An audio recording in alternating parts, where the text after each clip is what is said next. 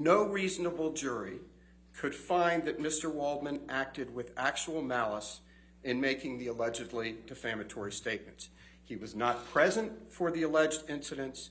He has no personal knowledge of any of the alleged incidents. What Mr. Waldman knows is a product of the legal work he did, the sleuthing he did on behalf of Mr. Depp. Ms. Heard cannot possibly show that Mr. Waldman acted with actual malice, and her defamation claim must fail. 2, Mr. Waldman is an independent contractor, not an employee. It is axiomatic, Your Honor, that a person who hires an independent contractor is not liable for the independent contractor's actions. See Sanchez versus Medicorp Health System, 270 Virginia, 299 at 344. An independent contractor is a person who is engaged to produce a specific result, but who is not subject to the control of the employer principal as to the way to bring about that result. See Atkinson versus Sachno, 261 Virginia, 378 at 284. That's a 2001 case. An outside lawyer retained by a client in connection with litigation is an independent contractor. See King versus Dalton, 895 F. Sup. 831, Eastern District of Virginia, 1995, where Judge Ellis, a legendary jurist known by all Virginia practitioners, held that, quote, a law firm attorney working with a client is nonetheless an independent contractor and is not an employee of the client corporation. In that case, the employer was a corporation, but the same logic applies when it's an individual like Mr. Depp. That was Mr. Waldman's role. Indeed, clients hire lawyers to obtain specific results, or to try to obtain specific results, but they do not control the means by which the results are accomplished.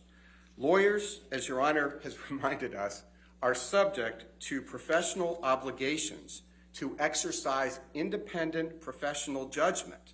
We are not at the whim of our clients as much as we want to serve them.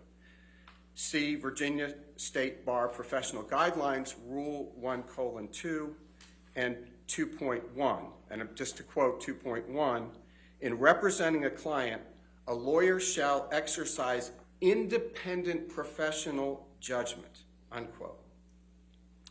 Mr. Waldman is, as a matter of law, an independent contractor, and Mr. Depp cannot be held responsible for any alleged tort by his attorney, particularly for statements about which he was unaware until he was sued for them.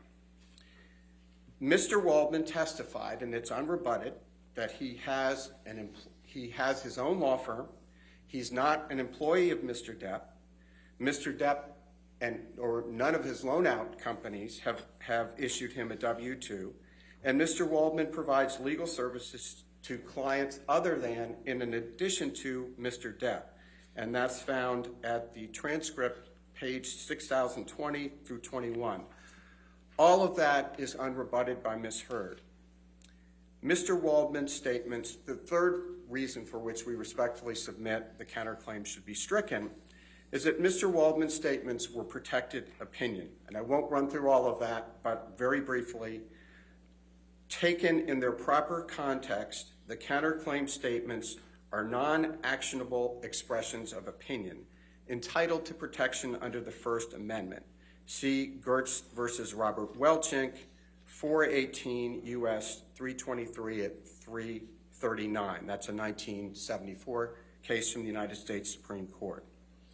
See also Shacker v. Bufault, a Virginia Supreme Court case found at 290 Virginia 83, a 2015 case, noting that where, quote, all sides of the issue, as well as the rationale for the speaker's view were exposed, the assertion of deceit reasonably could be understood only as the speaker's personal conclusion, unquote, and finding an accusation of deceit to be opinion.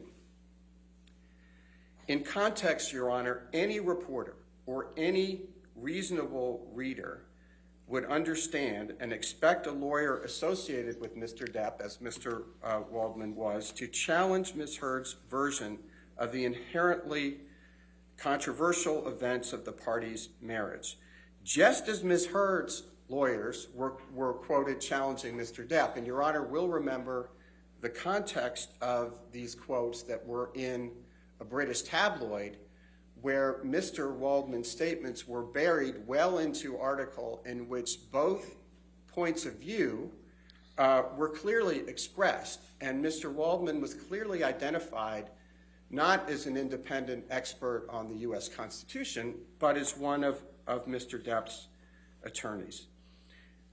C. Chavez, 230 Virginia 112 at page 119, quote, "The most unsophisticated recipient of such a claim, i.e. any reader of the British tabloid, made by a competitor against another, could only regard it as a relative statement of opinion grounded upon the speaker's obvious bias," unquote. Mr. Waldman has never did anything to hide his support and belief in Mr. Depp. Finally, Your Honor, and for the rest, ultimately, Mr. Waldman's statements reflect the existence of two competing narratives and are merely his subjective view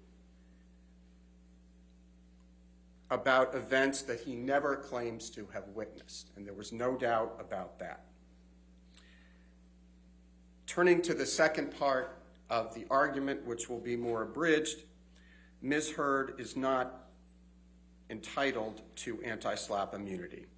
As a threshold matter, Virginia Code Section 8.01-223.2, which is, as Your Honor well knows, is the Virginia anti-SLAPP statute amended most recently in 2019, provides in relevant part, quote, the immunity provided by this section shall not apply to any statements made with actual or constructive knowledge that they are false or with reckless disregard for whether they are false.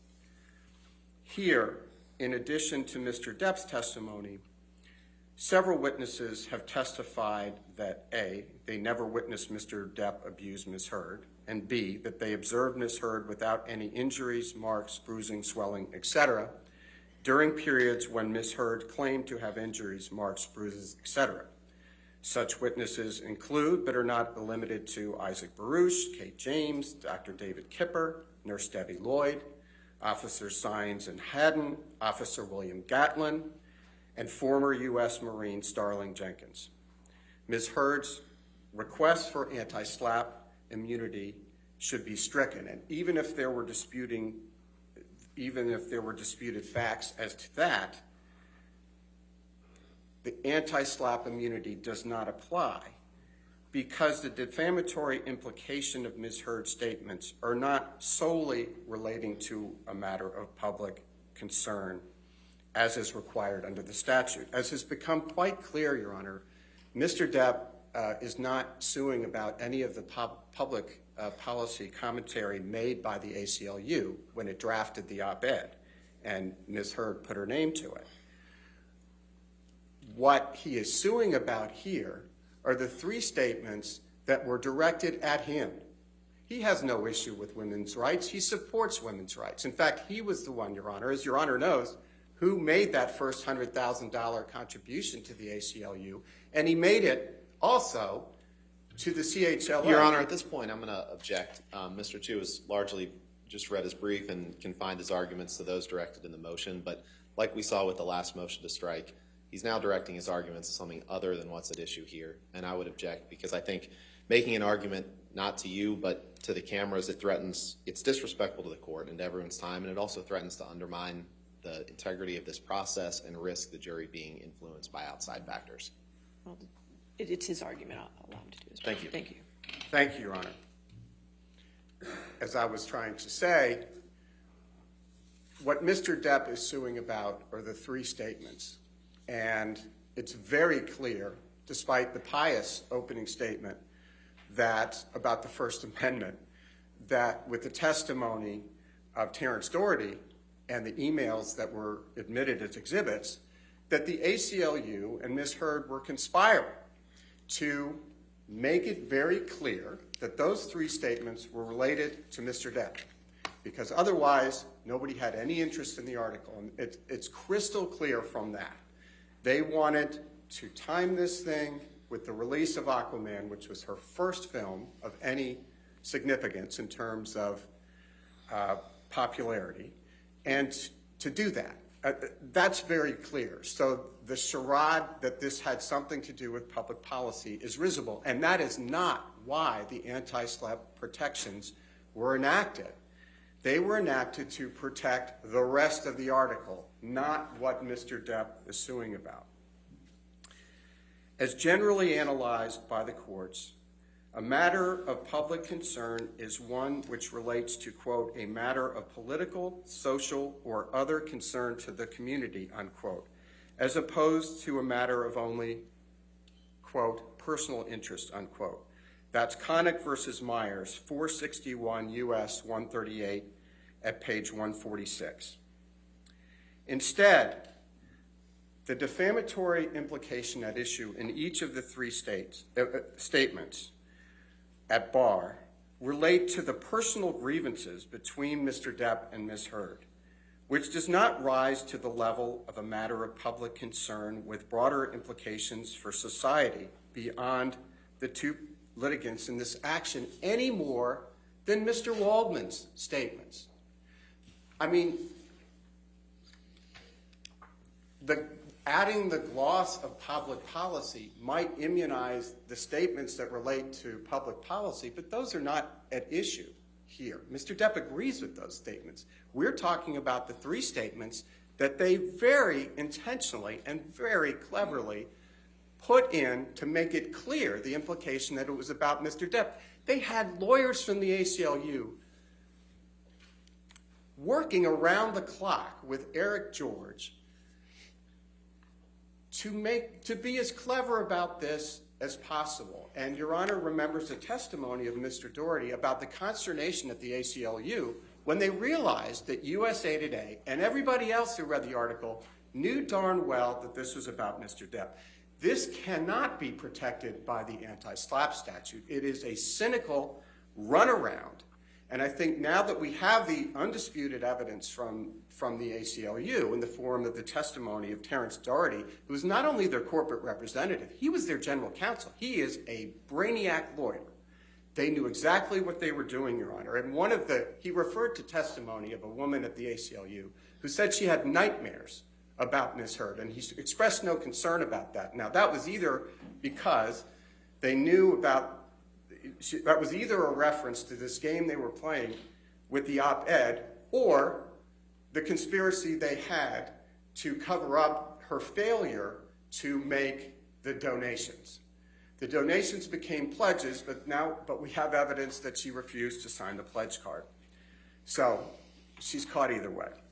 Simply stated, Your Honor, Mr. Depp is not suing Ms. Heard for making statements about society in general. I think that's very clear from the record evidence. Mr. Depp is suing her for publicly naming him as an abuser by implication and forever tarnishing his good name, an act that, coming from an ex-spouse, is fundamentally personal in nature.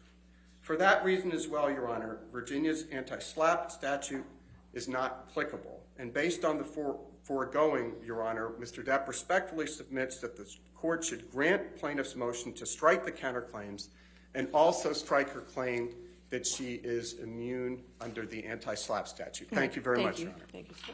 Yes, sir.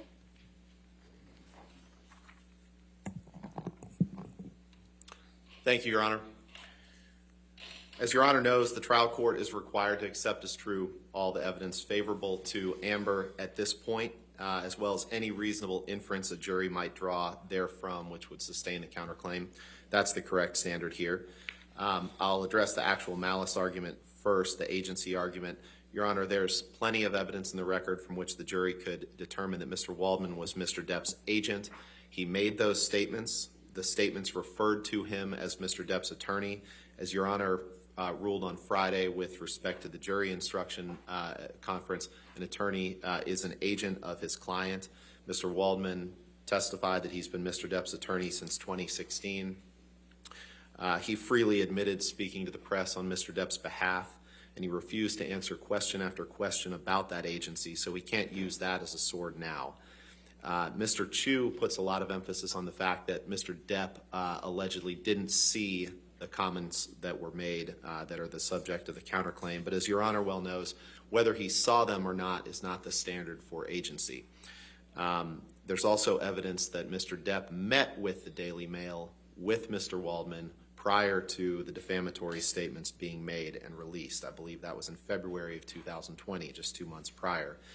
Mr. Waldman also concocted a story that Amber was being investigated for perjury by filing a perjury complaint against her with the LAPD. He disregarded any evidence that he didn't believe would fit in his narrative, that would fit in this story that he was speaking about on behalf of Mr. Depp. And after Mr. Depp lost the UK proceeding, after Mr. Depp was ruled to be a wife beater by the court in the UK proceeding, the court there found him to be a wife beater. Mr. Waldman then got an overseas tabloid to run a story claiming that Amber was being investigated for perjury, which simply wasn't true. He walked into the LAPD, filed a complaint for perjury against Ms. Heard, found a media outlet that doesn't follow the two-source rule, and then he had let the world believe that the LAPD was investigating Ms. Heard for perjury. That's a shameful and a sickening example, Your Honor, of the lengths that Mr. Depp, through his agent, Mr. Waldman, would go to smear and to defame Amber Heard, and that continued in the 3 statements in the counterclaim.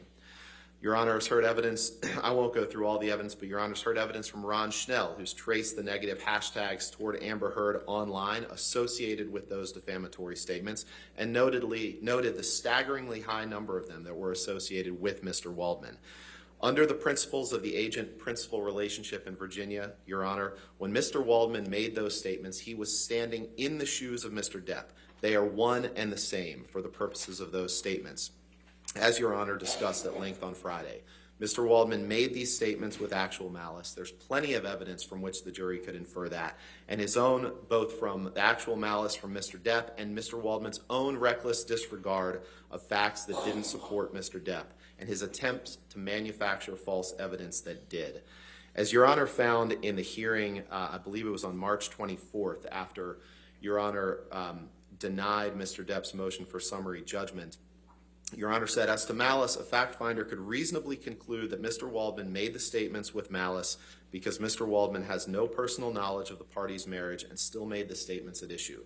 Nothing in this case has changed that. If anything, the evidence has only made it more clear that that is an inference that the jury can and we believe will find. So, Your Honor, there's no basis to grant a motion to strike on this agency argument, on the actual malice argument. The evidence shows that not only was Mr. Waldman Mr. Depp's agent, but that the two of them conspired to falsely accuse Amber of creating a hoax and falsify evidence that they believed supported their theory and what they wanted to achieve. As Your Honor well knows, too, I won't go through all the law, but both agency and malice can be inferred through circumstantial evidence. There's plenty of evidence in the record from which the jury could infer those. Moving on, Your Honor, to the independent contractor, the court's already rejected this argument, ruled that an attorney-client have a principal-agent relationship, and as Your Honor said on Friday, there's no evidence in this case of anything otherwise. As to the argument that the counterclaim statements are statements of opinion, the court has already found twice that they are not statements of opinion, both on January 4th, 2021, in its opinion letter denying Mr. Depp's demur as to the counterclaim statements, and at the motion for summary judgment hearing in March of this year. As to the anti-SLAPP argument, the court again has already ruled at the March 24th, 2021 opinion that the statements are, as a matter of law, regarding matters of public opinion. The court has already ruled that. Therefore, the only remaining issue for anti-SLAPP is whether the intent element of immunity is met. As we discussed on Friday, the intent element of immunity is substantially the same as the actual malice standard, which the evidence in this case easily allows the jury to find in favor of Ms. Heard on that.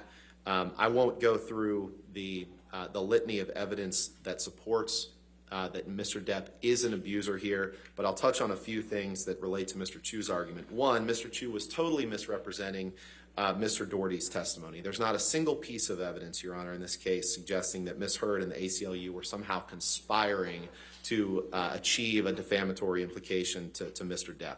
That's simply not what Mr. Doherty said. Mr. Chu's feel free to argue that to the jury, but that's not what his testimony reflects. Your Honor, there's also plenty of evidence that's been adduced both in Mr. Depp's claim and in Ms. Heard's counterclaim that show that absolutely that the counterclaim statements are 100% false. There was no hoax perpetrated.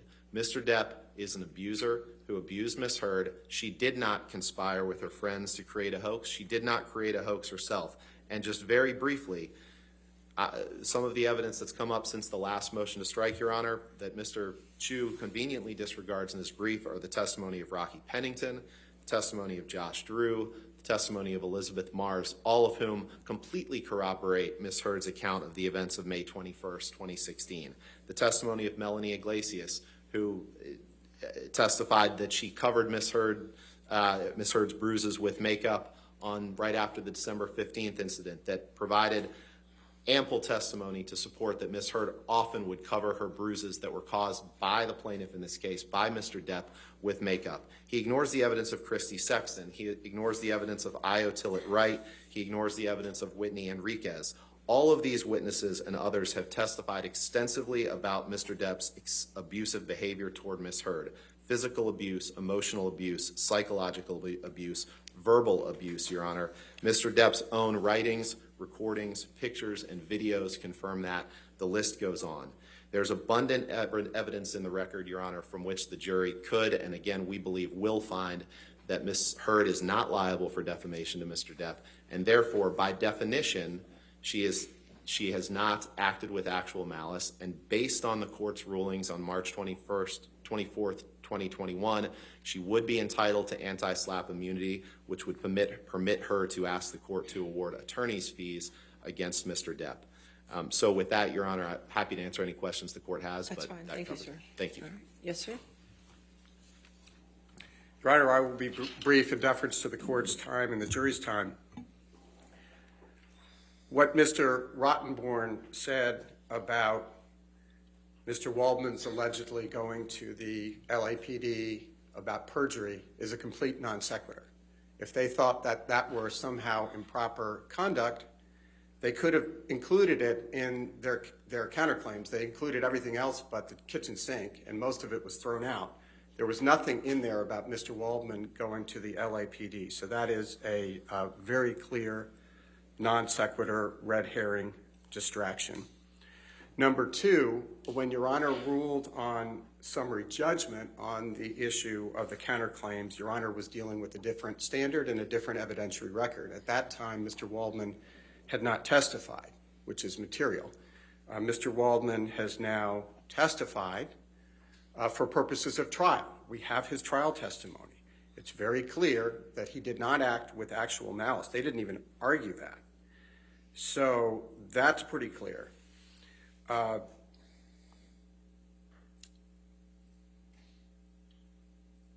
And again, this is consistent. The third point is that it's all about games. They didn't sue Mr. Waldman on the three statements. They didn't try to fill the hole. They've been telling us for a week that they're going to call Mr. Depp to try to fill the hole in their counterclaims. They didn't do that. And it's very consistent with the game playing. Let's go into court after the police have found no problem and after witness who had no relationship with each other said there are no visible marks. Let's not give Mr. Depp's lawyer the required 24-hour notice before the TRO. Let's march into court with our publicist, with our lawyer, with our best friend who no longer talks to her. Let's get a TRO. And when the Me Too folks say, why are you taking $7 million from an abuser? They said, I didn't take money from the abuser. I gave it all to charity. Well, they didn't. I don't think anybody should feel bad about them stiffing the ACLU, given what the ACLU did in this case, which is a monstrosity. But she did stiff the sick and dying children. It is gamesmanship, and that's what she's doing here today. But the law is the law, and they have not fulfilled their burden with respect to the counterclaims. There is virtually no nexus between Mr. Depp and Mr. Waldman as to these statements at issue, except for the fact that he is an attorney, and that is not sufficient in a case where they have not even established that Mr. Depp was aware of these statements. And they knew that they couldn't do it, and they didn't even try. And it's more of the gamesmanship when Ms. Heard plays word games with Mr. Depp about, oh, I didn't punch you, Johnny, I just hit you. Imagine if the shoe were on the other foot and Mr. Depp, a man, was saying to a woman, oh, woman up, I only hit you, I didn't punch you. And when it was chilling, when she warned him on the tape, you go tell a judge, you go tell a jury that you, a man, were abused. See if they're going to believe that. It is an abuse of the system, and she's done it throughout. Finally, Your Honor, and Mr. Rottenborn makes an excellent point with which I agree, which was that with respect to each of the three statements, Mr. Waldman was clearly identified, even by the tabloid that printed these, well within articles that had both sides represented, that he was Mr. Waldman's attorney. Even the reader of a tabloid understands that when you're getting statements from attorneys, it's going to be forwarding their client's point of view. Mr. Waldman is not the only attorney who has spoken out. Robbie Kaplan, who was Ms. Heard's second attorney. So Ms. Heard started out with Eric George. He made comments to the press. Objection, Your Honor. Again, this is so much further beyond what Your Honor is addressing. I'm finishing up, Your Honor. Okay. I'm finishing up. My point, Your Honor, and it's on point, is that Mr. George made statements supporting Ms. Heard's position.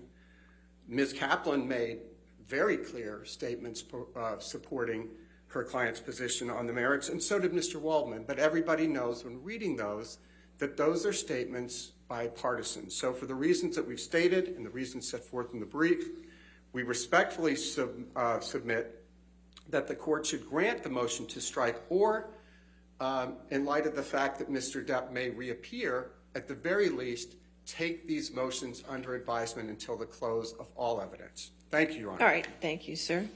All right. In this matter, I've reviewed all the defendant's evidence as to her counterclaim, and I've considered the arguments of her counsel and plaintiff's counsel. First, to address a few issues that I believe are outside the motion to strike, and that's as to the slap defense. The slap defense is just that, it's a defense, so it's really not considered in a motion to strike. Having said that, we went down that legal road on Friday as far as the slap defense goes, as far as the jury instructions. In this particular case, if the plaintiff prevails, it must be with actual malice. Therefore, if it's with actual malice, immunity does not apply under that statute. So we will deal with that with jury instructions, and we have. As to independent contractor, again, I think it's outside the motion to strike. However, Mr. Waldman was plaintiff's attorney since 2016. Before the initiation of litigation, there is evidence that Mr. Waldman had a certain role during the prior divorce proceedings in the UK case. Additionally, there is evidence that shows his legal representation was broader than just a limited litigation, as outlined in all the cases presenting an attorney as an independent contractor. So the only evidence in this case to this point is that Mr. Waldman was an agent to Mr. Depp, and that is the basis to weigh the motion to strike. As far as the opinions argument, again, I think that is outside the motion to strike. The opinions argument, the court has already ruled on this matter as to the three statements that are at issue in the counterclaim, ruled that they were not opinion at the demur and at summary judgment. So that argument will not be part of the motion to strike. So when assessing a motion to strike, the court accepts the favorable evidence adduced as true towards the non-moving party. The court cannot reject any inference from the evidence favorable to the non-moving party unless it would defy logic and common sense. When there is any doubt and question, the court should overrule a motion to strike. Agency may be inferred from the conduct of the parties and from surrounding facts and circumstances. When there is no direct evidence, circumstances may, and usually are, relied upon to determine whether an agency relationship exists. A principal is liable for the tortious acts of his agent if the agent was performing his principal's business and acting within the scope of his agency. If an agent's tortious act arises from their agency relationship is enacted in part to service the principal can be held liable for the tort. Here, the alleged tort is defamation. Besides demonstrating the agency relationship, the defendant must prove Mr. Waldman published an actionable statement, meaning a statement that is both false and defamatory, with the requisite intent. As to agency, Mr. Waldman was plaintiff's attorney at the time of the alleged defamatory statements were made. Mr. Waldman does not deny this, and neither does the plaintiff. Moreover, Mr. Waldman made the allegedly defamatory statements about the defendant during the proceedings of this action and interacted with the defendant once the statements were made while still representing the plaintiff. Taking the surrounding circumstances as a whole, an agency relationship can be inferred, and thus a scintilla of evidence regarding agency must be turned over to the jury. In addition, the jury may infer that Mr. Waldman made these specific statements to a third party to serve as plaintiff by portraying defendant as an opposing litigant in a negative light. It is not disputed that Mr. Waldman published statements and that there is a question as to whether statements are false, and both parties disagree and have presented conflicting evidence as such. As to actual malice, Mr. Waldman made the counterclaim statements after he met with his client. In addition, there is evidence the plaintiff was with Mr. Waldman at a meeting in February 2020 with the Daily Mail online. Further, defendant claimed that she met with Mr. Waldman where he threw the paper containing the counterclaim statements within them. Consequently, there is more than a scintilla of evidence that a reasonable juror may infer Mr. Waldman made the counterclaim statements while realizing they were false or with a reckless disregard for their truth. It is not my role to measure the veracity or weight of the evidence. The Fourth Circuit and the Virginia Supreme Court have made it crystal clear that actual malice is a question for the fact finder. So therefore, the plaintiff's motion to strike is denied. Okay? Thank you. Is there any other preliminary matters before the jury? Yes, Your Honor. Okay.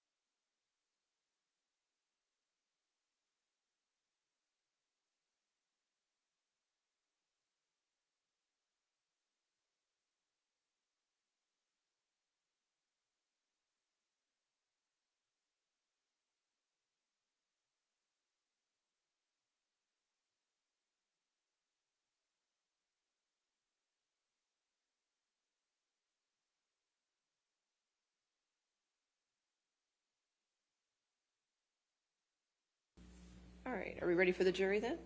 Yes, ma'am. Okay.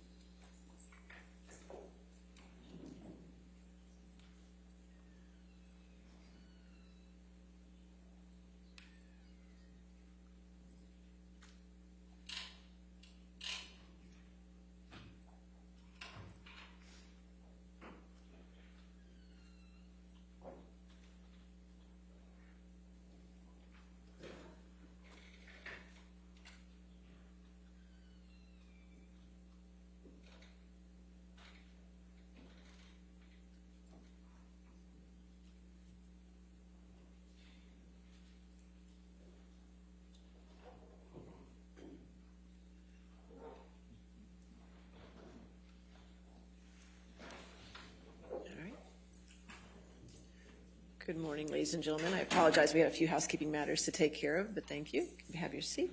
All right, your next witness. Your Honor, on behalf of defendant and counterclaimant Amber Heard, we rest. All right, thank you. All right, rebuttal evidence? Yes, Your Honor, Mr. Depp calls Walter Hamada of Warner Brothers. All right, Mr. Hamada. Your Honor, just to clarify, this is by deposition, so we may need that. Okay, well, okay. I apologize, I should have provided notice. That's all right. Thank you, Your Honor. If we could get the, yeah.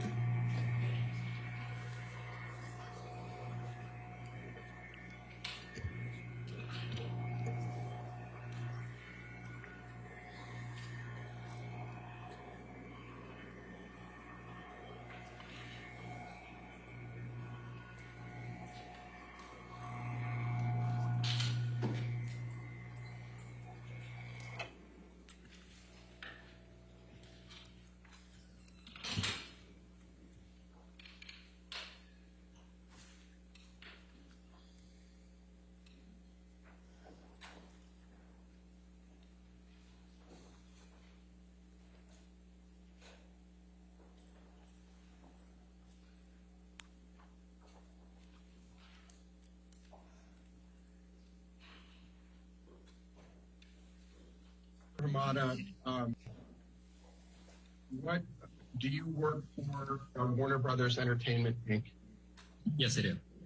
In what capacity? My title is President of DC-based film productions for Warner Brothers. What, if anything, you did to prepare to testify for Warner Brothers as to topics 2 through 18? I did not do anything to prepare for this, other than the meeting that I had with the attorneys. Did Warner Brothers have a contract with Amber Heard to perform in Aquaman 2? Yes, there was we had an option agreement for her for Aquaman 2. Do you know what it is? It looks like a standard contract between an actor and the studio. And which actor was involved in this? Which actor was a party to this contract? Amber Heard. It's a contract for Amber Heard for the role of Mara in Aquaman and its sequels. Which studio contracted with Amber Heard? Warner Brothers. When did you come to be the president of DC? At the beginning of 2018. Mr. Hamada, was Ms. Heard ever released by Warner Brothers from the Aquaman 2 contract, or what you call the option agreement? No. Was she released from her Aquaman 2 contract on or about February 22, 2021? No. Was Ms. Heard ever rehired for Aquaman 2 by Warner Brothers? No.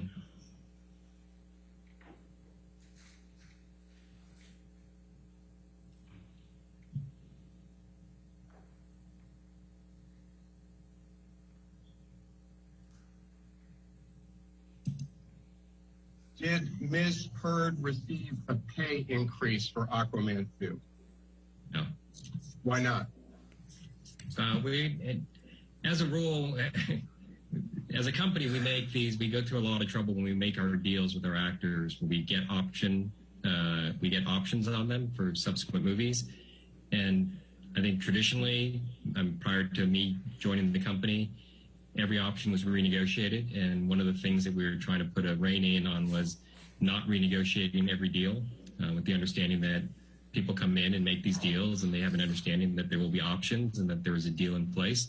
And it was a big part of our philosophy that we were going to hold people to their options moving forward.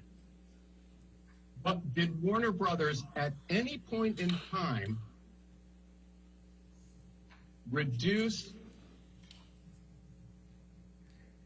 Ms.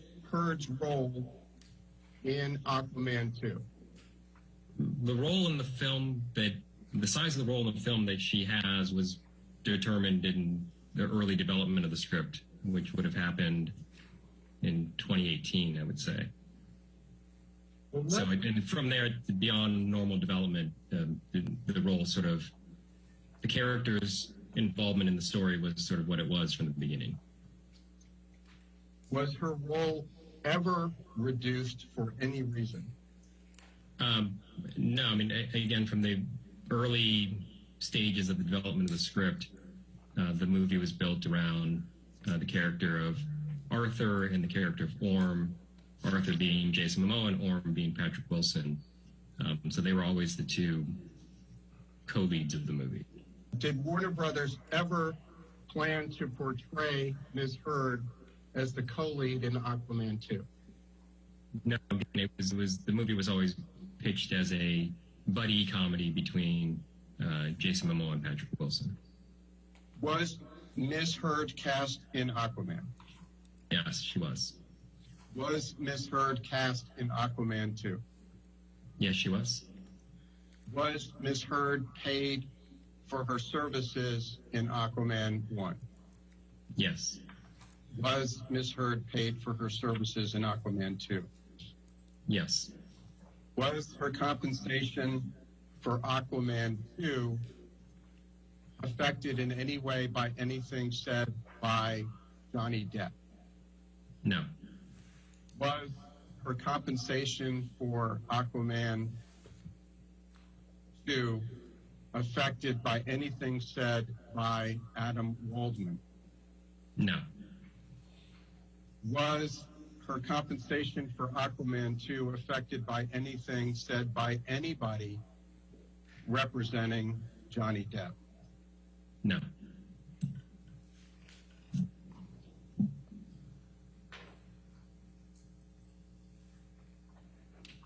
Was there any delay in Warner Brothers exercising the option to cast Ms. Heard in Aquaman 2? Yes, there was. How long a delay was there? I don't know, probably weeks.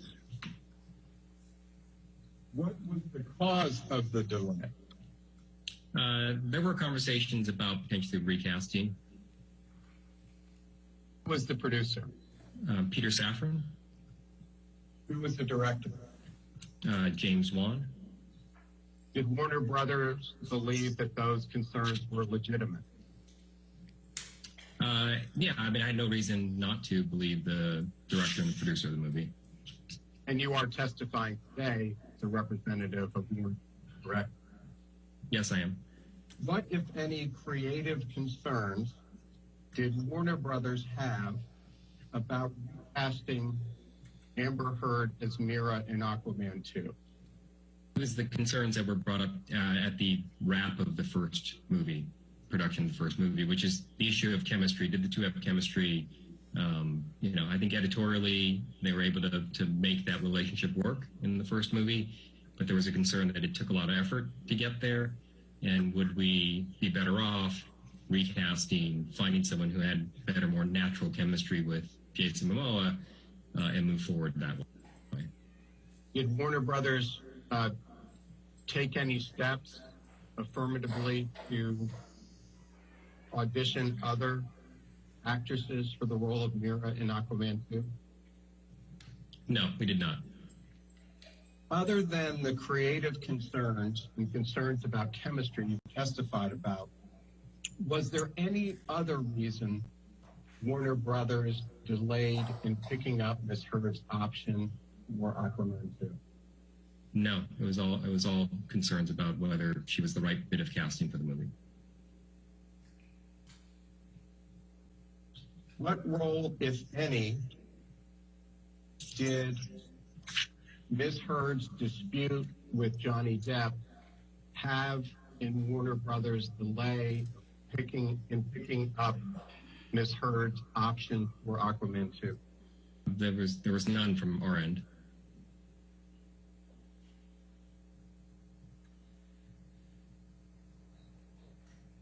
At any point in time, was Warner Brothers considering paying Ms. Heard more money for Aquaman 2 than is set forth in the option contract you previously identified? No, as I said, we were determined to hold our actors to their option agreements. Would Warner Brothers have paid Ms. Heard more money on Aquaman 2 if it had picked up her option earlier? No. At any time from the beginning of history through today, did Warner Brothers ever release Ms. Heard from the Aquaman 2 contract? No. At any point in time from the beginning of history to today, did Warner Brothers rehire Ms. Heard for Aquaman 2? No, because we just picked up her option. And when is the last time you spoke with Rob Cohen relating in any manner to whether to exercise the option on Amber Heard for Aquaman 2? No, it would have been at the same time that I was having those conversations with Peter Safran. So in 2020. Did you speak with Zack Snyder at all relating to whether to exercise the option for Amber Heard on Aquaman 2? No, I've not had any conversations with Zack Snyder. Did you speak at all with Jason Momoa in preparation for your deposition today? No. Have you ever spoken with Jason Momoa about any issues relating to chemistry between he and Amber Heard? Yes. When did you speak with Jason Momoa about chemistry issues between he and Amber Heard? It would have been in that same time period where we were prior to green light of the movie. Now, you were asked some questions about scripts. Did you review any of the drafts of the script for Aquaman 2? Yes. When? Part of my role is I read all the drafts of the scripts as they come in. When was the first script for Aquaman 2? Oh, boy.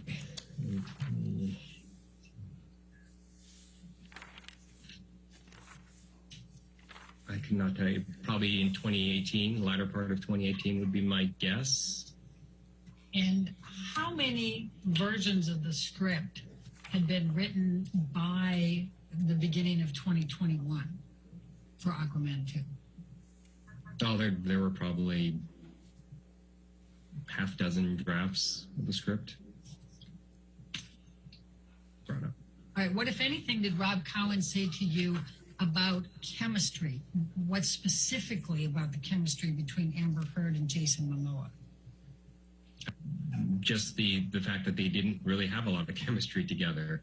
The reality is it's not uncommon on movies for two leads to not have chemistry, and that it's sort of movie magic and editorial, the ability to sort of put performances together, and with the magic of, a great score and how you put the pieces together, you can fabricate sort of that chemistry. And so I think at the end of the day, I think if you watch the movie, they look like they had great chemistry. But I just know that through the course of the post-production that it took a lot of effort to get there. Sometimes you don't. Sometimes it's very easy. You just put the characters on the screen together and they work. And sometimes it's harder. And so... Can you give me anything more specific about what it was with Amber Heard and Jason Momoa that was difficult for the chemistry? No, because it's like what makes a movie star a movie star. Like you know it when you see it, and the chemistry wasn't there.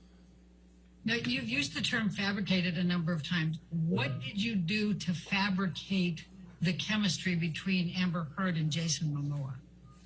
Well, those are just, it's editorial. A good editor and a good filmmaker can pick the right takes, can pick the right moments, and put scenes together. Again, score is a big, the music in a scene makes a big difference. It can make a happy scene feel sadder or a sad scene feel happier. And so it was sort of it's just the magic of post-production, editing, sound design, music, etc. And what do you mean by fabricating, though? I mean, were they literally falsifying, or were they just picking the best music? Let me finish my question. Were they picking the best music and picking the best looks because that's their job and that's what you do on every scene? That is what we do in post-production. That's what filmmakers do. This is on any production. You're doing that. You're putting performances together. Sometimes it's easier than others. This one was more difficult because of the lack of chemistry between the two. But they were able to, James Wan and the editor were able to get it to a place where the end result actually works, and it's great. And in fact, that's the job of every filmmaker, right? Is to put all the combinations together to make the most successful production. Absolutely. I'll tell you what has been marked as exhibit number 5. It's ALH 18247. And this is a text message exchange between James Wan and Amber Heard. And you mentioned James Wan was the director of Aquaman 2, is that correct? And That's correct. And Aquaman, the first one, correct? That's correct. All right. And James is texting to Amber on August 25, 2018. You rated really high with the audience, exclamation mark, exclamation mark. Do you see that? Yes. This is August 25, 2018. What's going on August 25, 2018 that would cause the director to send a text message to Amber saying... That'd be a test screening. So during our post-production of a movie, we test the movie with an audience, and the audience tells us what they liked and what they didn't like. And so that's what he's referring to there. And they really liked Amber Heard, correct? Yes, she did. She tested well. It hit $1 billion, is that correct? Yeah. And more specifically, did you play any role in the determination to communicate to Amber's representatives that Warner Brothers was considering not exercising her option? Yeah, probably in the sense of we had the conversations, and I believe, if I recall, we had that's where Peter Safran offered to reach out to the agent and express which direction we were leaning. Have you seen any document that says there was any chemistry issues between Amber Heard and Jason Momoa in Aquaman 1? Documents? No, I mean, those were all conversations. But if Jason came back and James Wan came back, you were guaranteeing that Amber Heard would play Mira, correct? That's correct. Okay. And Jason Momoa was able to negotiate a different compensation structure, was he not, for Aquaman 2? That's true. He did renegotiate. Now, Aquaman was the highest grossing DC film ever for Warner Brothers, was it not? Yes, it was. And what, if any, issues did you have with Amber Heard in Aquaman 2? My understanding is actually the production went very smoothly. All right, thank you. Your next witness.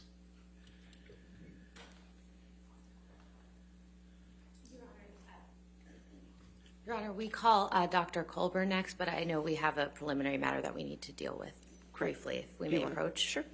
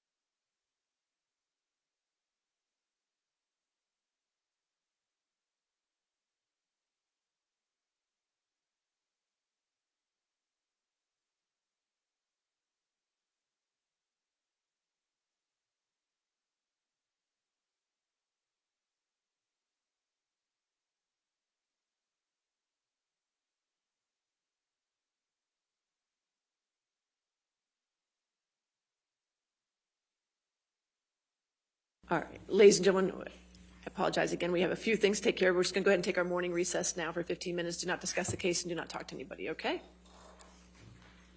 Do not do any outside research. Sorry, that was the same thing.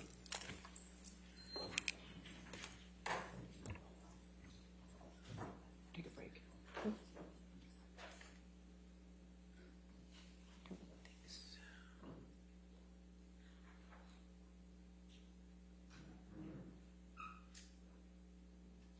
All right, and if the doctor testifies, then is that WebEx?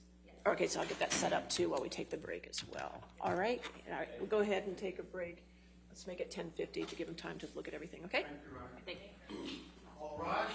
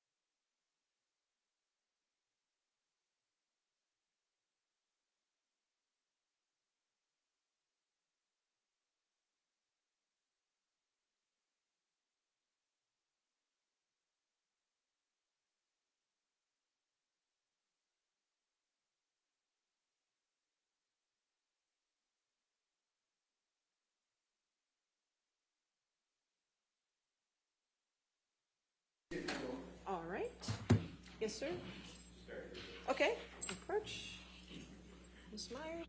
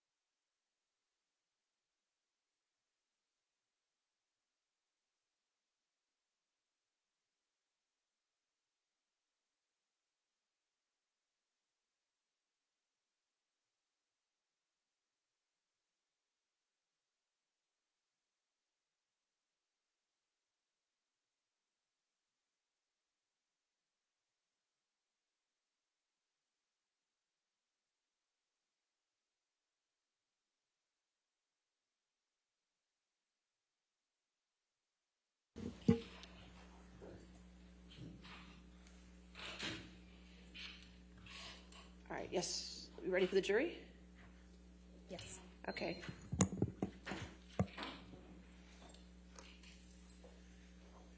Sir, can you hear me? Yes. Can you hear me? Yes, can you count to 5 for me? 1, 2, 3, 4, 5. All right.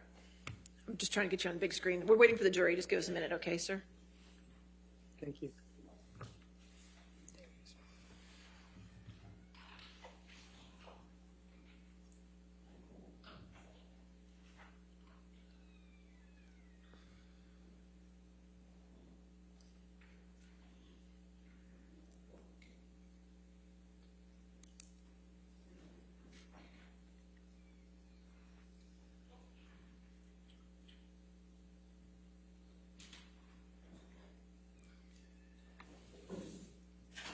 Thank you. You can be seated. All right, your next witness.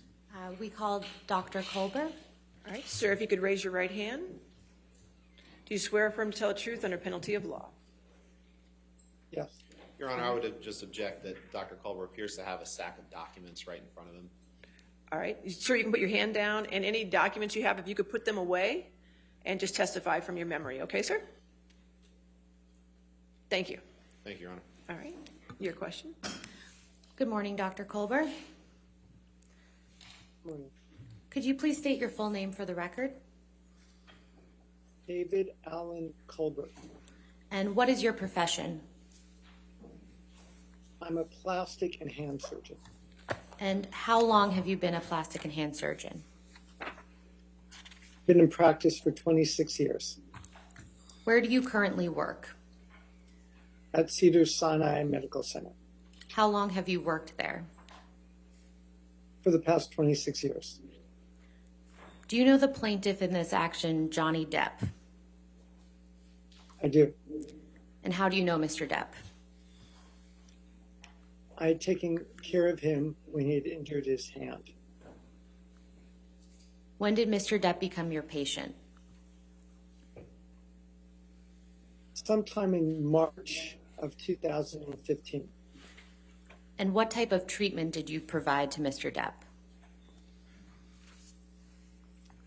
He had a fracture of his finger with soft tissue loss, and so we reconstructed his finger. When did you perform the first surgery on Mr. Depp's finger? I believe it was around March 20th of 2015. And what was involved in that surgery, just briefly?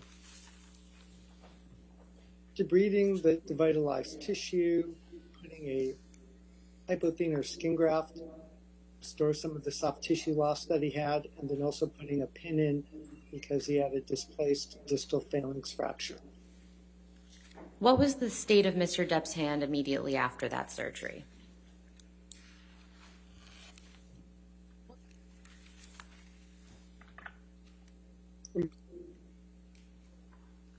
I'm sorry, I think the audio cut out a little bit. Could you please repeat your answer? It was injured and had soft tissue loss and a fracture of his distal phalanx. And what type of cast was on Mr. Depp's hand after you performed that surgery? It was a plaster splint. And can you please describe to the jury what a plaster splint would look like? So it's like a cast, but you don't want to put everything circumferential on it because of swelling after surgery. So I believe in Mr. Depp's case, it was like the two fingers. I think the third finger was the one that was operated on. So these two fingers, the third and fourth finger, are together. And it's a splint with plaster on the top and on the bottom that goes around the hand to protect it. How mobile was Mr. Depp's hand when it was in that cast? Well, he couldn't move his third and fourth fingers because of the bulkiness of the splint. Typically, post-operatively, it's a more bulkier splint right after the surgery. So it's not very, it gets in the way. Could Mr. Depp grab someone with that cast on his hand? He could attempt to grab someone. I don't know how successful he would be. He had his index finger free and his thumb free, but the other fingers were probably not being able to move.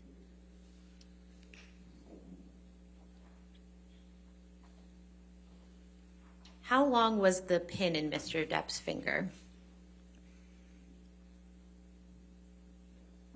About 11 or 12 days. And how was the pin removed? It was removed under local anesthesia in my office. How long did you ultimately treat Mr. Depp for his hand injury? For several months. And why was that? It was a bad injury. It required a few more little office procedures to clean up the tissue. He had an infection as a result of the injury, so he had to be on antibiotics for some time until it finally completely healed. Do you recall when the infection developed? It was a few weeks after the surgery, and that's when I took out the pin. When was the last time that you saw Mr. Depp? Sometime in 2015. I don't recall when. And when was the last time that you spoke to Mr. Depp? The same. Around 2015. All right. Thank you, Dr. Colbert. All right, cross-examination.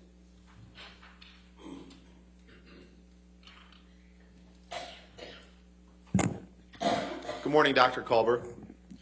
So you said that this plaster splint was put on after surgery on March 20th, 2015? Yes. And a plaster Yeah. a plaster splint, is that sometimes called half a cast? Sometimes it's called half a cast or a soft cast, something like that, yeah. And it's made of plaster of Paris, right?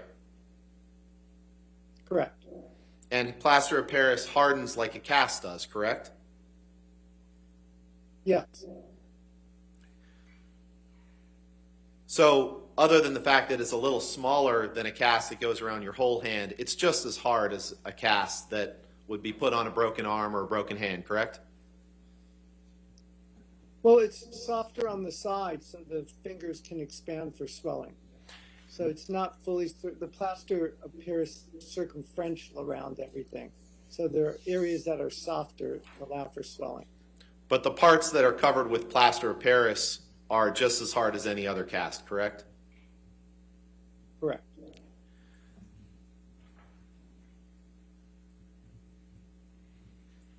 And regardless of whether Mr. Depp could have grabbed someone with the hand with the cast on, he could have grabbed someone with the hand without the cast on, correct? Correct. Michelle, can you pull up Exhibit 400, please? This has been admitted, Your Honor. All right.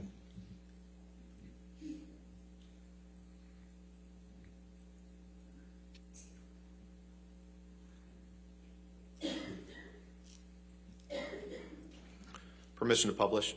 Yes, yes, sir. Dr. Culber, I'm just going to ask Michelle here to just scroll through these pictures, and I'd ask you to take a look at them. Your Honor, I'm going to object for lack of foundation for these photographs. They're already in evidence. With respect to the questions to the witness. They're in evidence. Thank you. Michelle, if you could go back up to that, stop right there.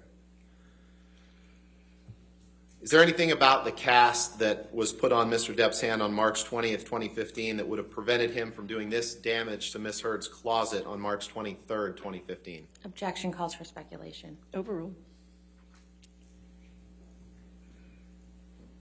I mean, he had his other hand available. So.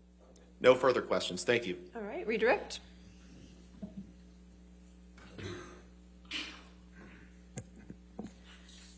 Dr. Colbert, how many fingers were in the plaster portion of Mr. Depp's cast? I believe 2 or 3, at least 2 were, and the third one and the fourth one. And why did you call it a soft cast? Because it's not fully, plaster doesn't go around the entire hand because you allow for swelling. So there's plaster to protect the fracture. So there's a little plaster on it, but it's on the top and the bottom, but it's not completely circumferential. So there's soft spots to it. And where are those soft spots located again? Usually we'd put a piece of plaster underneath the fingers and on top, and then the sides of the fingers, it's soft so that the fingers can swell after the surgery. Could Mr. Depp have hit someone with the hand that had the cast on it? He could have hit someone with it. It probably would have damaged the cast. Did you ever notice any damage to Mr. Depp's cast when you treated him after the surgery? I don't recall. But nothing that comes to mind. Could Mr. Depp form a fist with the cast on? No. No further questions. Thank you, Dr. Colbert. All right, thank you, sir. That concludes your testimony. Thank you. All right, your next witness.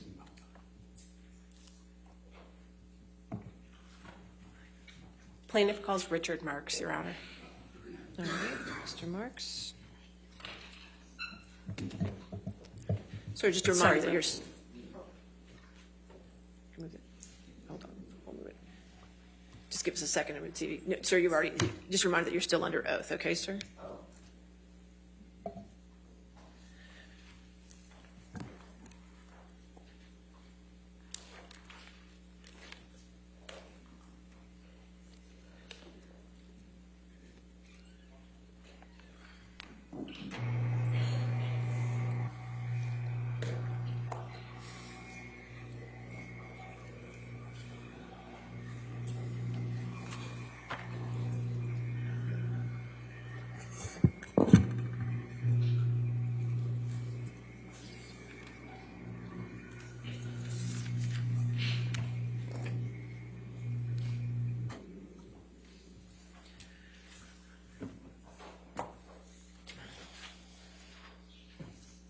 All right. Good morning, sir. All right. Yes, ma'am. Thank you, Your Honor. Welcome back, Mr. Marks. You've testified in this case previously, but would you just briefly remind the jury who you are? I'm Richard Marks, and I'm a full-time entertainment transactional attorney. I make deals every day for productions and for individuals. I'm in the trenches negotiating and then making sure the contracts reflect the deals. And I'm very much distinguished from the other side's expert who is not an attorney, who's not in the trenches making deals, is not in that day-to-day process. And are you familiar with the testimony of Catherine Arnold in this matter? Yes.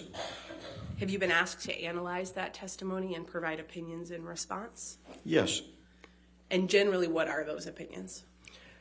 Well, my opinions are that she's very slick and smooth, but she's not an expert in deal making. Her assessment of damages is built on nothing, and it's wildly speculative. Are you familiar with Ms. Arnold's opinion that it's customary for an actor to renegotiate the fee for a subsequent picture option in a multi-picture contract when a film is successful? Yes, I heard that opinion.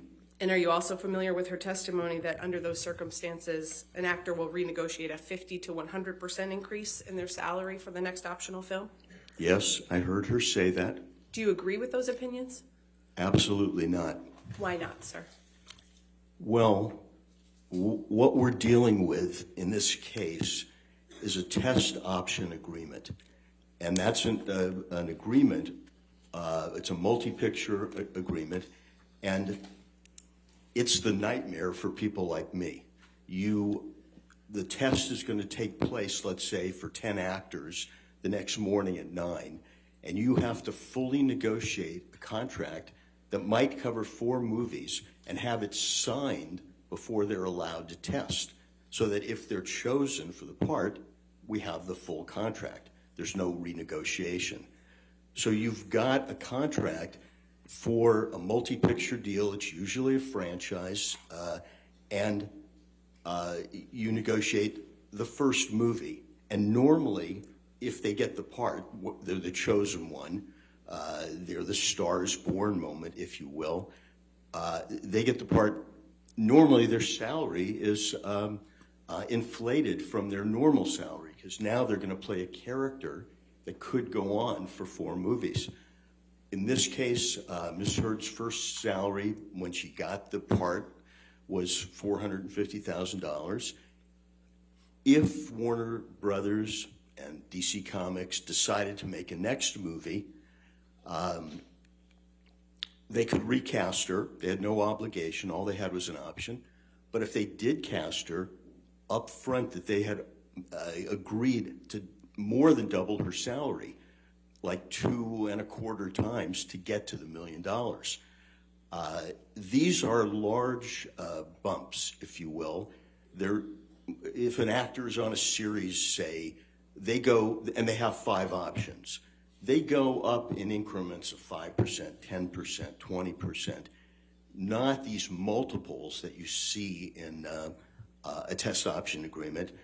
And that's one of the reasons that they aren't renegotiated normally. They are in some instances, but not normally. What's the significance of the test part in a test option agreement? The test significance is that an established actor usually wouldn't test. They'd be offered the role. Ms. Heard was in a group of actors that needed to be tested to see if the studio wanted to hire them, and then if they hired them, they would be locked up for potentially 4 movies at very lucrative increases, because after Aquaman 1, she gets to $1 million. Aquaman 2, she gets to $2 million. And Aquaman 3, you get to $4 million. These are unheard of bumps if you're going on a normal career and trying to increase your salary by increments. In your experience, what is customary for negotiations of multi-picture deals? Well, I think what happened in this case was customary for negotiation of multi-picture deals. And by that I mean that you assume success. The reason you go from the first Justice League movie where Ms. Heard played Mira the first time, the reason you more than double her salary is you assume success. So you've already built in the bonus that Ms. Arnold was referring to, a renegotiation, if you will, for the 3rd movie. Instead of doubling her salary, Ms. Arnold said it would only be fair to quadruple her salary. And that's just not the way these idiosyncratic contracts work. They're a very small portion of the contracts we deal with.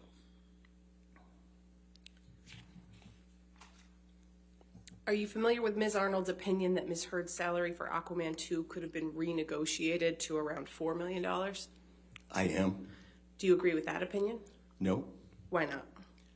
Well, as I've said, that would now be, after a healthy first payday, it's more than doubled, and now it would be quadrupled. That's not the way it happens. Walter Hamada, who is the president of that part of the studio, said it doesn't happen. They're not going to do it. Ms. Arnold, for some substance, says, well, Jason Momoa got to do it, but she doesn't give us any of the details. We know that Jason Momoa was in a movie before the Justice League. He played Aquaman in a movie not with Ms. Mira in that movie. So he had a history before the first movie with Amber Heard. He played Aquaman. We don't know what his contract, the state of it was when you got to Aquaman 2, and she says, unsupported, that he renegotiated. We're not sure what he renegotiated to. But I can say that at the end of the option period, when you've only got one option left, and you want that star in more movies, you may renegotiate, but it's not a gratuity. It's, we'll give you more for the last option if you'll give us 3 more options. It's a give and take. And unfortunately, Ms. Arnold didn't give us any of that background or those building blocks. And then I think yesterday she said, and the other actors renegotiated. And again, we don't know their salary history. We don't know their contracts. We don't know anything except she's asking you just to believe her as what I refer to as a professional expert. Are you aware that Ms. Arnold's opined that but for the alleged defamatory statements by Mr. Waldman, Ms. Heard would have earned $45 million in the last 18 months and then the next 3 to 5 years? Yes, I am. I'd like to address some of the components of that one by one with you, Mr. Marks. Are you familiar with her testimony that Ms. Heard would continue to make films for approximately $4 million each following Aquaman 2? Yes. Do you agree with that testimony? No. Why not? Well, again, in Aquaman 2, Amber Heard has already had this huge increase. She worked on Aquaman 2 for $2 million. What Ms. Arnold is saying is, oh, she should have worked on it for $4 million, which I disagree with, and I think there is reasons to negotiate. They weren't here in this case. So the $4 million I have a disagreement with. But even if it was at $4 million, or if it was at $2 million, the 4 or 5 movies that Ms. Heard might get might be independent movies. They might be standalone studio movies. They might be passion projects.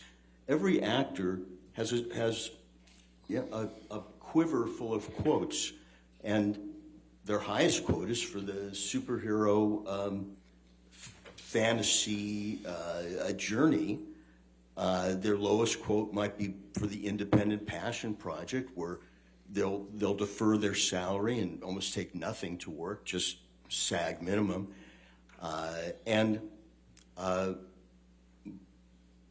To assume that she'd get 4 or 5 more movies at this, her last fantasy quote, would be to assume that those are also those type of movies, playing another character. And Ms. Arnold says that Ms. Heard's breakout moment, her Star is Born moment, is Christmas 2018. If that's true, and I don't think it's true, those moments don't normally happen to supporting cast, but if it's true, as a deal maker, you would expect, if you represented producers, production companies, to flock in, to take advantage of this hot star and to sign them up. And we have, from Christmas 2018 to spring 20, where there is none of this activity. The Star is Born phenomena didn't happen. Ms. Heard starred in one series of 8 episodes, and she earned a healthy fee, $200,000 an episode. But that's 5 times less than the $1 million Ms. Arnold is tossing out, supposedly based on Jason Momoa's quote. She doesn't prove it or give us facts. And Jason Momoa is not a comparable actor.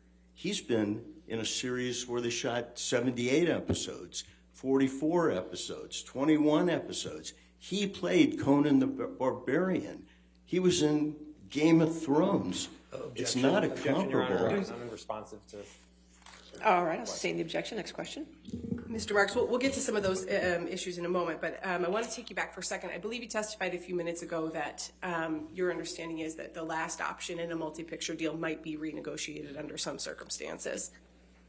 Do you have an understanding of whether Aquaman 2 was the last option in Ms. Heard's contract with Warner Brothers?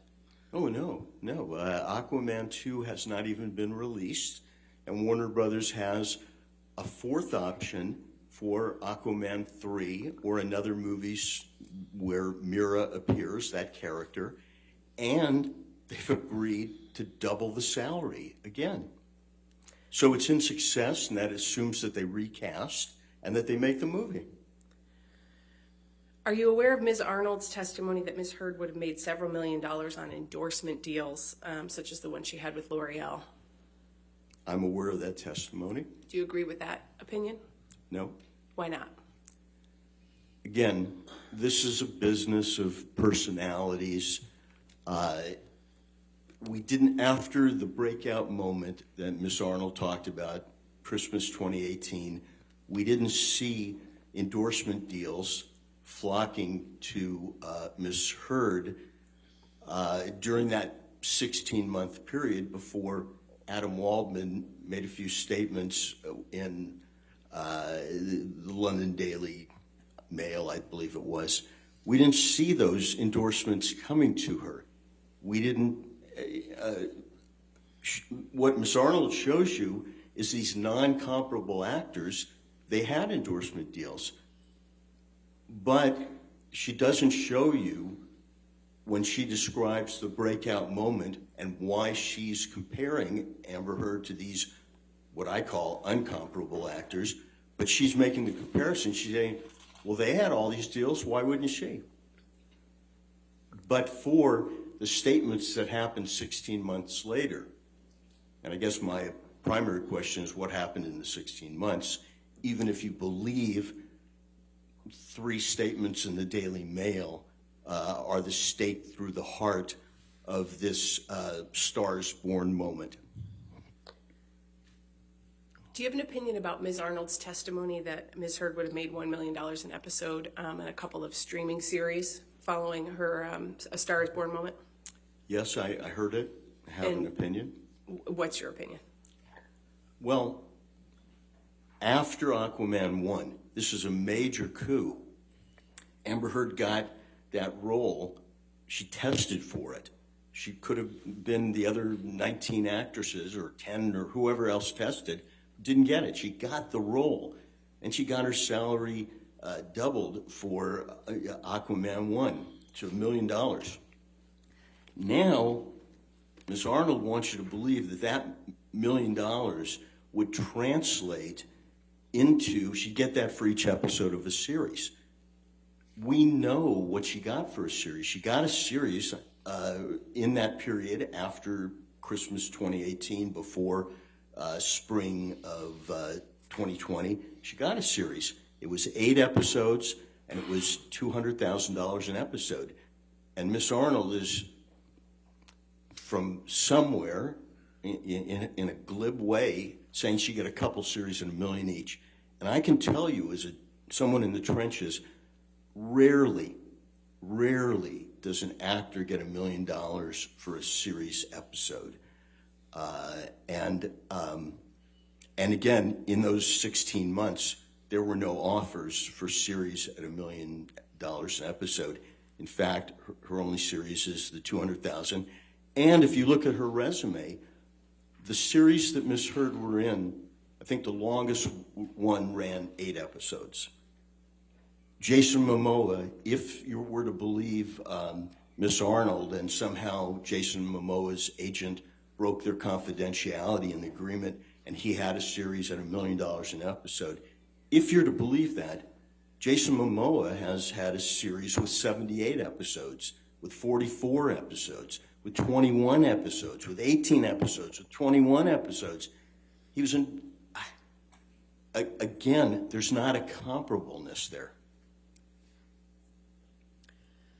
We spoke a few minutes ago about the test option agreement. What's the significance of the option part of that agreement? The option part of the agreement gives the employer, the studio, the option. They don't have to do anything. They have an option to either employ you at a very healthy salary to play this role or not. They can recast the superhero role. You just have to think of how many actors have played Batman or Superman. They can do what they want. And indeed, since there's no contract, they only have a choice to exercise their option or not. They might say, we're not exercising unless you reduce your compensation. Who knows what the negotiation would be? But it's not a contract until the studio exercises the option, and they don't have to. What's the alternative to an option agreement? Well, the alternative is most agreements in Hollywood, you're hired to play the role. Or once you exercise the option, then it becomes, for that picture, an agreement like others in Hollywood. You are now hired to play that role.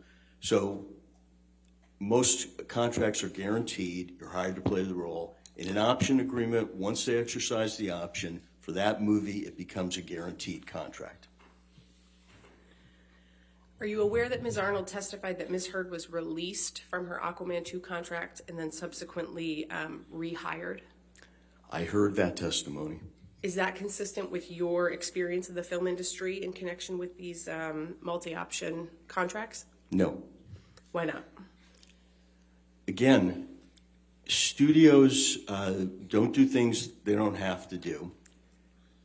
As we heard Mr. Hamada, the president of the studio, say, you either exercise your option or you don't. They exercise their option. He denied releasing and then rehiring, and in my experience, in almost 5 decades in the business, doing this type of work, not talking about it, not consulting. I mean, I have, I heard Ms. Arnold say she'd been an expert 100 times. I'm a transactional lawyer. I do this occasionally. Basically, it's not a contract till they option it, and they pick up their option, and at that point, it's a guaranteed contract, and then different rules apply to it. In your experience in the industry, do studios typically comment on those types of actions that they're taking with respect to options? No, just like Mr. Hamada said, they don't need to comment on it. They either exercise the option or they don't. In Hollywood, silence is the default. You play no card before it's time.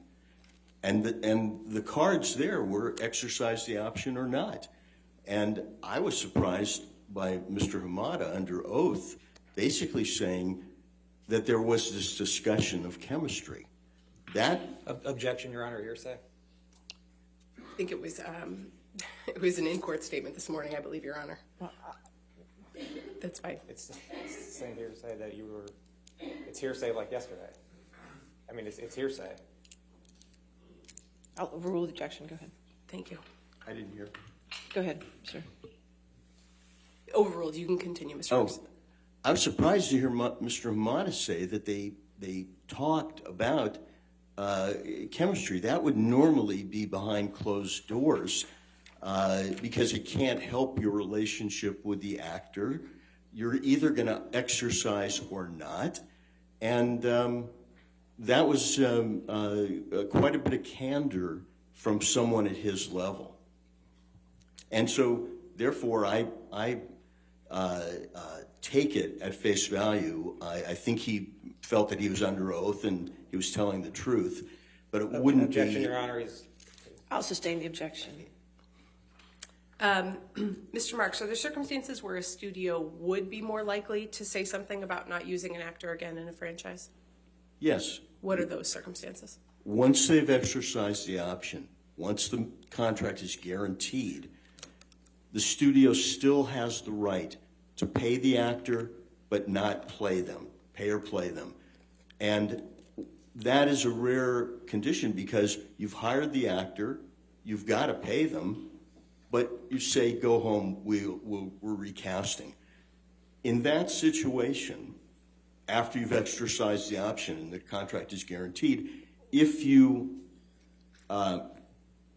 pay off the actor, that's normally commented on. That becomes a bit of information because it's not normal. Is that circumstance different from Ms. Heard's contract with Warner Brothers for the Aquaman movies? Oh, yeah. Ms. Heard's contract, again, it was just an option. Either we exercise it or we don't. And if we exercise it, she's in the film. If we don't, she's not. Until we exercise it, we have our right to recast or not make the movie. And even after we exercise it, we'd still have a right to recast and not make the movie.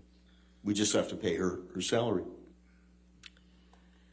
Do you understand that Ms. Arnold compares Ms. Heard's career trajectory with that of other actors, including Jason Momoa, Gal Gadot, Zendaya, Ana de Armas, and Chris Pine?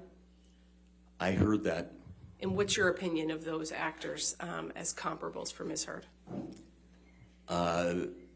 Even Ms. Heard's agent, Jessica Kay, said that 4 of those actors weren't Objection, Your comparable. Honor, hearsay. I believe same response, Your Honor, that it was in testimony that was played in court earlier this week.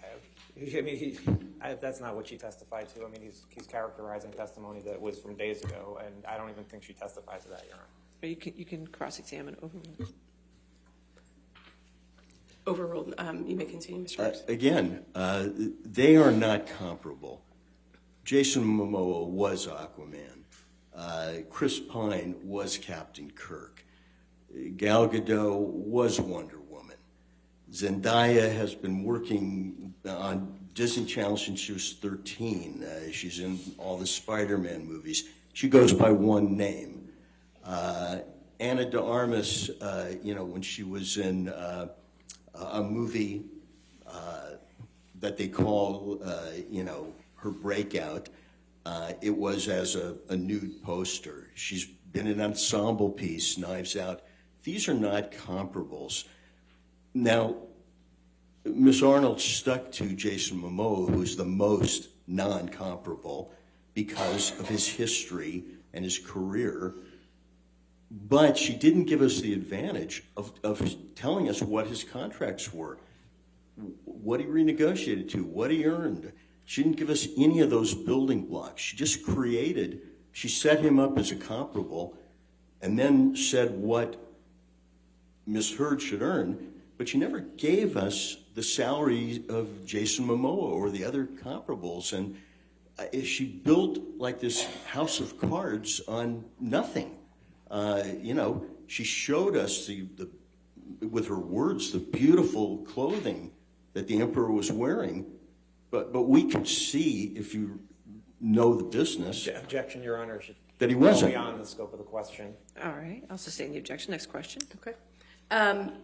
You were just speaking about Mr. Malmoa as a comparable. Are you aware that Ms. Arnold compares Ms. Heard to Mr. Malmoa as an actor with equivalent franchise experience who was able to renegotiate his salary for significant increases in bonus? Yes. What's your response to that opinion? Again, he didn't have comparable franchise experience to Ms. Heard. He was Conan the Barbarian. He played Aquaman in a movie that Amber Heard was not in.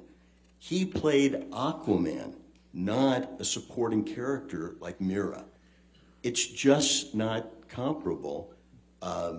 And you can say the words, but I saw nothing from Miss Arnold to back it up, something to build on, which if she was a negotiator in the trench, the studio negotiator would say, okay, so show us, where's the comps? Let's talk numbers, because ultimately that's where we have to get to, not just because you say it so. We just don't believe you. You've got to show us. In your experience in the industry, what factors influence the negotiation of the terms of a film agreement with an actor? Well, first it depends on the film. If the film is $1 million movie and everybody's deferring their salaries, that's one thing. If it's a superhero movie, that's another. But for deal makers and negotiators, the best predictor of what the deal should be is past earnings, precedent, comps. You also look at the budget of the movie, what it can bear, because if Jason Momoa's comp is $10 million, but the budget's $10 million, obviously he has another price for that movie. But the best predictor of future earnings is past earnings. And I didn't see any Miss Arnold talk about past earnings at all, except the earnings in this rarefied superhero 4-picture deal where instead of incremental increases, which you normally see, it was multiples increases. And then when you get on a series, the big renegotiation was when the network has no more options. Until then, the actors on the series get 5, 10, 15 small percentage raises. They don't get multiples. They get the multiples if it's a success and the studio wants to continue making the series and they want to keep these characters. That's when the renegotiation happens. Here, even if we believe Ms. Arnold, after Aquaman 2, there was still an option waiting at a big price, double the previous payday. What's the significance of the timing of the Waldman statements to the opportunities Ms. Arnold claims Ms. Heard lost? Well, the argument, as I understand it, is that Ms. Arnold says that Ms. Heard lost all these opportunities because of those losses were caused by Adam Waldman's statements 16 months later. So I think the timing. Sure.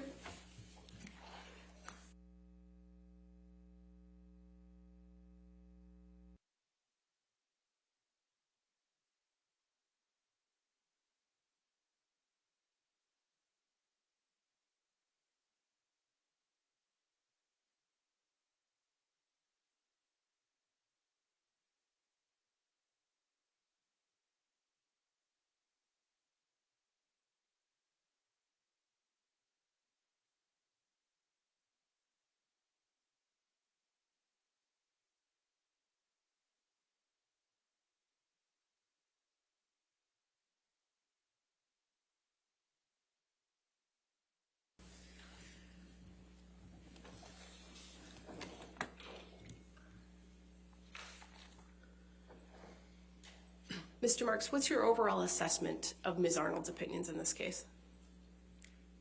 My overall assessment of her opinions is that they're not worth the paper they're not written on.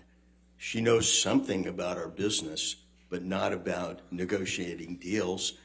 She may have gotten someone at the Endeavor office to breach confidentiality, but she never laid out the building blocks. Excuse me, there's an objection. You have to stop talking, Mr. Marks. Thank you. Beyond the scope. Yeah, Mr. Marks, can you just limit your testimony to your opinion about Ms. Arnold's opinions, please? My opinion, as someone who's made deals as a deal maker for almost 50 years, is that she calls herself an expert, but she's not. She doesn't have the background. She doesn't have the day-to-day knowledge. And her testimony that I heard did not back up her bottom line. If you want to get those figures, you have to show why they're deserved. And again, she was constructing a Jenga without the bottom pieces. It does not hold up under scrutiny by someone who makes deals. No further questions. All right, cross-examination.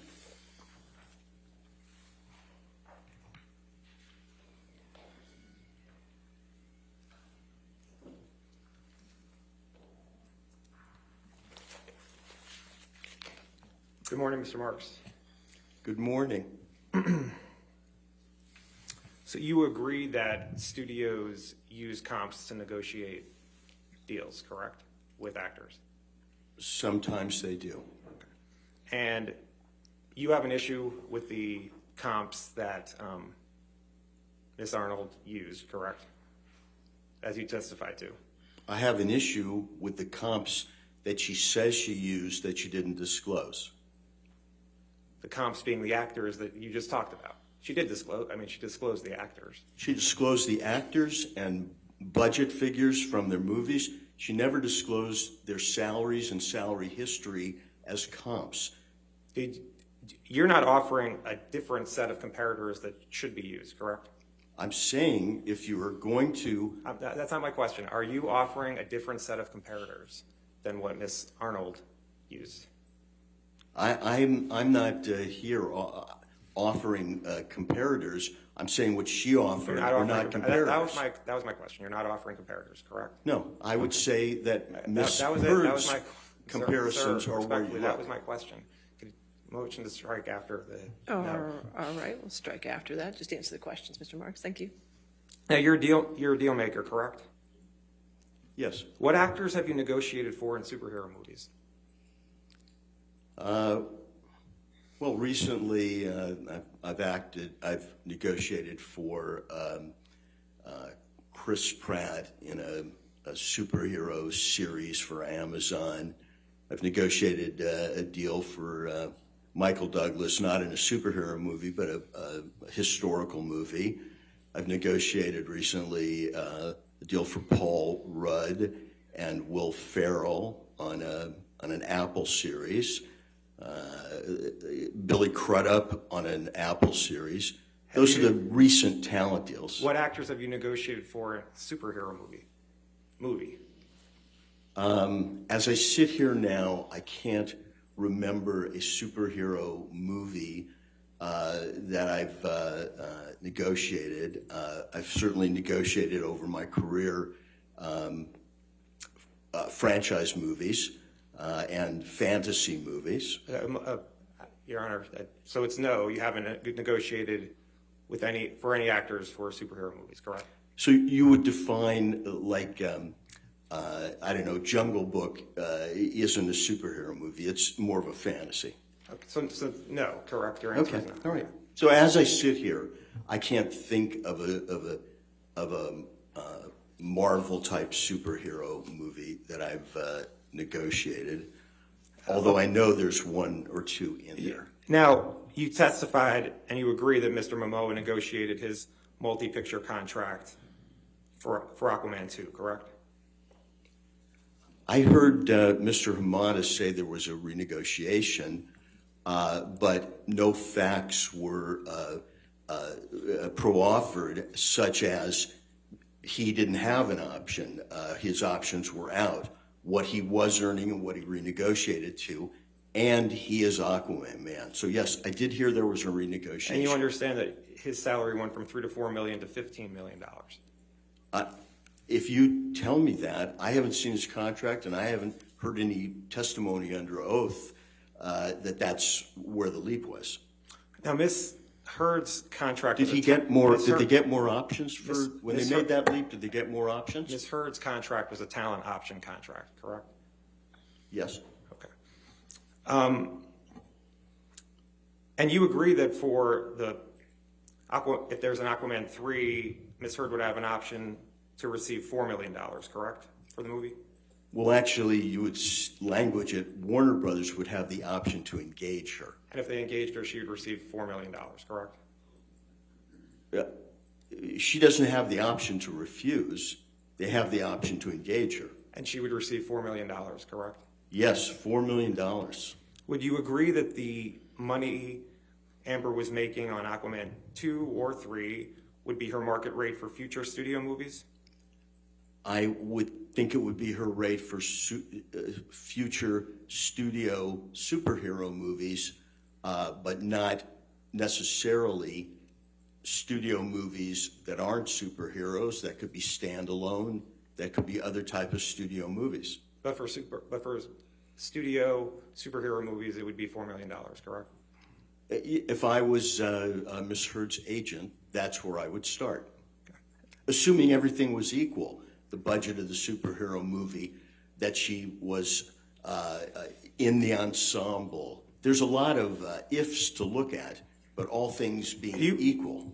You agree that Aquaman was a breakthrough role for Ms. Heard, wasn't it? It's the first movie of that ilk that she makes, but she is not Aquaman. She is Mira. But it was a breakthrough movie for Ms. Heard, correct? For her, it's a breakthrough movie to be in that film and in the ensemble. Absolutely. And she was the female star of that movie, correct? I believe so.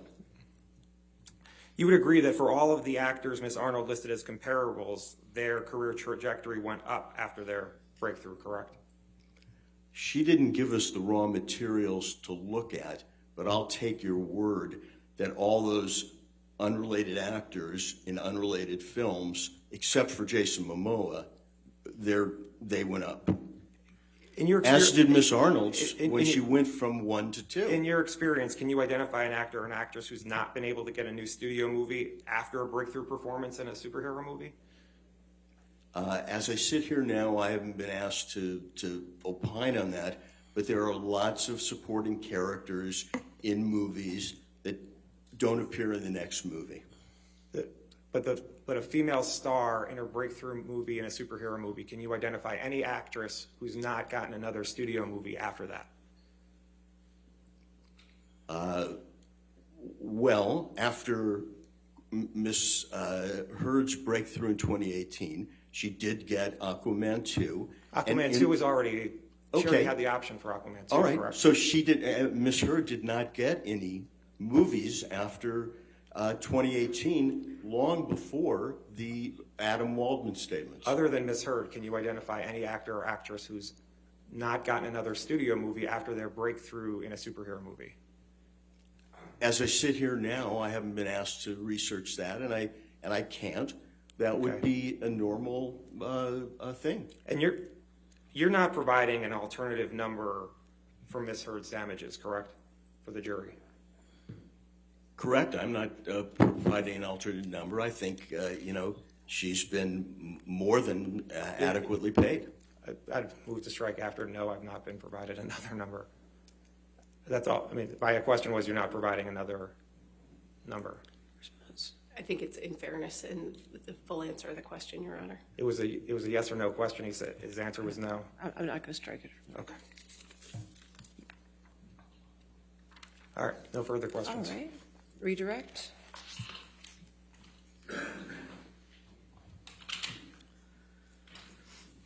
Mr. Marks, in response to some questions from Mr. Nadehaft, you were discussing some franchise and fantasy movie agreements that you've negotiated with actors. Could you just describe some of those for us? I've had such a long career that I mainly forget what I've done, but I negotiated all the contracts for Pinocchio, if you will, that was produced. Is Coming to America, the original, is that a fantasy movie? The Golden Child, is that a fantasy movie? And by the way, I may have negotiated contracts, and ultimately the film wasn't made, but as I sit here now, those are the only ones that come to pass. If I was looking at my resume or going through my files, I might think of others, but there isn't a deal that I haven't made. And I think you also testified in response to Mr. Nadelhaft's questions that you have negotiated some deals for Chris Pratt and Paul Rudd. Do you recall that testimony? Yes, these are for a streaming series. Do you happen to know if both of those actors have played Marvel superheroes? I believe they have, but don't quote me because, that's not my genre. Okay. No further questions, Your Honor. All right. Thank you, Mr. Marks. You can, you're free to stay in the courtroom or you can leave, okay? Thank you very much. Thank you. All right. Your next witness. Plaintiff calls Michael Spindler. Michael Spindler.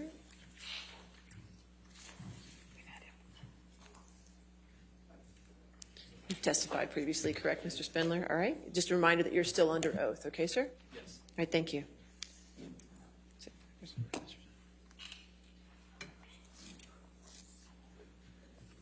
Yes, sir. Thank you. Good morning, Mr. Spindler. Good morning. Can you remind the jury who you are and what you do?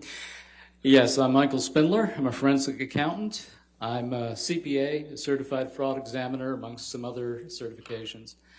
I'm with B. Riley Advisory Services, a national firm that does forensic accounting, bankruptcy and restructuring work, and business valuations and appraisals.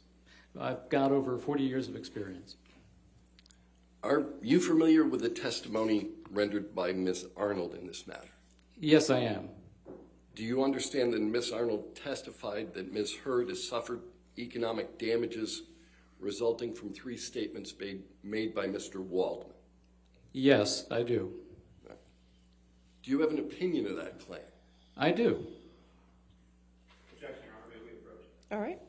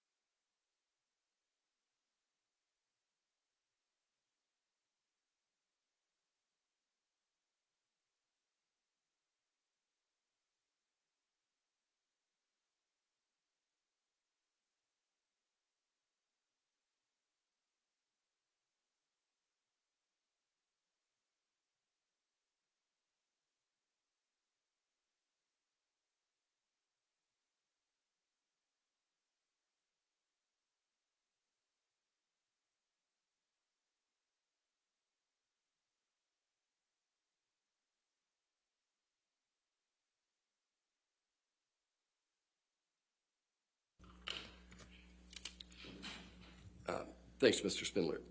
Now, you indicated that you had listened to Ms. Arnold, and she testified on behalf of Ms. Heard relative to economic damages. Have you formed an opinion as to the testimony and opinion rendered by Ms. Arnold? Yes, I have. And what's that opinion?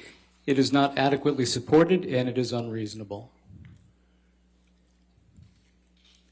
There were multiple elements to that analysis, both damages that related to her film career and to endorsements. Have you analyzed both those issues?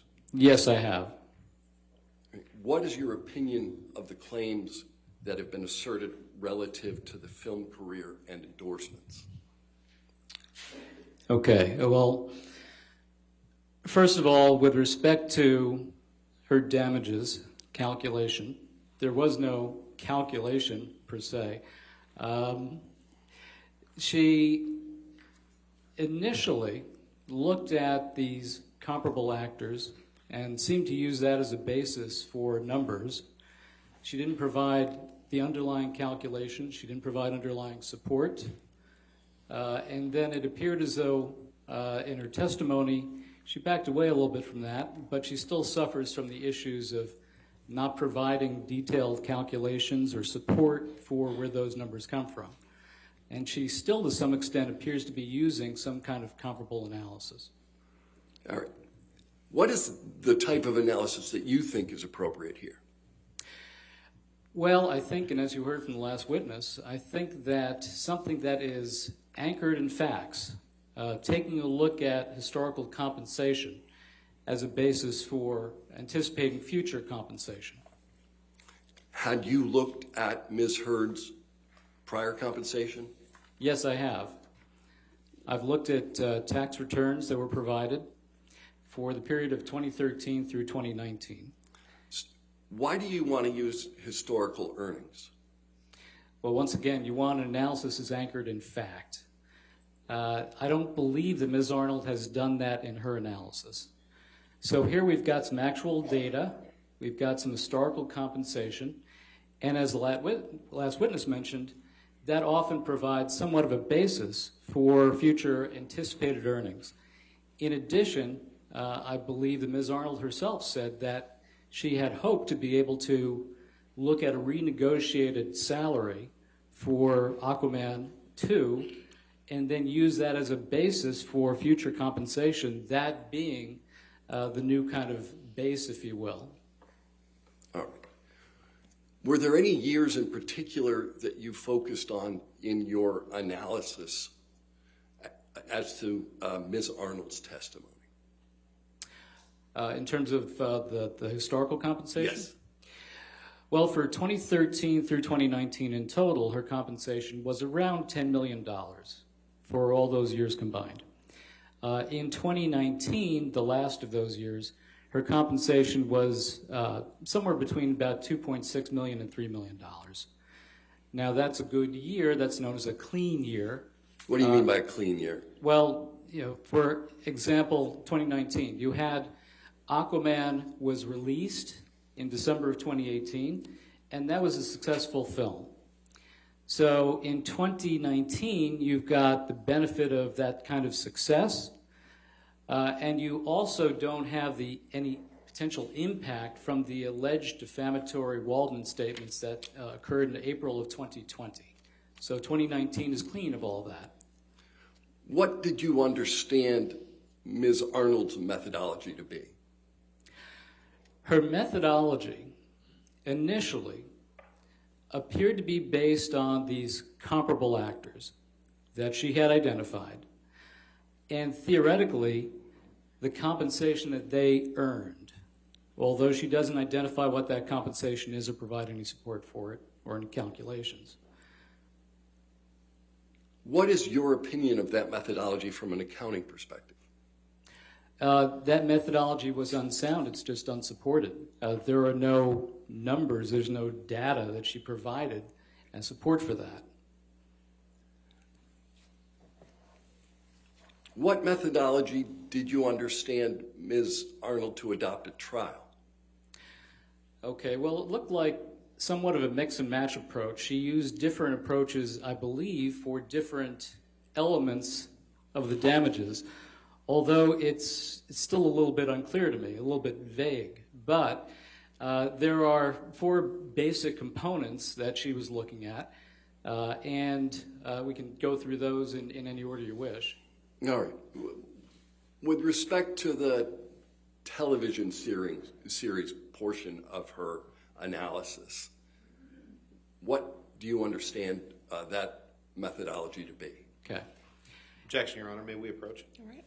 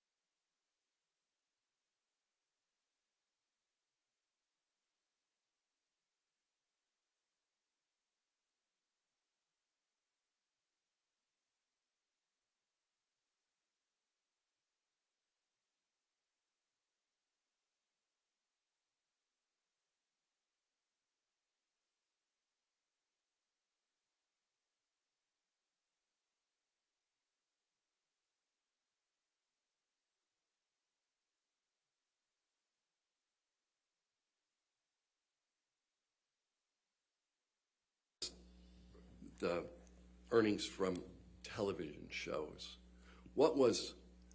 Did you analyze what historical earning Ms. Heard had during the period that you were concerned with relative to television shows? Well, yes. During 2019, she entered into a contract in July of 2019 to appear in a television series at $200,000 per episode. All right. What about endorsement deals? Did you look at what she had made on endorsement deals during that period? She did have a contract with L'Oreal at $1,625,000. All right. With respect to her movie roles, what were her historical earnings during that period? Well, certainly for the most recent years, you had the Warner Brothers deal, which was a 4-picture deal. The first film was $450,000. Then the first Aquaman was $1 million base fee. Then $2 million for Aquaman 2. And presuming that there was an Aquaman 3, that would have been $4 million. Okay. Why do you look at historical earnings as part of your analysis? Because you want your analysis to be anchored in facts. You want it to have a sound methodology, and you want to come up with a reasonable result. So if you take a look at, for example, the analysis that Ms. Arnold did, it didn't appear to be... Let's just look at the analysis that you're doing. What you said, I think, is you wanted them anchored in facts. Why? Because that provides a sound basis for coming up with something with reasonable certainty. There's AICPA, or American Institute of Certified Public Accountant, guidance with respect to reasonable certainty. And those are the basic elements of it. Thank you. No further questions. All right, cross-examination.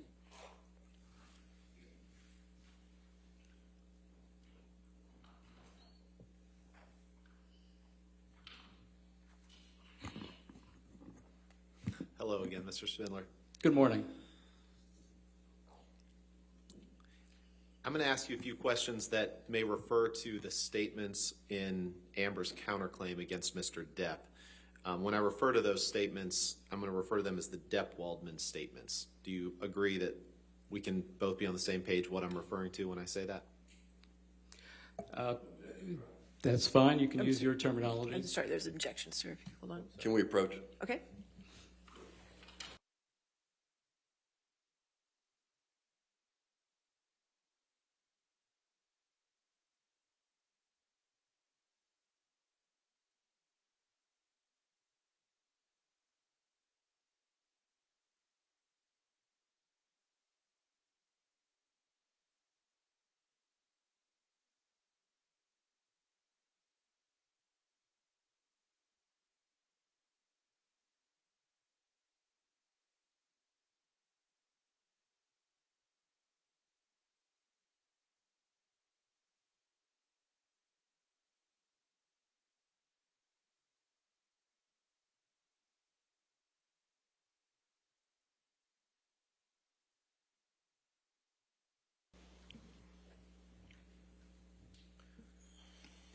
So, Mr. Spindler, when I refer to the Depp-Waldman statements, you understand me to be referring to the statements in Ms. Heard's counterclaim against Mr. Depp, correct?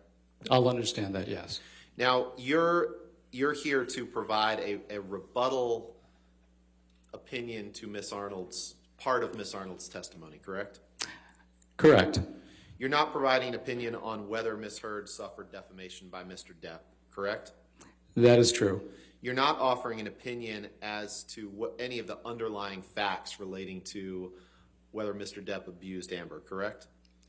That's correct. You're not offering an opinion as to the magnitude of damages that you believe Ms. Heard may be entitled to if she proves defamation by Mr. Depp. You're just reviewing what Ms. Arnold has said, correct? That's correct. And you said that you want your analysis to be accurate in the facts, right? Anchored in facts. Anchored in facts. you'd agree that what an actor earns in one period isn't necessarily reflective of what he or she may earn in future periods, correct? Correct. And that's because there can be some variability. An increase in the number of roles may lead to greater income, correct? I'm sorry, could you repeat that? I was speaking, I didn't hear. One of the reasons that what you earn in one period may not be reflective of what an actress may earn in future periods is because an increase in the number of roles may lead to greater income, correct? The number of roles or the particular project itself, yes. Sure, getting better roles may lead to greater income, correct? Correct. And the same is true for an endorsement. As an actress's profile grows, the amount of money that she may be able to earn from endorsements grows as well, correct? It can. So it depends. What Ms. Heard earned from, say, 2013 to 2019 that you testified to isn't necessarily reflective of what she might earn over the next 5 years, correct? Not necessarily. It is a good indicator, though. And you'd agree that from 2013 to 2019, in terms of earnings and star power, that Ms. Heard's career trajectory was on the upswing, correct? There was a slight increase during that period of time in her earnings from 2013 through 2019. And you'd agree that that was as a result of getting more lucrative roles, right? Yes. Now, you're not a causation expert, right? You're just a damages expert? That's correct. So you're not testifying as to whether the Depp-Waldman statements caused her to lose any roles, correct? That's correct. And you're not offering any opinion as to whether the Depp-Waldman statements kept her from being considered for roles that she otherwise would have been considered for, correct? That's correct. I'm not testifying on causation issues. And you can't speak to what opportunities may never have materialized for Amber as a result of the Depp-Waldman statements, correct? Yeah, I've not done those calculations. And you don't have an opinion about whether or not Ms. Heard could have renegotiated a contract for Aquaman 2, correct? That was not part of my work. And you don't have an opinion on the impact that additional exposure or press coverage or magazine covers or interviews would have had on Ms. Heard's career, correct? Correct. I'm just looking at Ms. Arnold's calculations. You've never served as an expert witness before to calculate damages based on lost roles by an actress resulting from defamation against that person, correct? I've been involved in defamation cases, but I've not done the calculations as an expert witness and testified thereto.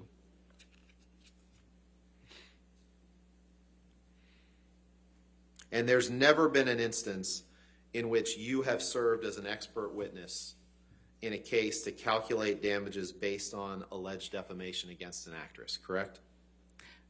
Correct. And you're not offering any expert opinion on what impact the alleged defamation by Mr. Depp has had on Ms. Heard's career, correct? I'm sorry, one more time? You're not offering any expert opinion on what impact the Depp-Waldman statements by Mr. Depp has had on Ms. Heard's career, correct? Other than taking a look at Ms. Arnold's calculations. And you're not offering any expert opinion about what impact, if any, social media coverage of this case or of Ms. Heard may have had on Ms. Heard's career, correct? You're correct. That's other experts. Can we approach No her? further questions. Thank you. All right.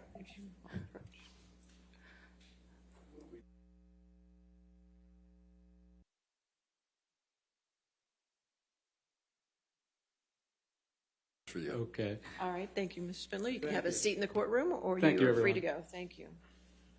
All right. Your next witness. Plaintiff calls Doug Banya, Your Honor. Okay. Can you spell the last name for me? I'm sorry. B-A-N-I-A. Thank you.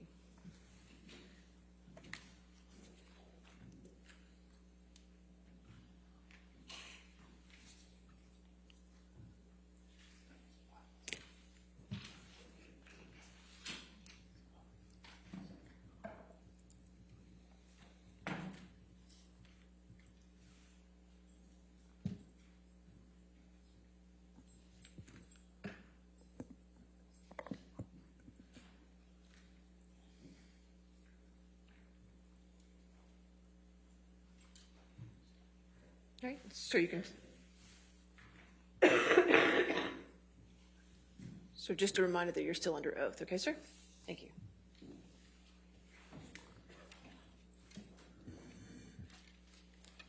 Good afternoon, Mr. Banya. Good afternoon. Can you briefly reintroduce yourself to the jury, please? Yes, hi, Doug Banya. I am from Nevium Intellectual Property Consultants based in San Diego. I value intellectual property. I provide litigation support in infringement and defamation cases, as I'm doing today. And I use internet and social media analytics in both of those services.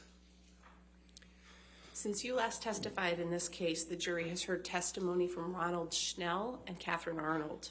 Are you familiar with their testimony? Yes. Were you asked to analyze their testimony and provide opinions in response? Yes, I was. Have you formed opinions in response to the testimony of Mr. Schnell and Ms. Arnold? I have. Generally, what are those opinions? Generally, Mr. Schnell provided no evidence of a correlation between the Waldman statements and the hashtags and the spikes of those hashtags on Twitter. Second, based on my internet and social media analytics investigation, I've concluded that the alleged comparable actors that Ms. Arnold came up with are not comparable with Ms. Heard. And then thirdly, Mr. Schnell and Ms. Arnold both failed to provide any evidence of a causation as it relates to the Waldman statements causing any economic harm to Ms. Heard. Let's dig into those opinions a little bit. You're familiar with the testimony of Mr. Schnell that there are more than 2.7 million alleged negative tweets related to Ms. Heard between January 2018 and June 2021? Yes. And what's your understanding of how Mr. Schnell identified those particular 2.7 million tweets? Yeah, so essentially Mr. Schnell chose hashtags that he felt were negative towards Ms. Heard. Those hashtags range from justice for Johnny Depp, Amber Heard is an abuser, Amber Turd, and the hashtag, we just don't like you, Amber. So then he used those hashtags and he searched through, using the Twitter API, searched through various tweets and then came up with any tweets that were using those hashtags. Did you conduct an analysis of those tweets?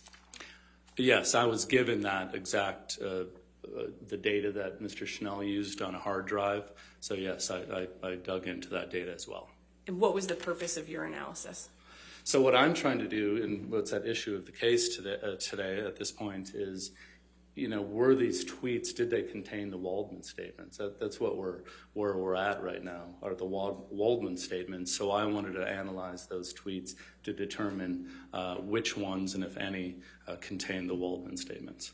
And what's your understanding of what the Waldman statements are? So my understanding is there's three Waldman statements that were published in the Daily Mail. The Daily Mail is a UK tabloid, and Mr. Arnold was quoted in three of those articles, and those dates were on April 8th, 2020, April 27th, 2020, and on June 24th, 2020. And my understanding that those quotes, sorry, I think I said the wrong name, but those quotes are the only remaining in this case. Did you analyze the timing of the tweets that we were talking about as compared to the timing of the Waldman statements? And that's exactly what I did. So I wanted to look at the Waldman statements, look at the dates that they happened, and then analyze those as compared to the Twitter data that I had. Have you prepared a demonstrative that reflects that aspect of your analysis? Yes. Your Honor, may I approach? Yes. Did you show counsel?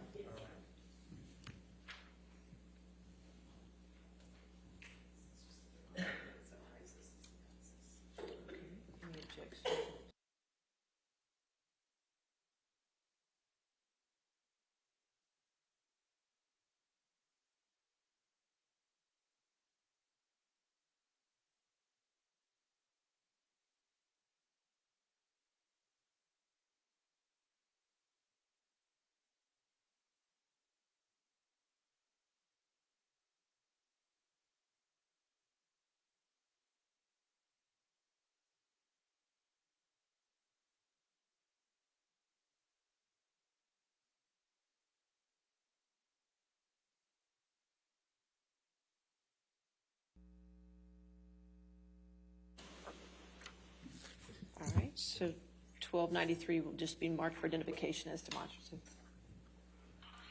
and can be published to the jury.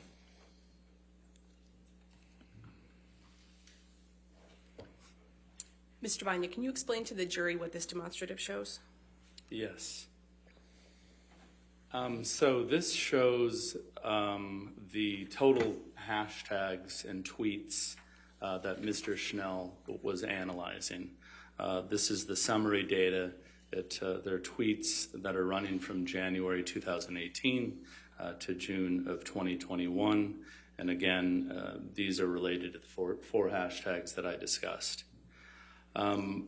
Whenever I get an assignment such as this, when I'm dealing with a defamatory statement that's allegedly gone viral online, where there's economic damages involved and there's a lot of data involved, I like to take the data and I like to do a 30,000-foot view of the data to see what I'm looking at, to see if there's anything interesting, odd, different about the data. And the first thing that I noticed is 35% of the tweets were prior to the Waldman statements. So again, remember, my assignment is to determine if the Waldman statements are part of the tweets that Mr. Schnell analyzed. So obviously, if these tweets were prior to the Waldman statements, in no way could they have anything to do with the Waldman statements. So that was the first issue that I noticed. Then I noticed what I like to call kind of the alleged defamatory time frame. And as I discussed, that's when the Waldman statements were published. That's the date down here. You know, the first one was in the beginning of April, and the last one, which is the third one, was at the end of June. But what I found interesting is only 2% of all of the tweets happened during this Waldman statement period. So really, these are just observations, and for me, there were red flags that I made note of, and then I just continued with my analysis. What other work have you performed in connection with forming your opinions about the purportedly negative tweets? Yeah, so now I realize that 35% are irrelevant and 2%, only happened during this important period. I just continued to dig into the 2.79 million tweets that Mr. Schnell provided. And Tom, can we take that one down? And Mr. Banya, have you prepared another demonstrative that depicts that analysis that you were just describing? Yes. Your Honor, may I? Okay, yes. All right. To be used as a demonstrative. Okay, we'll just see if he has an objection.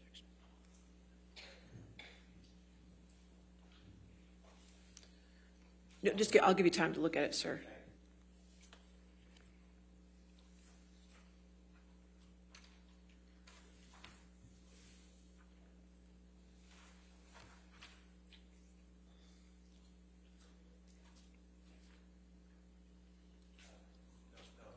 All right, plaintiffs, you can turn on your microphone, I'm sorry. No objection as a demonstrative. Okay, all right, plaintiffs exhibit 1294 will be marked for identification as a demonstrative and will be published to the jury. Thank you, Your Honor.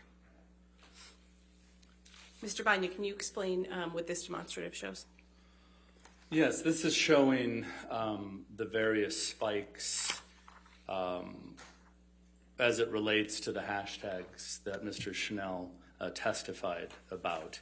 This is actually an exhibit or a demonstrative that he used in his testimony. What this is showing are the largest spikes related to the hashtag Justice for Johnny Depp. I don't know if you remember his testimony or any of his demonstratives. The other three hashtags did spike at the same time, but a very small spike. So what I'm showing you here are the 6 top spikes in Mr. Schnell's analysis. And what's important here again is the very first spike and the largest spike, again, happened before the Waldman statements. So what I'm trying to figure out is what tweets were related to the Waldman statements. So this number 1 spike, which is the biggest spike, was prior to the Waldman statements, so it's irrelevant to the case. And then the second thing I noticed that was interesting here is here are the dates in gray right here this is the time in which the Waldman statements happened. And you're going to notice, as we discussed before, only 2% of the tweets happened during that time. But I found it very interesting for such a viral event that has potentially caused such economic harm. There's no spikes in this area.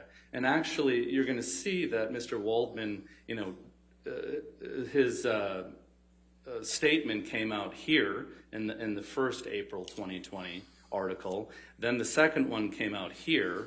And then the third one came out in June. There's actually a downward use of the spike, downward use of the hashtags. So I'm not seeing any correlation as it relates to the Waldman statements and any spikes here as it relates to the hashtags Mr. Schnell chose. Did you analyze each of the spikes that are depicted here?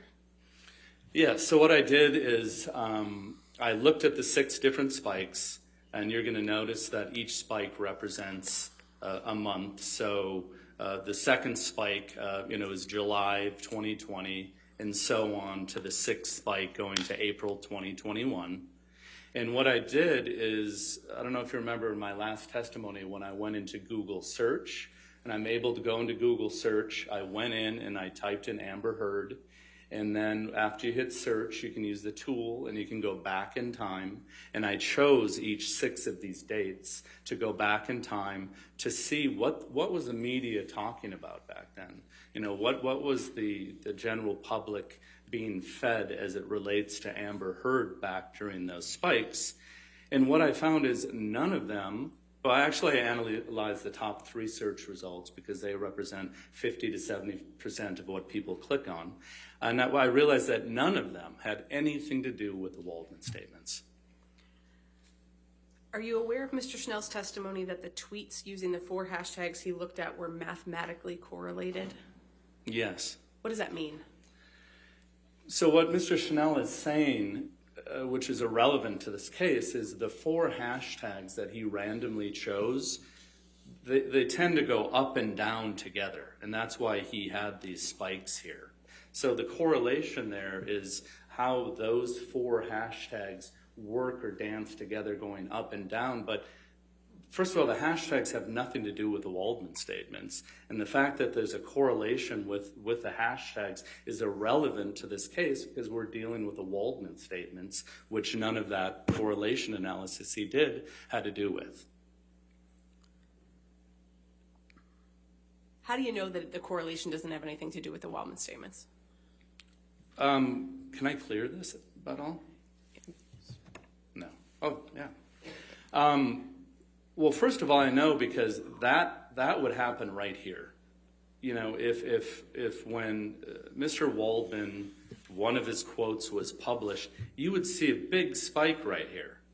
And then you would see maybe a little noise down here, and then the third time you might see second time a big spike, and the third time a big spike. That's not here. So that's telling me there's no correlation between the Waldman statements and this hashtag use. And then I've actually provided evidence that there's no correlation because I analyze each of these spikes and none of them had to do with the Waldman statements. Is mathematical correlation the same as causation? No. Why not? I mean, correlation is simply a relationship between 2 or more variables or 2 or more things. In this case, the correlation question is, when the Waldman statements were published, at the same time, did you see a correlation with spikes in these hashtags? And again, can we clear this? You see none of that right here. It's actually a downward trend. There's no spikes. There's no correlation. So, again, Mr. Schnell provided no evidence of any correlation. What correlation opinion did he provide during his testimony? Well, he provided the correlation that the 4 hashtags, spike together. But again, the hashtags have nothing to do with the Waldman statements, and the facts that they're correlating or moving together is irrelevant to the case because the case is about the Waldman statements. So what is causation then? So causation is where one thing causes a change in the other. So as it relates to this case, did the Waldman statements cause Ms. Heard to have economic harm? In other words, did the Waldman statements cause Ms. Heard not to make as much money in her career? And again, Mr. Schnell provided no evidence of this. Ms. Arnold provided no evidence of this. And as a matter of fact, during Ms. Arnold's testimony yesterday, she didn't even know what causation was. You know, she was asked, do you know the difference between causation and correlation? And she said that she's not a semantics expert. We're not talking about the words. You know, when it comes to damages, you have to prove causation prior to calculating damages. You know, so there is no causation that's proven here. Therefore, a damages analysis is not appropriate. Did you hear Mr. Schnell testify that he agreed with your opinion in this case? Yes. And what's your understanding of the opinion that he agreed with? Well, he agreed that he failed to link the spikes in the hashtags on Twitter to the Waldman statements. Did he try to do that? He tried to do that. But again, his analysis was looking at the word Waldman and looking at the word Waldmanian, and then trying to say that 25% of the tweets included those two terms. But first of all, Waldman isn't the issue here. It's the Waldman statements. And Waldmanian, I don't even know what that is, but it's not relevant to this case. We can, I think, take that one down, please, Tom. Mr. Banya, what other work have you done in connection with forming your opinions about Mr. Schnell's testimony? Again, the assignment was to determine if the Waldman statements were part of the tweet. So I continued to dig in, to the data. I believe the next step is, now that I've excluded, the 35% that was before the Waldman statements because they were irrelevant, I wanted to really analyze from the April 2020 forward to see if any of those tweets, contained the Waldman statements. Did you prepare a demonstrative that reflects that analysis that you did? Yes, I did. Your Honor, may I approach again? All right. Yes, ma'am.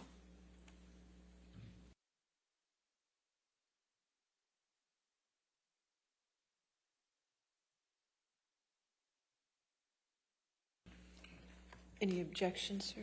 No objection as a demonstrative. All right. We'll mark it for identification as plaintiffs 1295 as demonstrative and published to the jury. So, Mr. Banya, did you consider the content of the statements made by Waldman as part of the work that you did? Yes. Yeah, so here I reviewed the Waldman statements again, and what I wanted to do is I wanted to determine what, if any, tweets included the Waldman statements. So what I went back to the Waldman statements, and I came up with key terms and key themes for those Waldman statements, which are listed here.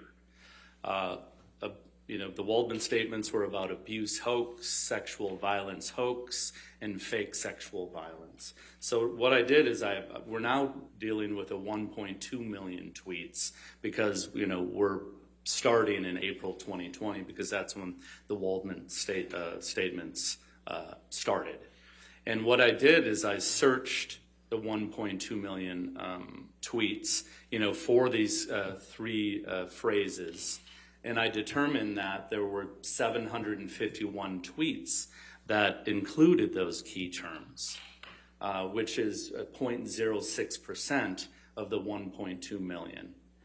And then as I was sifting and sorting and analyzing this data, I realized that a lot of these tweets had the exact same language.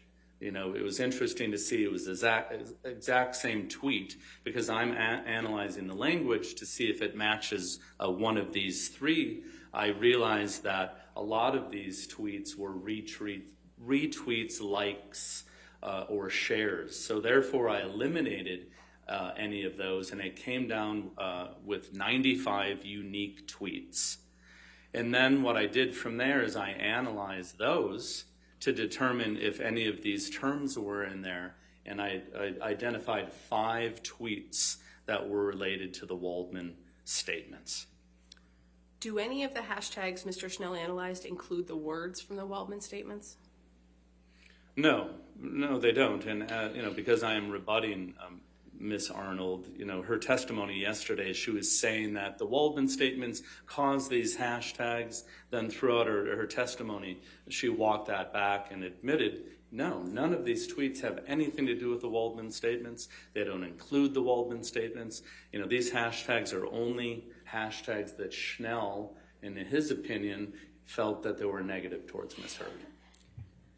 Based on your expertise, what are your overall opinions about Mr. Schnell's testimony and the Twitter hashtag data? Mr. Schnell provided no evidence that any of the tweets were related to the Waldman statements. Mr. Schnell, there's no correlation there.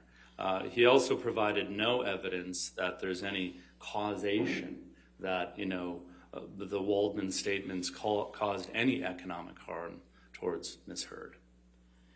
Your Honor, I'm about to switch to a different topic. I don't know if you want to break now or push. All right, it's going to be a little while, I assume? A little bit more, yes. Okay. Yeah.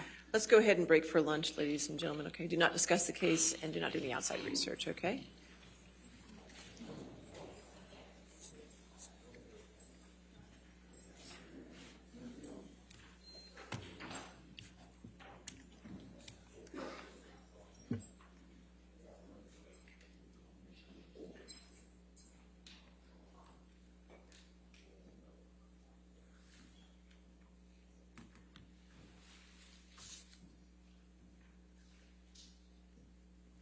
All right, we'll come back at 1:40 then. Is that right? All right, Thank you, Your Honor.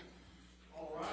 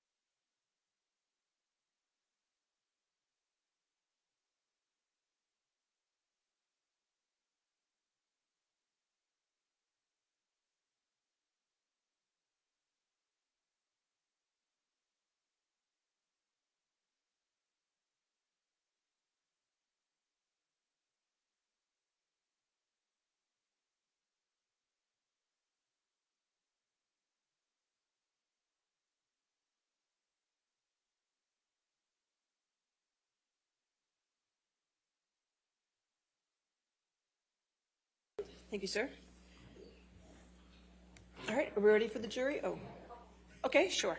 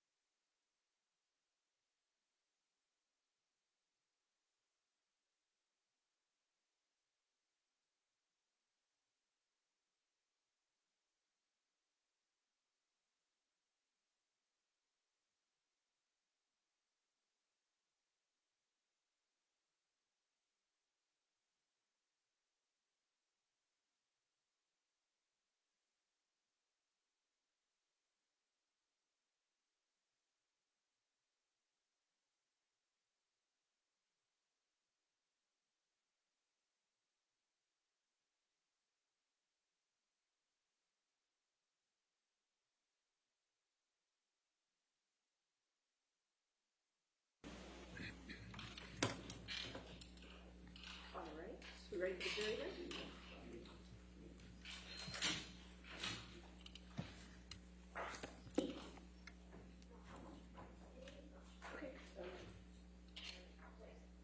Wait, which of the jury?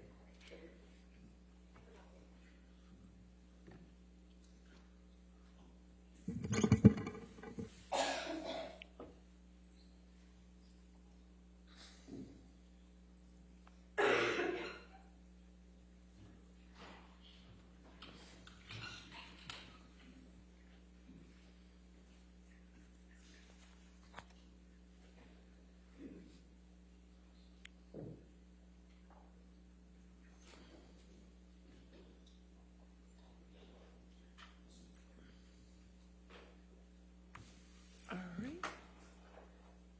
All right, you may be seated. All right. Do you need to approach for a moment? Okay. Sure.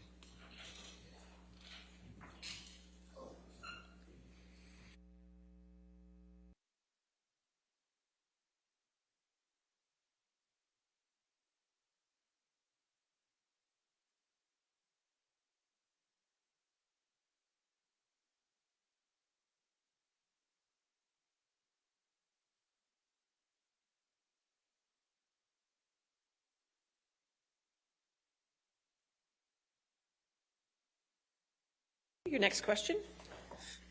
Mr. Banya, before lunch, we were talking about your opinions in response to the testimony of Mr. Schnell. Did you also analyze the testimony of Ms. Arnold in this case? Yes, I did. And are you aware of her opinion that Ms. Heard's career would have followed the same trajectory as that of Jason Momoa, Gal Gadot, Zendaya, Ana de Armas, and Chris Pine, if not for the Waldman statements? Yes. What's your understanding of Ms. Arnold's basis for her opinion that Ms. Heard's career should have been similar to that of those identified actors? Ms. Arnold stated that when producers or her industry is looking to hire talent and actors, that it's important to best understand the public's perception of the actors that they're considering, and that it's important to look into social media to see what is happening with the actors they're considering for either a movie or even an endorsement opportunity with companies. So that was her approach. And is that the process she followed in providing her analysis of those purportedly comparable actors? No. Although she stated that, she went in and brought in these alleged comparable actors, and without really reasoning behind that. Did you conduct an analysis based on your expertise in social media and internet analytics of Ms. Heard compared to the actors to whom Ms. Arnold compares her? I did. And what did you find? Well, since Ms. Arnold stated that the proper approach is looking at the public perspective, looking into social media, and she did not do that, I felt that was the best approach to do this based on her words. So yes, I did go into best understanding the public perspective of Ms. Heard and the alleged comparable actors using Q scores. Then I also went and did some analysis online and on social media as well. Can you briefly remind the jury what Q scores are? Yeah, again, Q scores measure how well a celebrity, it could be a cartoon character, it could be a sports person, how well they're known, how well they're liked, and how much they're disliked. And it's an industry standard tool that's used. It's not just focused on the movies that they're in, but it's focused on them as actors, but also what's happening in their personal lives come to play as well. So that's how Q scores are typically used. Did you prepare a demonstrative that reflects the Q score analysis you completed? Yes, I did. Okay. Your Honor, may I approach again? All right, thank you.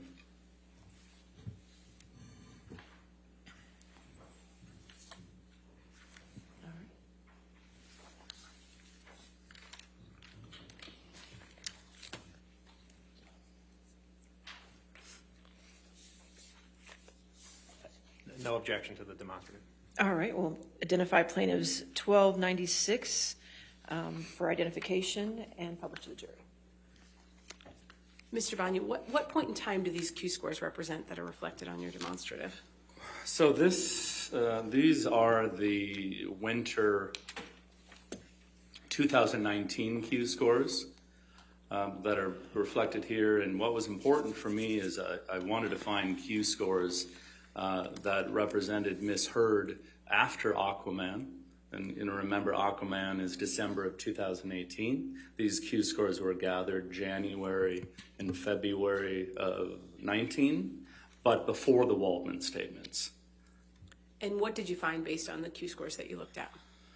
So as you see here on the left are positive Q scores, and the higher the number, the better. As you can see, Ms. Godot has the highest Q score out of the group of actors here at a 28. But you're going to notice Ms. Heard has the lowest positive Q score. She has a 9. So I find that very interesting that she doesn't appear to fit in as a comparable with these alleged comparable actors. I think what's also interesting is the average Q score for all actors being scored at that time, which include all the alleged comparable actors here, score at an average of 17. And you can see, again, she is 9, well below that. And then on the right side, you're going to see the negative Q scores. So this is how much people dislike you. So the lower the score is better.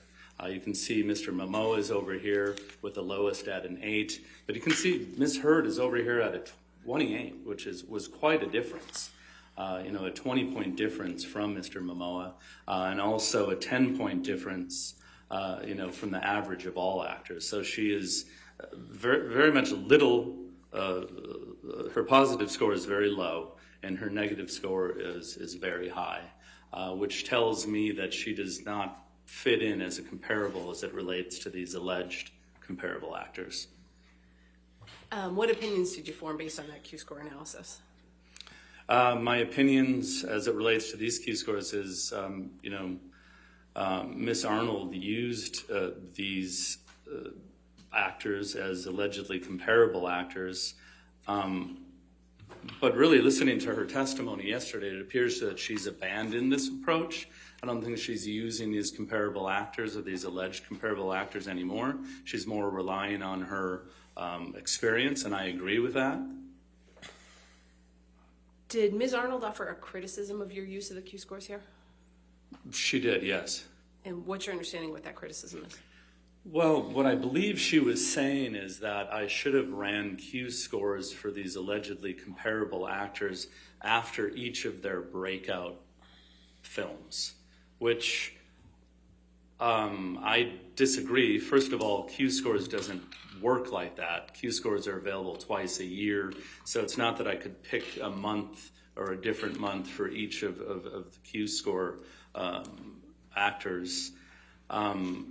So I feel that, what was important for me, and this doesn't always happen when I'm using Q-scores, you can get this perfect moment in time, as Miss Heard said, but as Miss Arnold said, that, Aquaman was Miss Heard's breakout moment.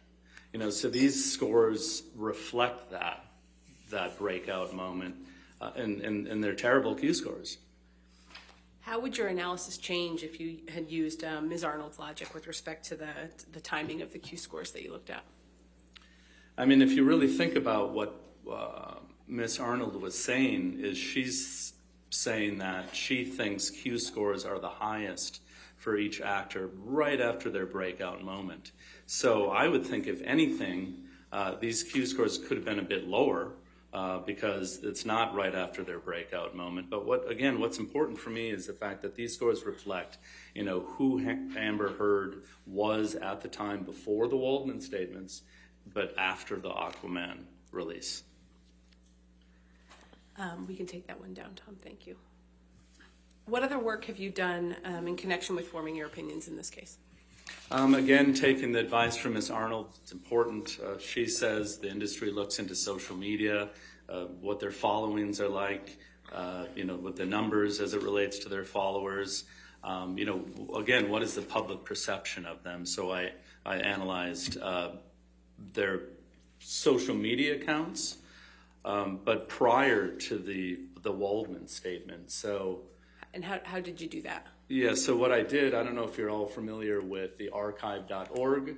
They have a tool called the Wayback Machine. What archive.org does is it archives the internet. So you can go back in time to see what websites and web pages used to look like in the past.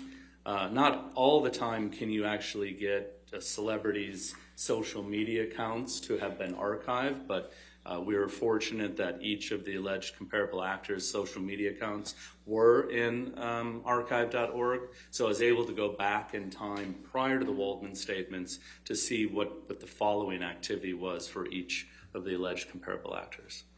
Mr. Banya, did you prepare a demonstrative that reflects your social media analysis? Yes. Your Honor, may I approach? Yes, ma'am.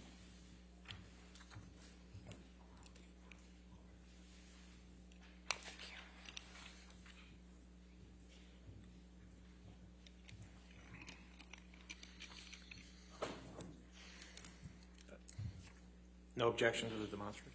All right, we'll mark it for identification purposes, plaintiffs 1297 and publish.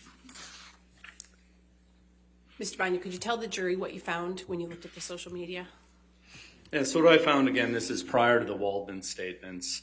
First thing you're going to notice here is not all actors use social media. You're going to see Mr. Pine doesn't have Facebook, Twitter, or Instagram, and Malmoa and Darmus don't use Facebook or Twitter.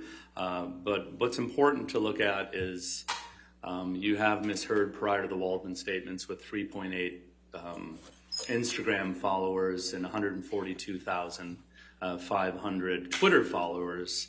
And then you move down to Gal Gadot with 37 million Instagram followers compared to her 3.8 million. And 2.3 million Twitter followers compared to Ms. Heard's 142,000. And you can then even go down to Zendaya with 65.9 and 17.2 million Twitter followers. What this is telling me is really, more people are interested in Miss Godot and Zendaya and even Mr. Malmoa than Miss Heard on social media. It just tells me a lot. People are interested in these actors as opposed to Miss Heard, more of a following. Q scores, well-liked, less disliked. So it kind of fits into the analysis of determining whether or not these alleged comparable actors are actually comparable. Based on your expertise, what are your overall opinions about Ms. Arnold's analysis of the so-called comparable actors? Yes, again, it appears that she's abandoned this approach, and I agree with that. I feel that, through the Q-score analysis and the social media analysis, that they're just not comparable. Tom, we can take that one down. Mr. Banya, based on all the analysis you did in this case, what are your overall opinions? Yes, my overall opinions are that Mr. Schnell failed to prove any causal connection with the Waldman statements and the search or the hashtag activity, those spikes as it relates to Twitter. There's no causal connection there. My second opinion is, based on my social media and Q-score analysis, Miss Arnold's alleged comparable actors are not comparable. And then third, Miss Arnold and Mr. Schnell both failed to prove any causation as it relates to the Waldman statements causing economic harm to Miss Heard. So, as a damages expert, which Miss Arnold is, you need to take into consideration causation before you can calculate damages. You look at damages and you look at this allegedly damaging event, and not only do you have to prove that 100% of the damages because of these Waldman statements, she didn't even consider COVID. It happened at the same time. A lot of actors probably made a lot less money because of COVID. Maybe films didn't get made. And, when you do an analysis of damages, you prove causation, but you also have to look at everything else that might have caused this alleged economic harm. And she didn't look into any of that. She didn't even know what causation was. So I don't think damages is an appropriate approach in this case. No further questions, Your Honor. All right, cross-examination.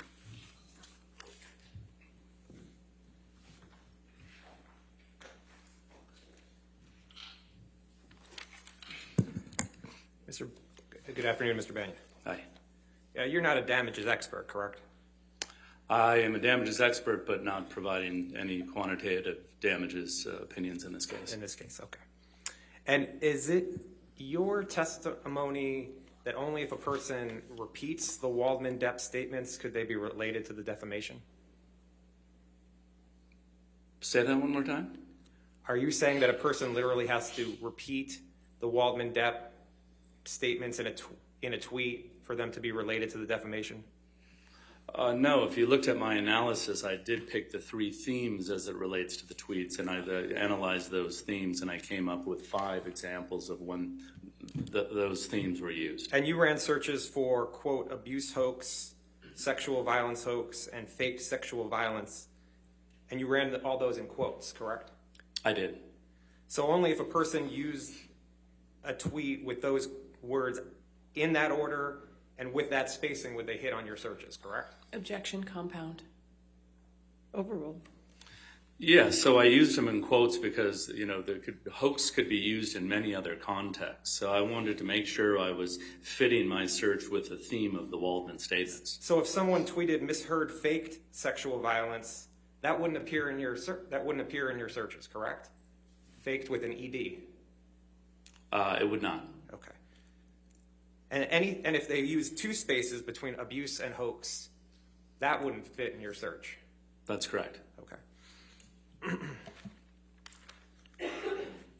Did you? And a tweet can only be 280 characters, correct? That's correct. All right. So certain of the Waldman Depp statements, a person could not tweet the whole thing in one tweet, correct? The whole statement in one tweet. The Waldman statements? Correct. No, you could not tweet those entire quotes. Did you make any determination if there was an online bullying campaign against Mr. Depp after Ms. Heard's op-ed? I didn't look into any online bullying campaign for Ms. Heard nor Mr. Depp. Did you determine if there were tweets harassing Mr. Depp that quoted from Ms. Heard's op-ed? No, my assignment was to determine if the Waldman statements were part of the tweets that Mr. Schnell provided. I was rebutting him. And in your analysis of when you testified before, you never looked to see if the op-ed was quoted anywhere, correct? Objection, Your Honor. May we approach?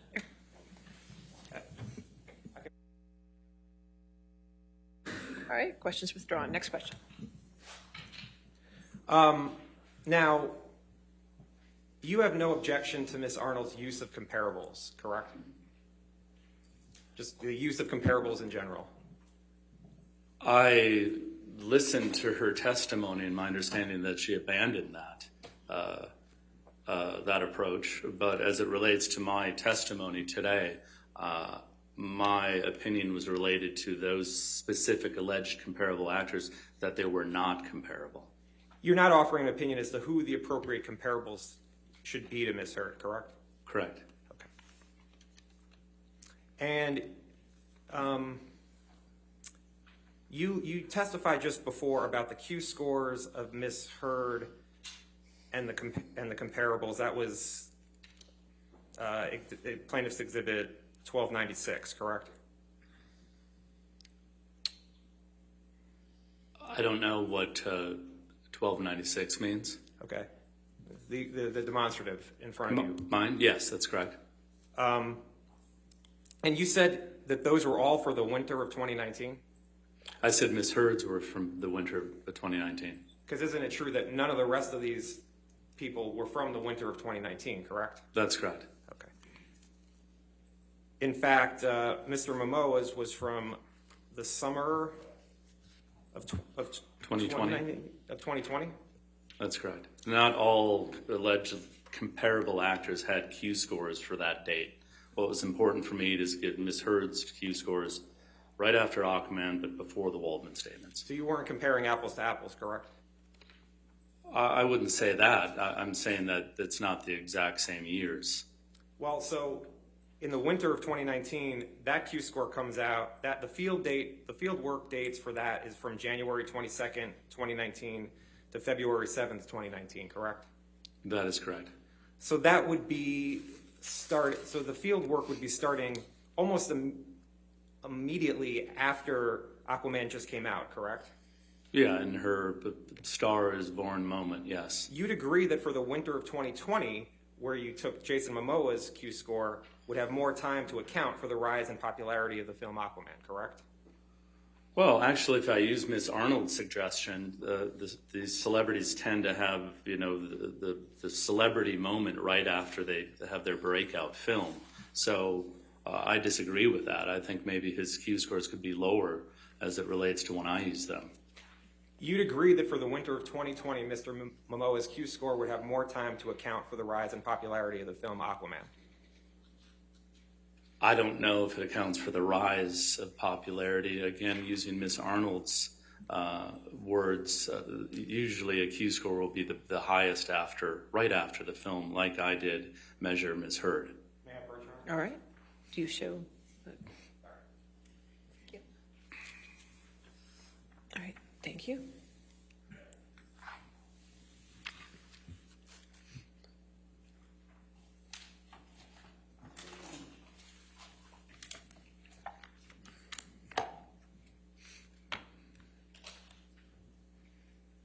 If you look on page 177 of your deposition transcript, you see that? I don't see a page. Is that what you handed me?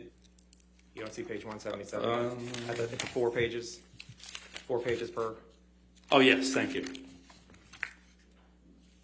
And I asked you at lines 6 through 10, you'd agree that for the winter of 2020, Jason Momoa's Q score would have more time to account for the rise of popularity in the film Aquaman, and you answered yes. At that time, as I am a rebuttal expert to Ms. Arnold, based on her testimony, I've learned something new from her. Okay. You didn't look at Ms. Heard's Q score for summer of 2020, correct? She doesn't have any. And Ms. DeArmas had a lower familiarity score than Ms. Heard, correct? If I don't have that in front of me, but if you're saying that, yes. Okay. And Ms. DeArmas's career trajectory has gone up since the summer of 2020, correct? I don't know. I didn't analyze her career trajectory. Okay. Could you put up plaintiff's trial exhibit 1297? That was the demonstrative.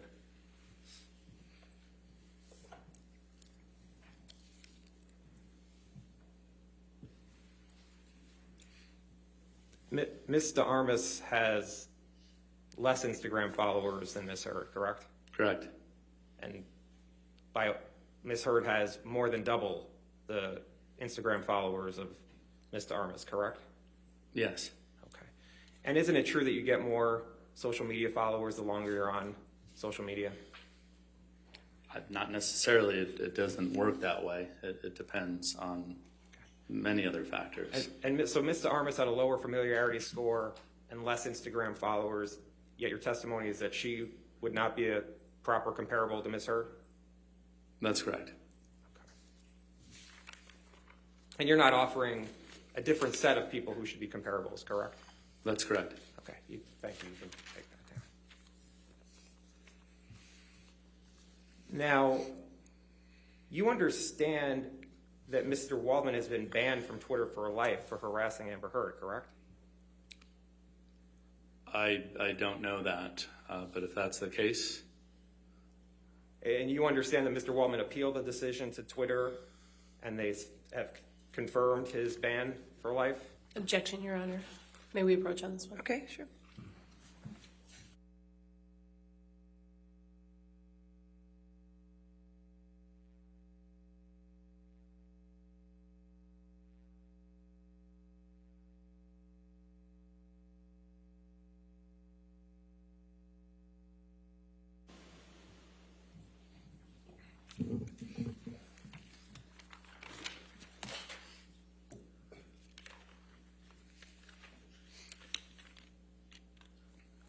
You agree that in looking at Mr. Schnell's data, 65% of the uses of negative hashtags relating to Ms. Heard occurred between April 1st, 2020 and June 15th, 2021, correct?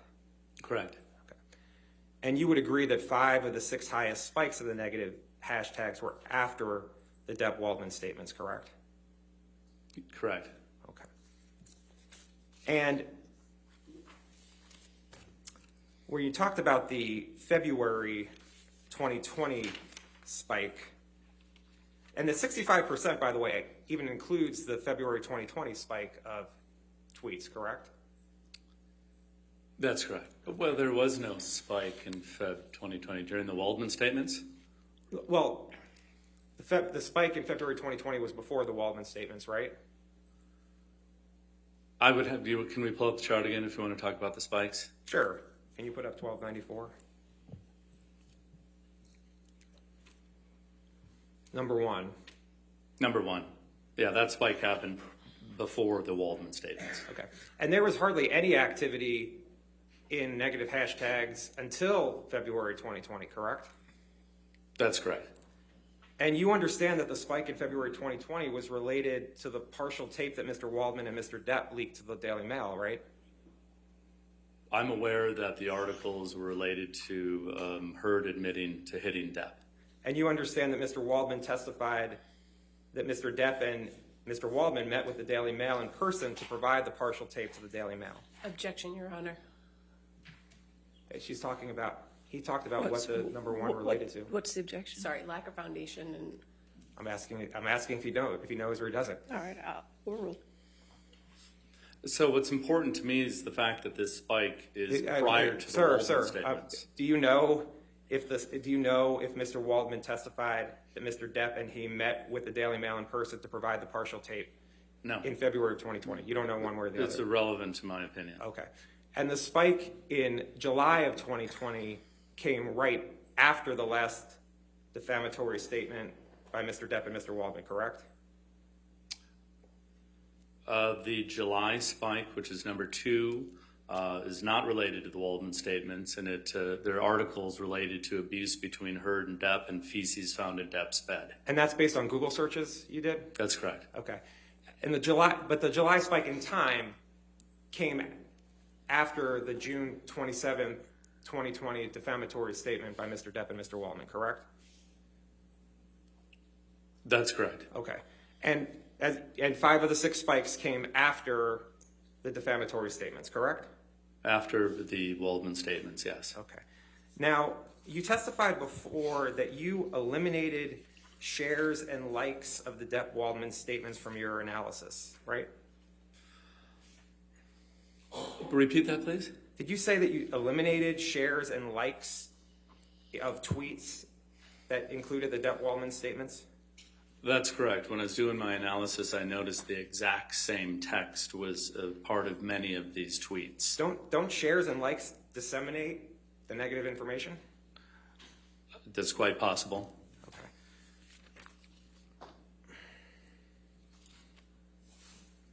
And you agree, right, that use of the term Waldman or Waldmanian occurred over 25% of the time in the negative tweets toward Ms. Heard from April 2020 through January 2021, correct? Although it's irrelevant to this case, it has nothing to do with the Waldman statements. That's what Mr. Schnell says. You don't disagree with the search results, correct? Although has nothing to do with this case or the Waldman statements, I do not disagree. So if people are tweeting about Adam Waldman or Waldmanian at the same time as tweeting negative hashtags about Amber Heard, it's your testimony that they have nothing to do with this case? The hashtags have nothing to do with this case. That's what you're saying? Okay. Yeah. Okay. And even if they include the negative hashtags with Mr. Waldman's name and Waldmanian, you're saying they have nothing to do with the defamatory statements? All 4 hashtags that Snell used had nothing to do with the Waldman statements. Waldman himself has nothing to do with the Waldman statements. We're talking about the Waldman statements here. Waldmanian, I don't even know what that is, but again, it has nothing to do with this case, and it's not related to the Waldman statements. That's what's important. And the reason you're saying they're not related to the Waldman statements is because someone didn't literally copy what Adam Waldman said in the Daily Mail and tweet it out? Well, I looked at enough tweets that included the name Waldman that have nothing to do with anything negative or the Waldman statements. No, they must have had to have the negative hashtags toward Ms. Heard, because the only way that those would have been in the data you looked at would have had the negative hashtags towards Ms. Heard. It was looking at that universe, correct? Well, first of all, I don't agree that justice for Johnny Depp is a negative hashtag towards Amber Heard. So, listen, the assignment was to determine if the tweets that Mr. Schnell presented were related or included the Waldman statements. In your review of the tweets related to Ms. Heard, you cannot point to any that were positive toward Ms. Heard, correct?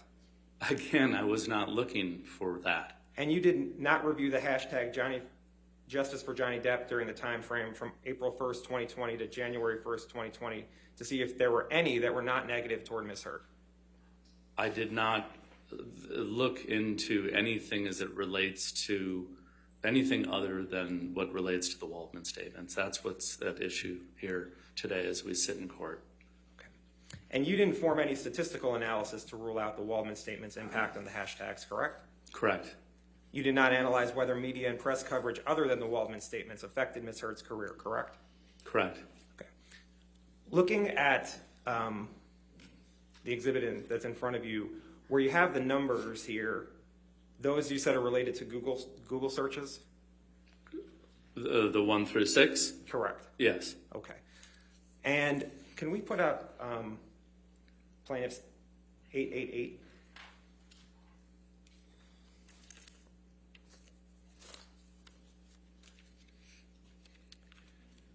And we could just start at 1. Do you understand that your... Okay. Oh, thanks.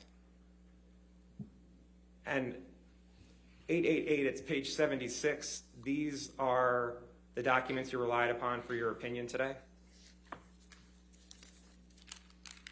Yes. And are these the search, where it has the different letters, these are the searches that you ran for the various time frames and the articles that came up for numbers 1 through 6, correct? No, I mean, obviously document 1A is the Heard supplemental expert witness disclosure. These are documents that I used throughout the time I've been working on this project. So these aren't related to those 1 through 6 numbers. Okay. These are documents you relied upon for your opinion today? These are documents that I relied upon when I presented my designation. For your opinion today, that you're offering today? Yeah, these are the documents that, yes, I've relied on throughout this case. Okay. And actually, Michelle, could you turn in this designation to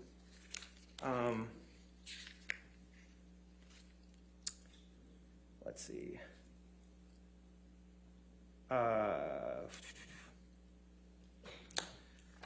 Hold on one second. Can you just scroll down? Yeah, keep scrolling. Just keep going.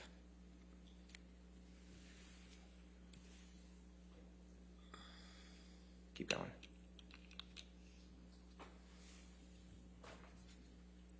Okay, stop. This was the chart you provided with your designation for your opinions in this case, correct? Yes. Okay. And it's similar to the chart that we had before with the 1 through 6, correct? That's correct. And where it has the various boxes, it's talking about documents 6E through 6H, for instance, related to Depp wanting to have Heard replaced on Aquaman. Yes. And you prepared this chart, correct? Yeah, this was part of my designation. I'd like to have this page as a demonstrative. Your Honor, I do have an objection, if I might be heard. All right, if you want to come forward, page 99.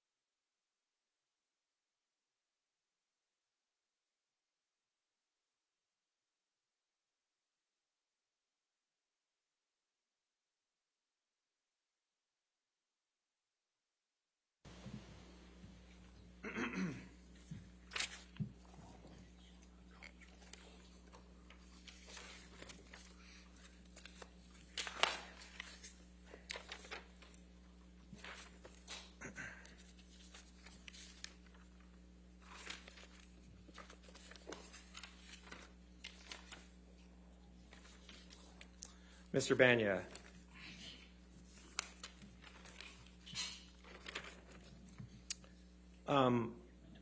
Other than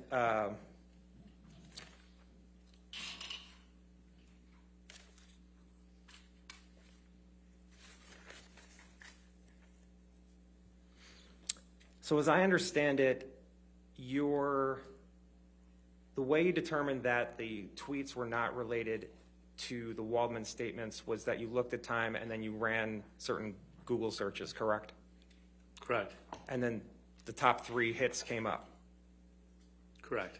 And then you looked through the article to see if the Waldman statements were there? So as it relates to any trending event, any defamation that's happened online, any allegations of economic loss because something went viral, going to Google, looking at the spikes in time and going back in time to see what was happening on those top 3 sites will give you an indication of the best results that were being served at that time. So something viral that's happening would appear most likely in those top 3 results. And just so the record's clear, if we could go back to page 76 of this document.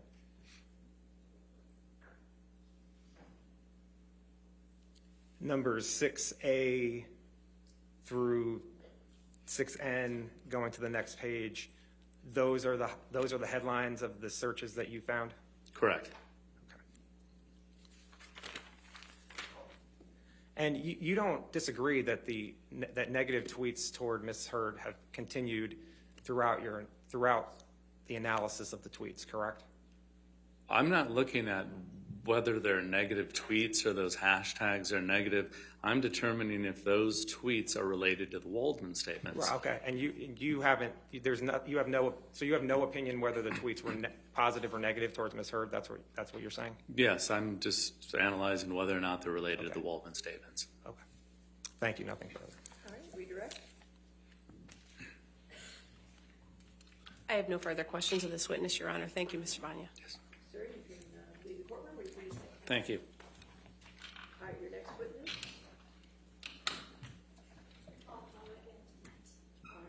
Ladies and gentlemen, we're going to take a brief recess for you at this point. Hopefully within 15 minutes we'll get right back to you, okay? Do not discuss the case and don't do any outside. Sorry, do not discuss the case and don't do any outside research. Sorry, we'll just take a short break.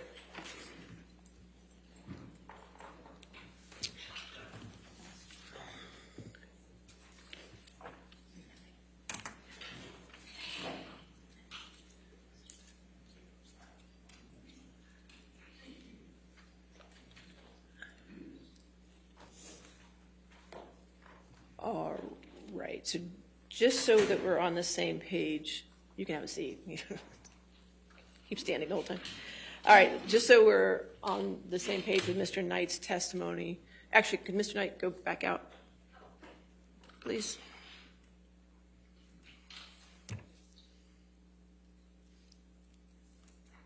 All right, so we're on the same page with Mr. Knight's testimony.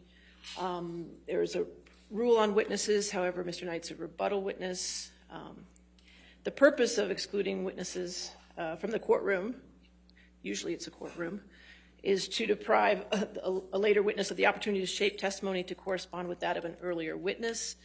The issue we have here, obviously if it was a direct witness in the direct testimony, you had time to do a rule on witnesses, let them know about the rule on witnesses. With a rebuttal witness, it's a little different because they didn't know they were going to be a witness. You didn't know they were going to be a witness. I understand that part.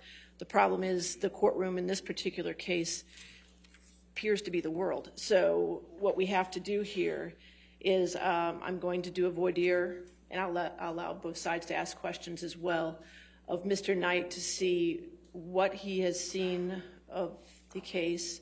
And I'm just going to use the factors that the case law in Virginia uses, which the factors to consider, because the court does have broad discretion to permit or prohibit a witness to testify in this particular circumstance. So the factors I'm going to consider is if the impropriety was intentional, which we'll find out, the prejudice attached to it, Also, if the excluded witness learned about substantive aspects of the case from an earlier testifying witness, and whether that knowledge had any effect on his or her testimony. So those are the three factors I'm going to look at in weighing this decision. So keep that in mind when you do your voir dire. And it's my understanding that the evidence that Mr. Knight will testify only relates to Hicksville. Is that correct? Okay. All right, now we can have Mr. Knight. Come on.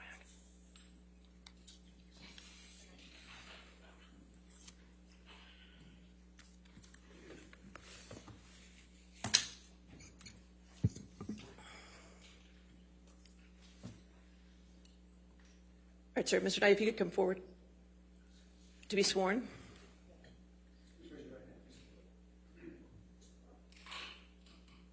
Do you solemnly swear or affirm to testify truthfully in this case and a penalty of law? I do. All right. Sir, if you could just have a seat, please.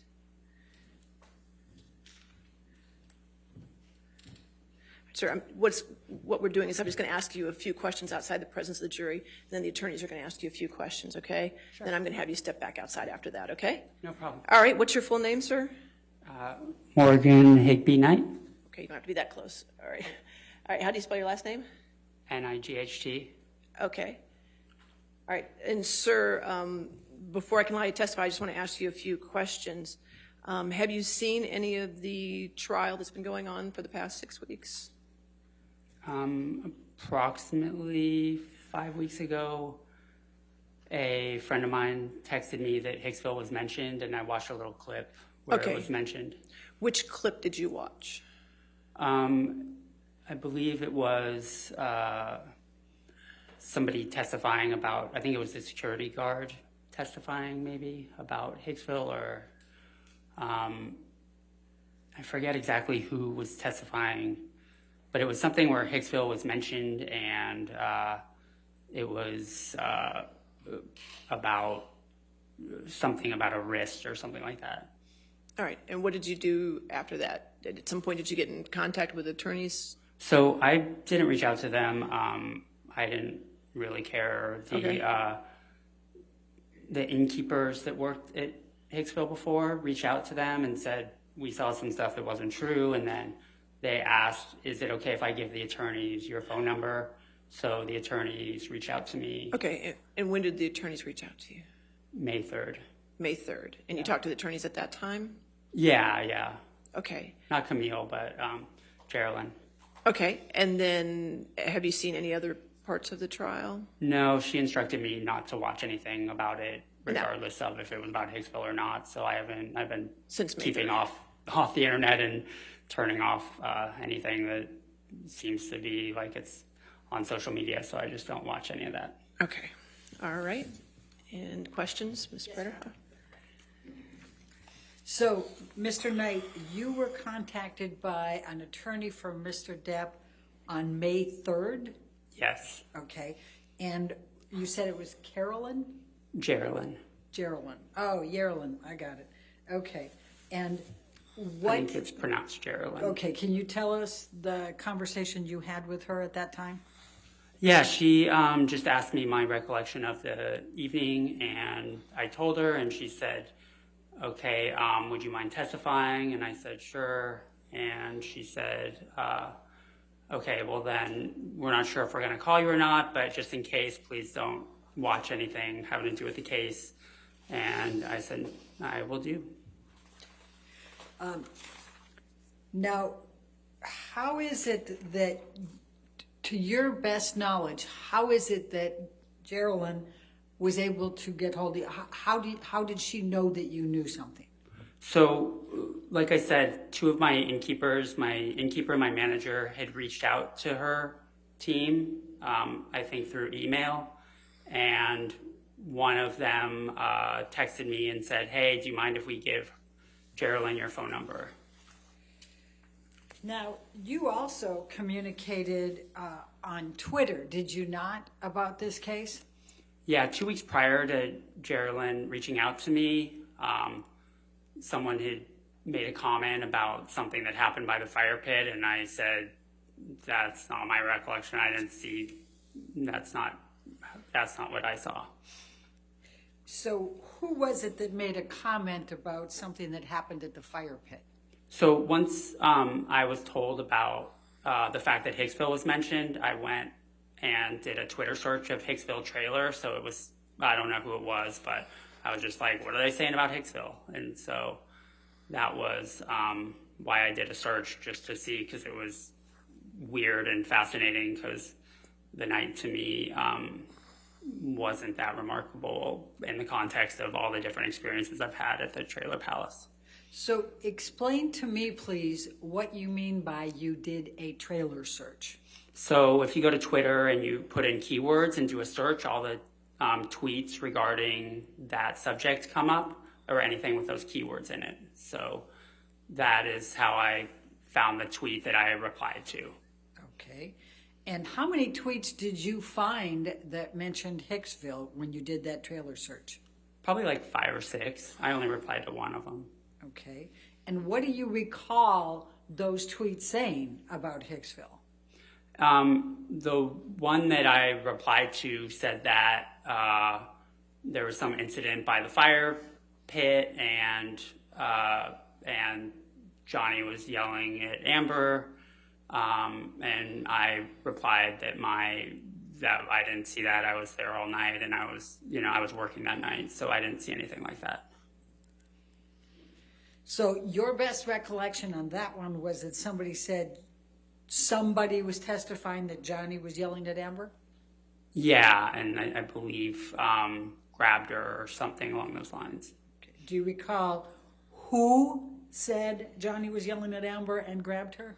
I have no idea. It was a stranger, so I didn't really pay attention to who was writing it. All right, and you said that you responded to it. How did you respond to it? I said that's not what happened. I was there all night. Yeah, basically. I'm paraphrasing. It was a Did few you months say ago. anything about what you thought happened? I just said that didn't happen. I didn't say what. I believe I said maybe something along the lines of, from what I saw, Amber was the one acting jealous, not Johnny. And you said this to one of the tweets. Yes. Do you recall whether that was the Umbrella Man? I don't recall. That's a ridiculous name, though. Okay. So tell me about the other 5 tweets that you recall seeing when you ran your trailer search. I think they were similar in nature, but I don't specifically remember the details of them. That was pretty much the only one I remembered, and that's the only one I replied to. Do you remember anything about the other 5 and what was said? No. Okay. When you said that somebody told you about a security guard, what was your understanding of what the security guard said? I got a text that somebody in the trial had said that they were talking about the Trailer Palace during the trial. And so that's what led me to go on Twitter and do a search. And did you have any communications with the 2 innkeepers about what you knew or what you thought? No, I hadn't talked to them in years, and still haven't regarding the case. So how is it that the innkeepers then contacted you and said, do you mind if we give you the telephone number to the attorneys? Because they still have me in their phone, and Christy, who was the manager at the time, is the one that texted me and said, hey, do you mind if we pass this along? Mr. Depp's attorneys want to talk to you. Do you mind if we pass what along? Your phone number. Right, but how is it that, what is the communication you had with the innkeepers that even led them to understand that you believed you had knowledge about the Hicksville incident? There was no conversation. They knew because they were both working that same night. Jenna was the innkeeper, and she was there along with me that night. Christy was the one who texted me, and she had come in the following morning for her shift. And I slept over. I was live-in innkeeper that night. So I'm trying to understand. So just based on the fact that 7 years ago, they happened to know that you were working that night. 9 years ago, and it's because I was there with them. My math, well, it's 2022 right now, and that was what year? Oh, that was 2013. 2013. You're right. Okay. So Well, how is it that out of the blue they remembered 9 years ago that you worked there that night and that you might have some knowledge? I mean, to be honest, like we do get celebrities sometimes, but it was, it's not that unmemorable. It's not like it's any other night of the week. So I'm sure they remembered the specifics of that night. Had Mr. Depp's attorneys ever attempted to contact you before? No. Had you ever attempted to contact Mr. Depp's attorneys before? No, I had no interest. All right. Have you had any conversations with Mr. Depp's attorneys other than the one you described with Geraldine? Since? Yes. Well, I met with Camille last night. All right. And what was that conversation? Please describe. I just went through, the story again that I had told Geraldine. And let's hear what that story was. You want me to go through? Yes. The whole story? Your Honor, we would object to attorney work product. There's no attorney work product. No, I'll overrule that All right. objection. That's fine. That's okay.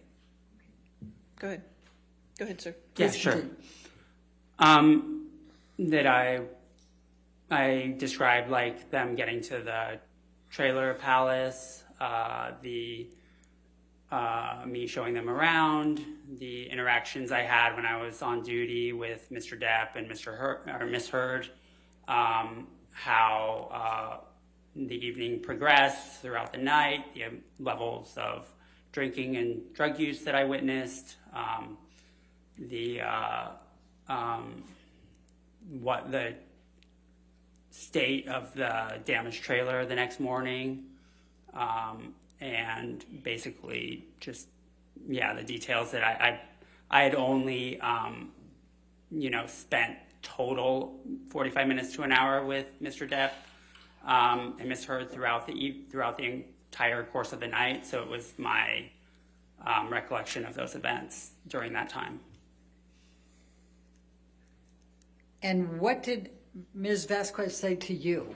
Your Honor, this is beyond, we object on the grounds that it's beyond the scope of the voir dire, No, which is I limited think to the whatever three she criteria. said to him But is may I very please finish critical. stating my objection, Your Honor? Go ahead. Yes, sir. The objection is that it's beyond the scope of the voir dire. Your Honor enumerated the three criteria which are relevant here. And this is a rebuttal witness, so. Your Honor, whatever Ms. Vasquez shared with him is going to be very important here because they knew by this time he was going to be a witness. So, That was last night. So Right. how does that fit into one of the three factors of deciding whether or not he's going to testify? Well, one of the three factors, Your Honor, may I approach so that the witness doesn't hear? Okay, that's fine.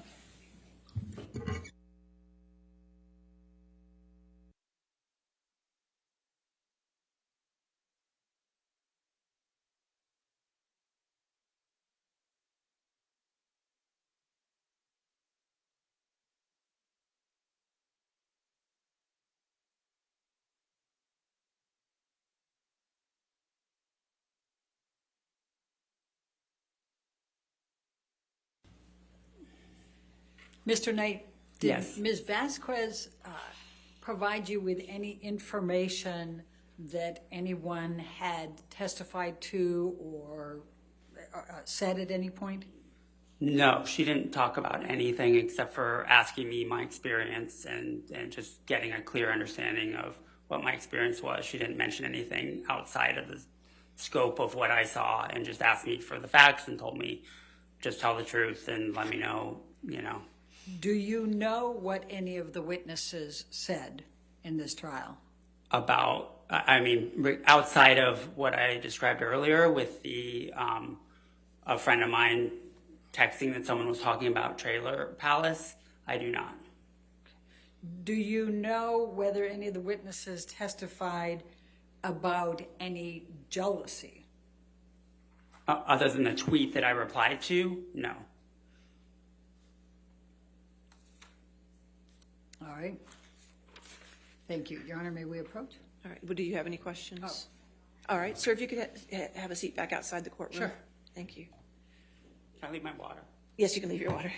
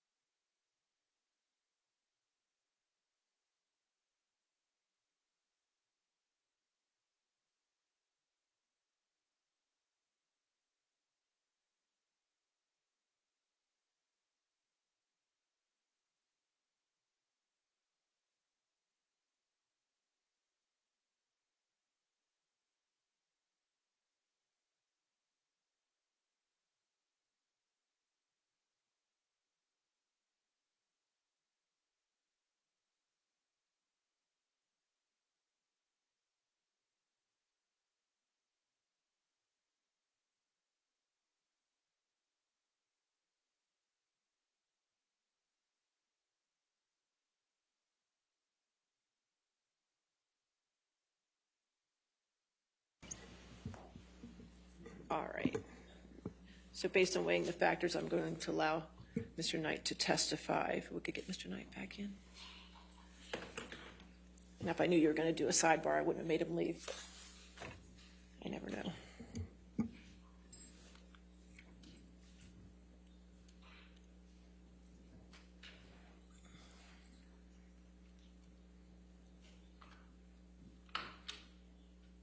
All right, sir, if you could just stay up, you could just stay there while we get the jury, okay?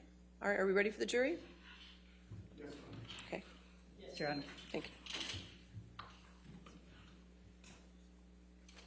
you. Yeah. Just we're going to swear him in again in front of the jury, okay?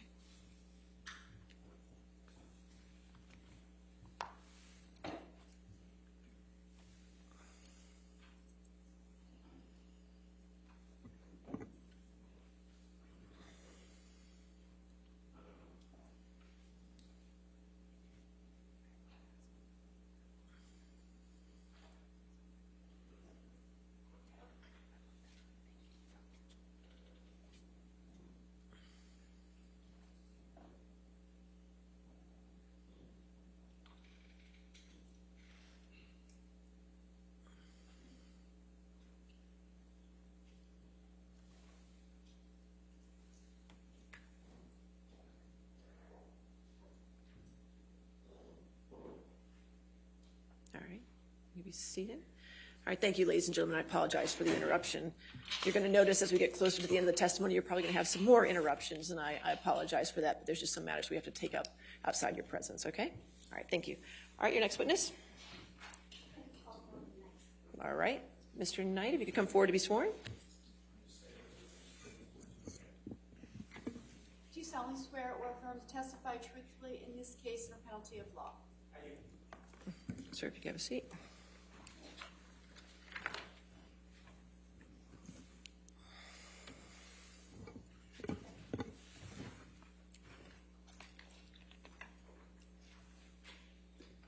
Good afternoon, Mr. Knight. Good afternoon, Camille. Would you please state your full name for the record? Morgan Higby Knight. Mr. Knight, where are you from? I live in Los Angeles, California. And what do you do for a living? So I currently own and run Hicksville Pines Bud and Breakfast in Idlewild, California. And I created and ran Hicksville Trailer Palace in Joshua Tree, California, starting in 2009. And how is Hicksville Pines Bud and Breakfast different from Hicksville Trailer Palace? So Hicksville Pines Bud and Breakfast is up in the mountains of Idlewild, which is a beautiful snow town above Palm Springs. And all the units are A-frames instead of trailers, which we have. It's obviously a very different climate than Joshua Tree, which is a desert area. The rooms, which are themed at both places, are trailers, vintage trailers from the 50s through the 70s at Hicksville Trailer Palace. So there's also different kind of amenities. There's a pool in Joshua Tree. There's a rec room up at Hicksville Pines. When did you first become the owner of the Trailer Palace? Trailer Palace, I started building it in 2009. It took about a year with my collaborator, Stephen Butcher, and on the trailers. And we got done and opened in 2010. Did there come a time that you sold the Hicksville Trailer Palace? Yeah, I did at the beginning of 2020. I had some health issues and it was too much to run both at the same time. So I chose Idlewild because it was newer and shinier. And just for my sake, how long did you own the Trailer Palace? So 10 years of us being open, 11 years total. And what was the Hicksville Trailer Palace? So it started out as a artist retreat. I was a filmmaker at the time and wanted a place to get away and work on film projects outside of Los Angeles. I also put in a recording studio so musicians could record records there. I had lived in New Orleans for 5 years, and there's an amazing recording studio there called Kingsway, where all the musicians would come and they'd live in this big mansion and record their records. And I just thought that was a really neat thing for artists to be able to get away and create create whatever they were working on. Over the course of the build out of all the trailers, themed trailers, which I'm a huge fan of this hotel called Madonna Inn. And so I wanted to do really detailed themed trailers. It became too expensive to just make a living off of an artist retreat. So I decided before I was done to make it a hotel as well. And what were your job responsibilities, generally speaking, when you owned the Hicksville Trailer Palace? So I would be live-in manager some nights, a couple nights a week. I would also drive out from Los Angeles twice a week and bring supplies that you can't get out in the Yucca Valley area and Joshua Tree. There's just a lot of things like, Smart and Finals, Costco's and stuff. So I would drive that stuff out. There's also no USPS, so sometimes I'd have to get things shipped to my house and drive them out as well.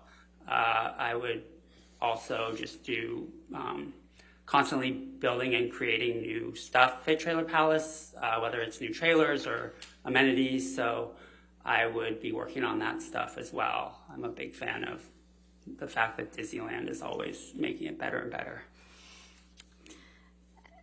And when you were the live-in manager, does that mean that you spent the night at the Hicksville Trailer Palace? Yeah, we have a house on site where the recording studio was, and there's a bedroom in there. So whoever is live-in manager those nights stays in the house and basically lives there. There's a kitchen and everything. Have you ever met the plaintiff in this case, Mr. Depp? I had met him really briefly at the Viper Room in the late 90s. I had worked with some of the people that performed there and was good friends with Squirrel Robin from the Pussycat Dolls and some other friends in this band, The Imposters. So I was there and I met him once. How about Miss Heard? Ever met her? I had never met her before. They were guests at the hotel. When was the first time that you met Mr. Depp and Miss Heard together? In late May 2013, when they were guests, Mr. Depp's assistant Nathan had rented out the entire place so they could have a night there in privacy. And what do you recall, if anything, about Mr. Depp and Miss Heard's arrival to the Hicksville Trailer Palace? Mr. Depp got lost, so his security guard who arrived early asked me if I could go fetch them because he had an old car that didn't really fare on the dirt roads out there, which are pretty horrible. So I went out and made sure that they got themselves and the car back to Hicksville safely. Do you remember approximately at what time that was? It was 3 to 4 in the afternoon. What was Mr. Depp's demeanor when they first arrived? At Trailer Palace, he was super excited about the place, really complimentary, just had a lot of questions and seemed like he was in a really great mood. And how about Miss Heard's demeanor? Anything stick out? She was pretty quiet. She just kind of didn't say that much when I was giving them the tour of the grounds and the trailer. And was anyone else with Mr. Depp and Miss Heard when they first arrived? There was people that were arriving throughout the afternoon. So there was, I think 10 to 12 people total ended up staying. The security guard had gotten there earlier and just to check out the place. But yeah. And did I understand your testimony previously that the entire trailer park was rented out by Mr. Depp and Miss Heard? Yeah, the whole place slept, I believe at the time, about 25 people, but there was only 10 to 12 in this party. And who was part of that party besides Mr. Depp and Miss Heard? I'm really horrible with names, but I remember one of them was Miss Heard's sister and the security guard I mentioned before, but I honestly forgot his name too. What happened when Mr. Depp and Miss Heard first came onto the property?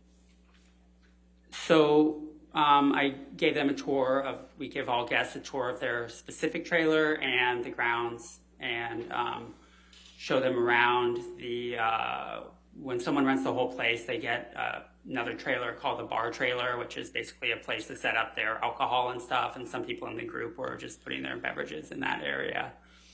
And where were you when Mr. Depp and Ms. Heard, did there come a time when Mr. Depp and Ms. Heard went to the bar trailer?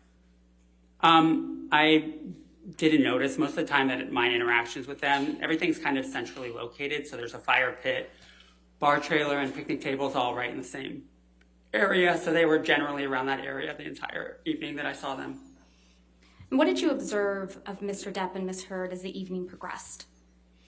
So Mr. Depp was just super curious and really nice. He was also really interested in my innkeeper because she was a musician, so they would talk about music a lot. At one point, the innkeeper who lived at the next door property went home and grabbed her guitar, and they had sung a song or two around the campfire in the early evening. There was another instance where Mr. Depp, the innkeeper, her name is Jenna, and myself were talking about books and music, and Ms. Heard came over and kind of interjected.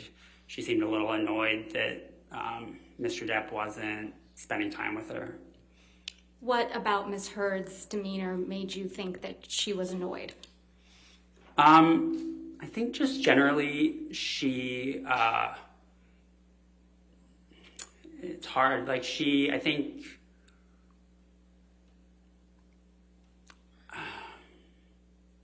I don't know. It was just like a gut reaction. Like I can't describe it, but you know. How long were you with Mr. Depp and Ms. Heard that evening, generally? So throughout the course of the evening, I was probably mostly with Mr. Depp, but 45 minutes to an hour total. So it was, that's over the whole course until the end of the night after the check-in. Okay. And did you have an opportunity to observe Mr. Depp interact with other people, guests at the property that evening? Yes, I saw him hanging out with his security guard at one point, and outside of the time that him and Jenna were singing around the campfire, he was off by himself a lot of the time, and Miss Heard was over at the campfire with her friends and seemed to have a good time. And if you haven't already, can you generally describe for the jury your observations of Ms. Heard that evening? She seemed to be having a really nice time with her friends around the campfire, and everyone was in a pretty good mood. Did there come a time in the evening that you observed Mr. Depp and Ms. Heard have a disagreement or an argument? Yes. I was speaking with Mr. Depp, just one-on-one, talking about Hicksville, and Ms. Heard came over and she said that I want to talk to you, and seemed really upset about something. So I went and back in the house because it was really, they went off on their own, and she started yelling at him, and I didn't want to hear it. It honestly was really triggering because I've been in an emotionally abusive relationship before. Objections. Move to strike. What's the objection? You're up. May we approach? Okay, sure.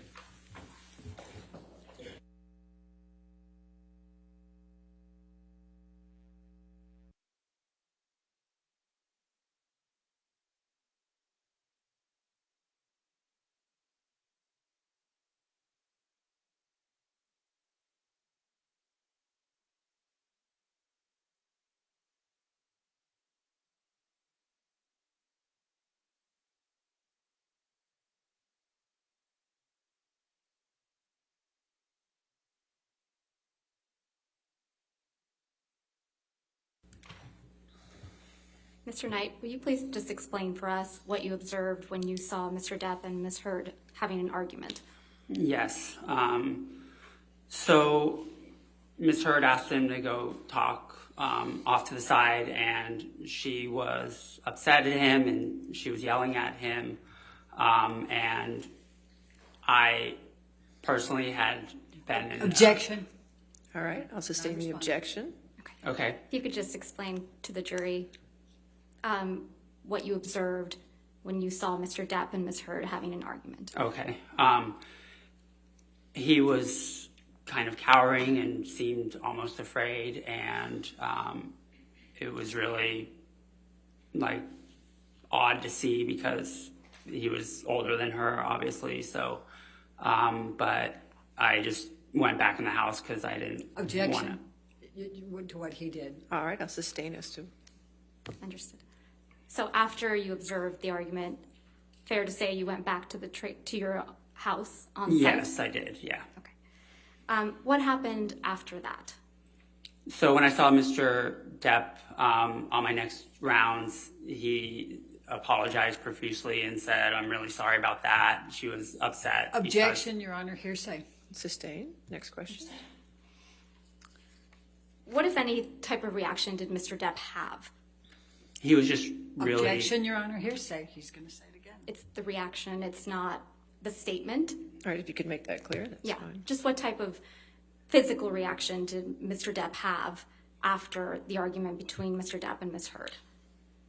He honestly, throughout the rest of the night, became a lot more quiet and was just very more petulant. In the beginning of the night, he was a lot more outgoing and extroverted, and throughout, as the course of the night went on, he was less and less so and more quiet. Did you observe any of the guests consuming alcohol while on the property? I assume they were. I mean, people had cups and there was alcohol set up in the bar trailer, but I didn't physically see them pour alcohol into their cup and cup go into the mouth, per se. Did you witness Mr. Depp drink any alcohol that evening? I couldn't say. Anything about Mr. Depp's demeanor that made you think he was perhaps intoxicated? Yes, as the night went on, I am a former bar owner, so even though I wasn't drinking that night, I'm very familiar with the signs. So just as the night went on, like I said, he became more and more quiet, but he also, as we would have conversations, his head would kind of sway a little bit back and forth, which was a little, he was much less sharp than he was earlier in the night. Did Ms. Heard appear intoxicated to you? She did.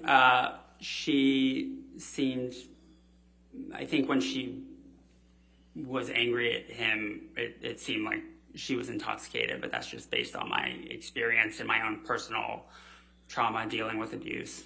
Okay. Objection, Your Honor, move to strike. All right, I'll sustain the objection. We'll strike it from the record. Please disregard that testimony. Did you observe anyone do or take drugs? I did not. Did you witness Mr. Depp and Ms. Heard interact other than the argument that you previously described for the jury? At the end of the night, I heard a commotion. I was inside the house and came out. I couldn't tell what was going on.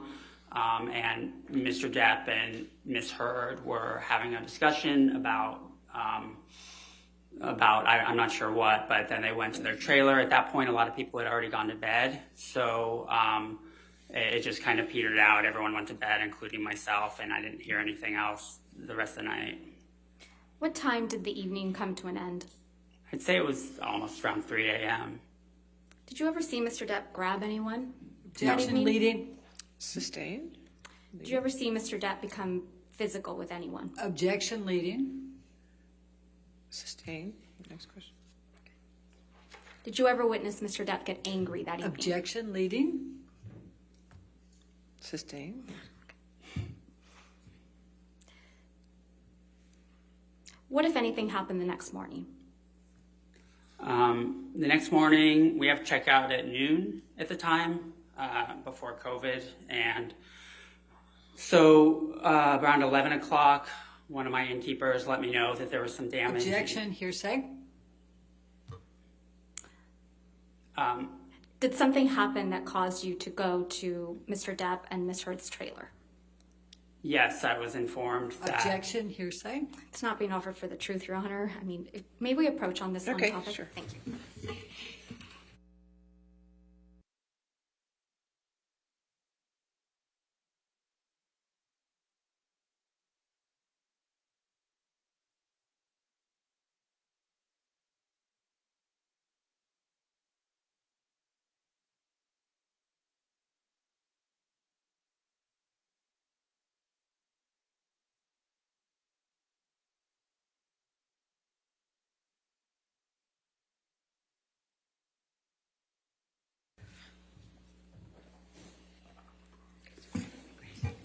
What, if anything, happened the next morning, Mr. Knight?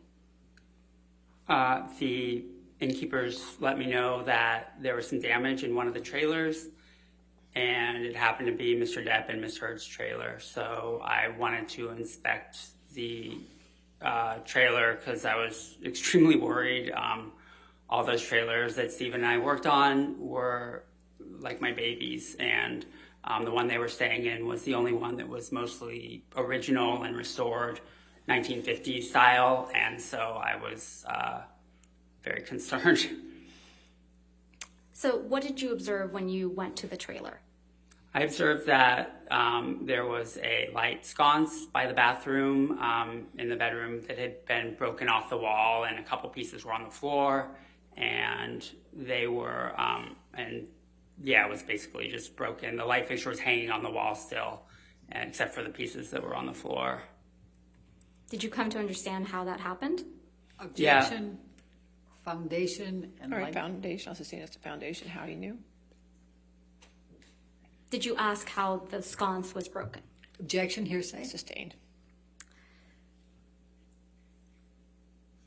How often do light fixtures in the trailers break? They break pretty often. I mean, it's not like a usual thing, but things in the trailers generally get broken because it's all vintage trailers, and I would say as much as every couple weeks there's some incident of damage in one of the trailers. In this case, Mr. Depp had told me that. Objection, hearsay. Objection. So anyway, yes. Beyond the light fixture, was anything else in the trailer damaged? No, everything else looked fine. In fact, we have something we call a piggy fee that we address to guests, that if there's anything what we call inconsiderate or unusually large messes, we charge them extra for it for a $25 an hour cleaning fee, but they did not receive one of those because everything outside of the light fixture looked fine. And what was your reaction to seeing the damaged light fixture? To be honest, I was relieved because it was not a big deal. There was already another light in the room, so I just tucked the wires in the wall until I had a few months later time to buy, it was matching sconce with another one in the room. So I had to, on eBay, find a matching pair that would fit there, and when I finally got around to it, I was able to get that and charge it to Nathan, whose credit card I had. And what was your understanding of who Nathan was? Mr. Depp's assistant. Okay. And what did you charge Nathan or Mr. Depp for replacing that pair of light fixtures? The pair came out to $62. Okay.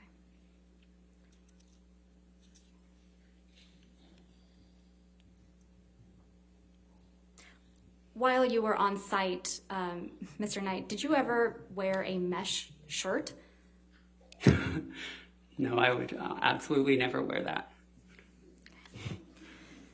At any time during Mr. Depp and Ms. Heard's stay on the property, did you see Mr. Depp become physical with anyone? Objection, leading. Overruled. That's I'm sorry, that answer was? I never saw Mr. Depp get physical with anyone when I saw him. Thank you, Your Honor. Cross-examination.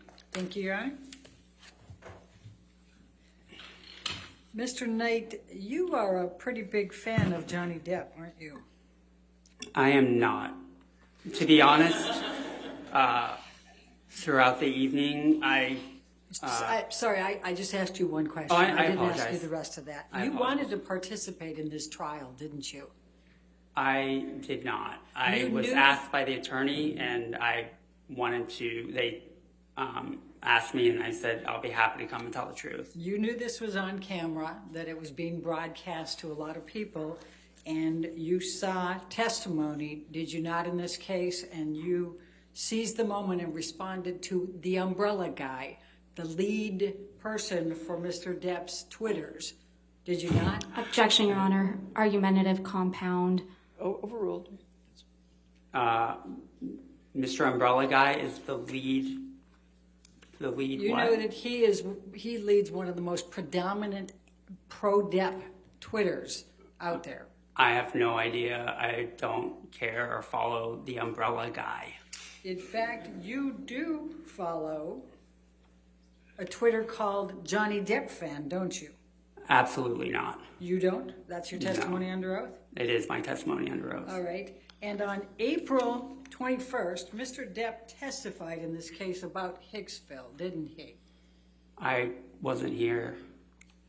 And in fact, you tweeted in response to the umbrella guy on April 21, 22, quote, "That never happened. I was with them all night. Amber was the one acting all jealous and crazy." Do you recall writing that? I do recall writing that. Michelle, can you bring that up, please? We're going to call it Defendants 1903. 1903.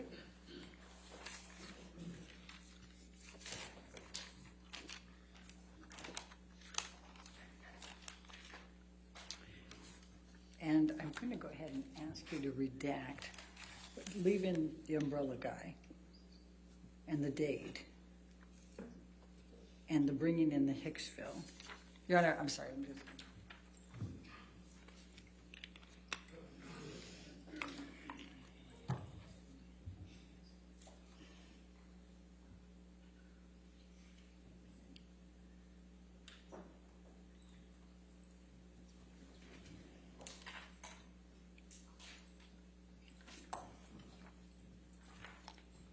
While she's working on that, did you write and direct a piece called Matters of Consequence back in 1999?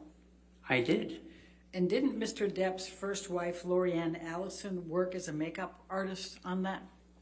She absolutely did. And while we're looking at that, 4 days after you tweeted to Umbrella Man, That was Umbrella Guy. The Umbrella Guy. Okay. Well, all right, now we have this up. I'm going to ask you to take a look what is Defendant's Exhibit 1903. Do you see that? I do. Okay, and that's from that Umbrella Guy on 4/21/22, correct? Correct. And it says bringing in the Hicksville incident accusations. Do you see that? I do. And there's clearly Mr. Depp testifying there, likely a video, right? Okay. And you respond, "That never happened. I was with them all night. Amber was the one acting all jealous and crazy." Do you see that? I do. Your Honor, I'm going to move the admission of Defendants 1903. Any objection? Yeah, Your Honor, we believe the first part of the that Umbrella Guy's tweet should be unredacted for context. I have no idea what I was replying to. It's hearsay. It's rank hearsay, and context Your Honor, is not necessary. Your own approach. Of course. Take a look.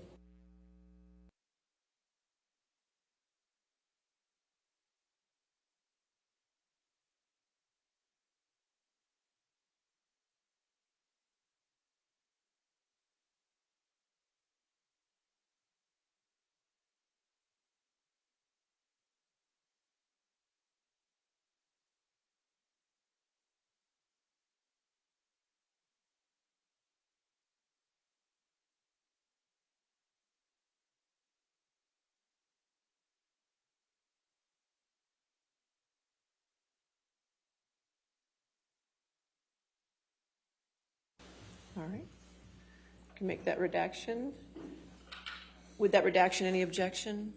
No, Your Honor, thank you. Okay, 1903 will be in evidence with as redacted.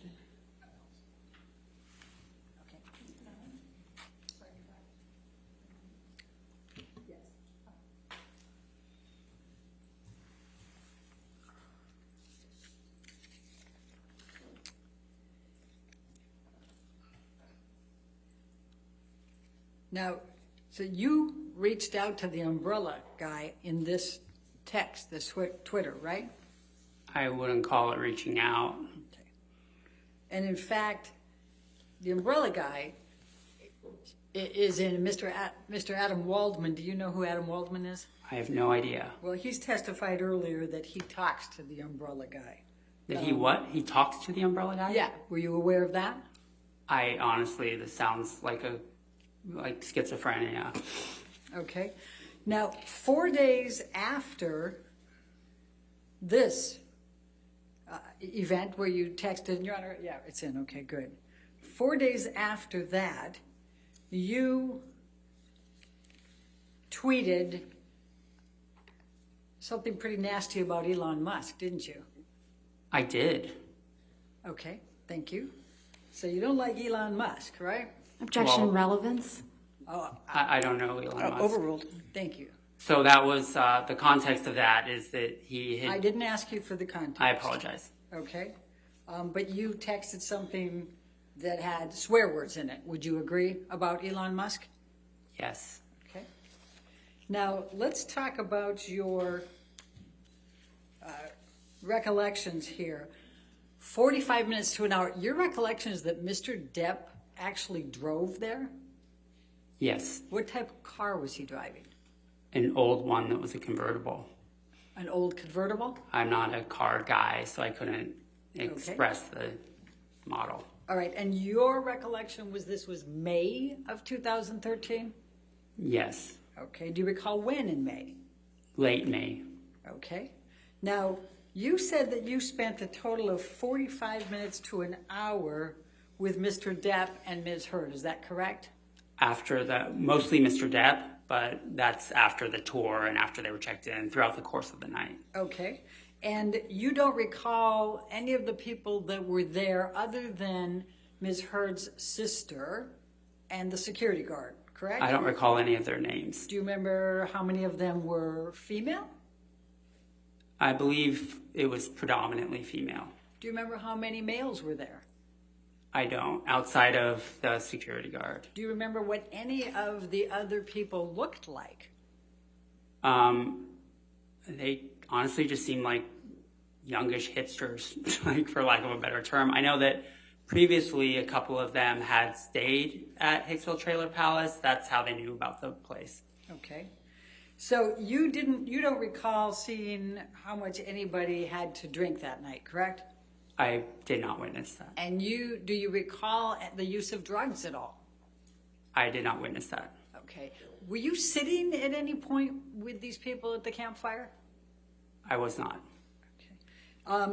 And when you said that that you saw Ms. Heard and Mr. Depp, and Ms. Heard was yelling at Mr. Depp, where were they? She pulled him for a chat, and it was off towards their trailer, like a little bit off towards the dirt. How many feet were there between the campfire and their trailer? The campfire and their trailer? Yes. Approximately 75. Okay. So where in that 75 feet did Ms. Heard pull Mr. Depp and yell at him and he cowered? 20. Okay. 20 from the campfire. From not the trailer. campfire. Yeah. So your testimony is that Ms. Heard grabbed Mr. Heard, pulled him 20 feet over, yelled at him, and he cowered. Yes, that's what I witnessed. And then did they go back? I went inside the house. So you don't know whether they returned to the campfire or they returned to their trailer? I do not. Okay. And do you know whether there were any disagreements or physical communications, anything of that nature at the campfire? I do not. Do you know whether Mr. Depp did anything to anybody else at the campfire? I didn't see anything. Okay. Do you know whether Mr. Depp grabbed anybody's wrist and asked them if they knew how many pounds of pressure it took to break their wrists? I wasn't there the whole time. Okay. Is it your testimony that Mr. Depp and Ms. Heard went last to their trailer? Everybody else went before them? The rest of the people, I think about half of them had already gone to bed, and they went, it was all around the same time at the end of the night that the rest kind of scattered. There might have been a couple of people that went right after them or right before, but it was all around the same time. Okay, so your recollection is that when Amber and Johnny Depp went back to their trailer, that dissipated, everybody then left at that point? Yes. Okay. Now, how far away was your house that you were staying in from the trailer that Amber and Johnny Depp were staying in? I'd say it was about 75 feet away. Okay. And the next time that you saw or heard anything was when you went there in the morning and saw the broken sconce. Is that correct? Yes, I didn't hear anything after went to bed. Okay. And that's the extent of your knowledge? Yes. Okay. I have no further questions. All right, redirect. Mr. Knight, how did you get involved in this trial? I got a text from one of our old employees who I didn't talk to for Objection, years. hearsay? Don't tell us what the text said. Just how did you get involved? I got a text from. I got a. That's still hearsay, Your Honor. Okay. Objection. No. Overruled. Thank you. Go on, Mr. Knight. I was asked if it was. No. Objection, hearsay? I apologize. What did you? I got a text. You received a text. Okay. Yes. From and whom? From a former employee. And how long had it been since you had heard from this former employee?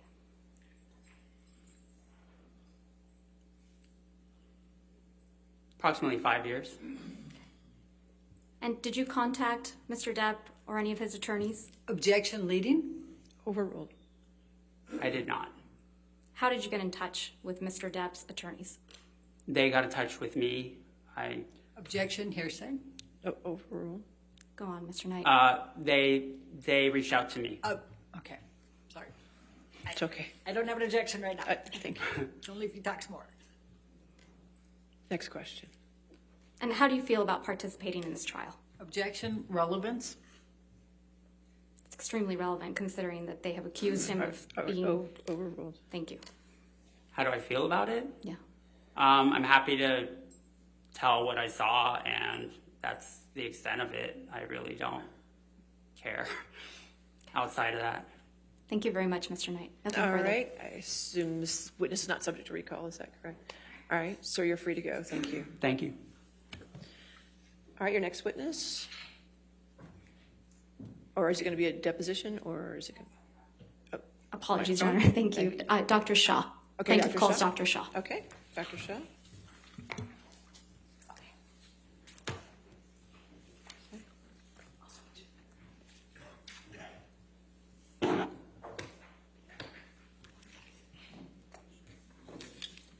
you solemnly swear or affirm to testify truthfully in this case or penalty of law?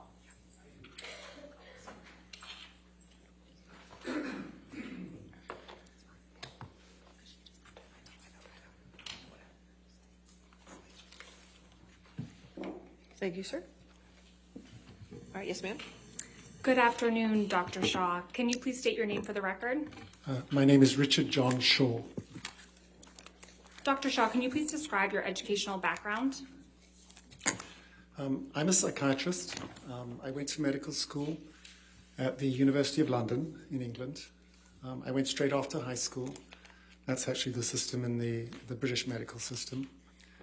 I did 2 years of preclinical training and then 3 years of clinical work with patients.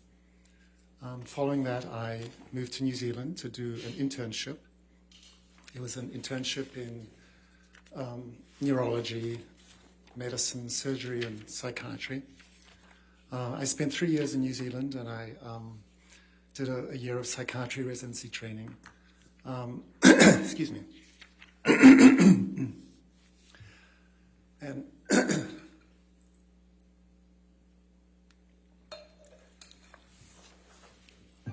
following that, excuse me.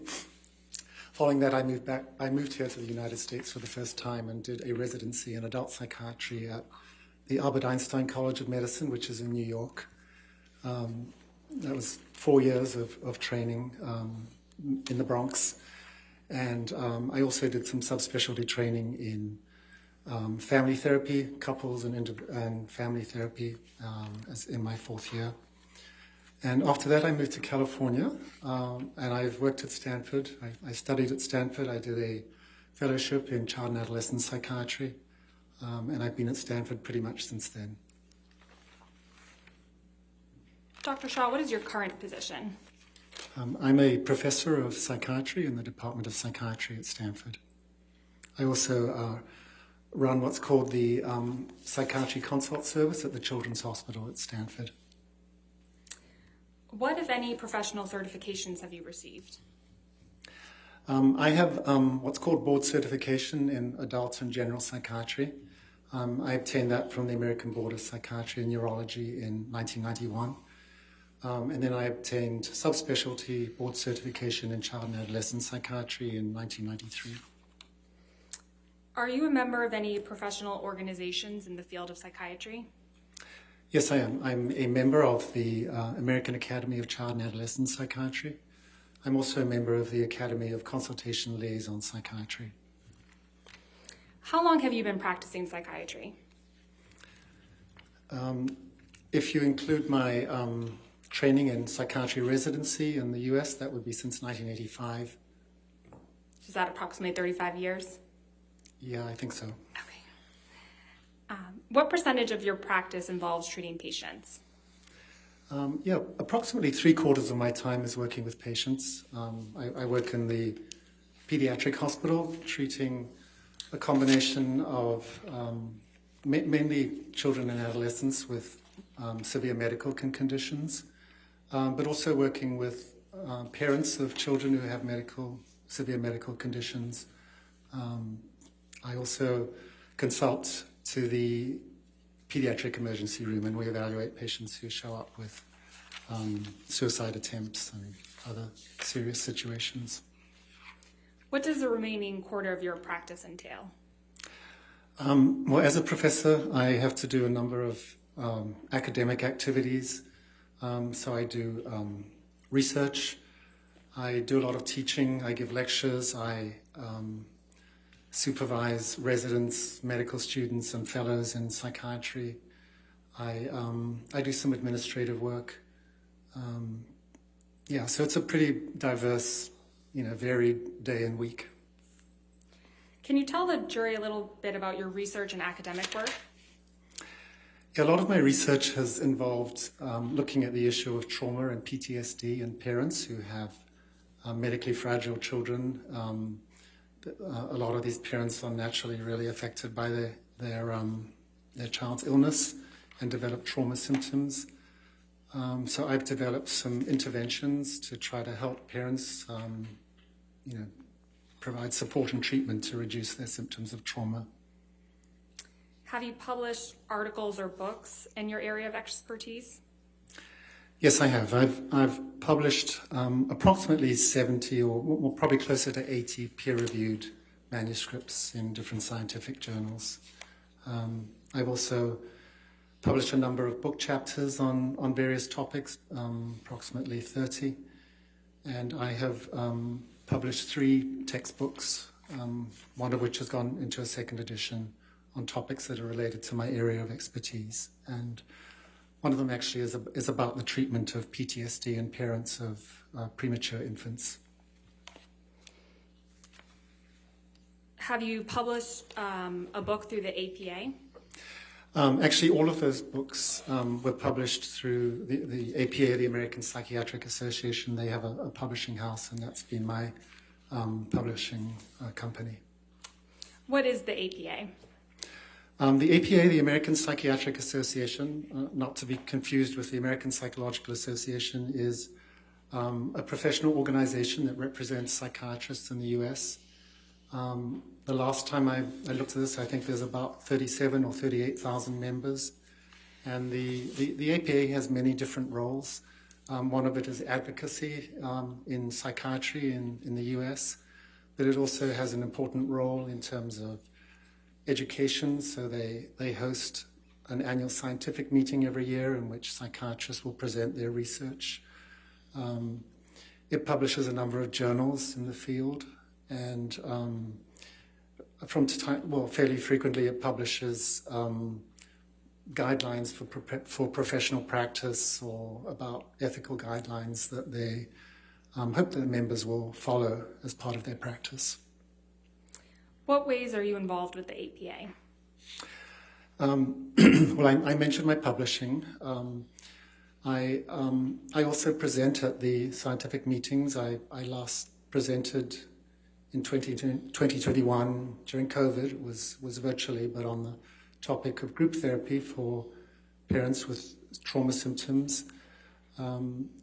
I follow the APA and their various guidelines. I think it's a really influential and important institution. Going back to your credentials, what, if any, professional awards have you received? I've been given several teaching awards at Stanford University, and the American Academy of Child and Adolescent Psychiatry that I mentioned honored me with an award for service to my specialty several years ago. I don't remember exactly when. Have you given any public presentations in the field of psychiatry?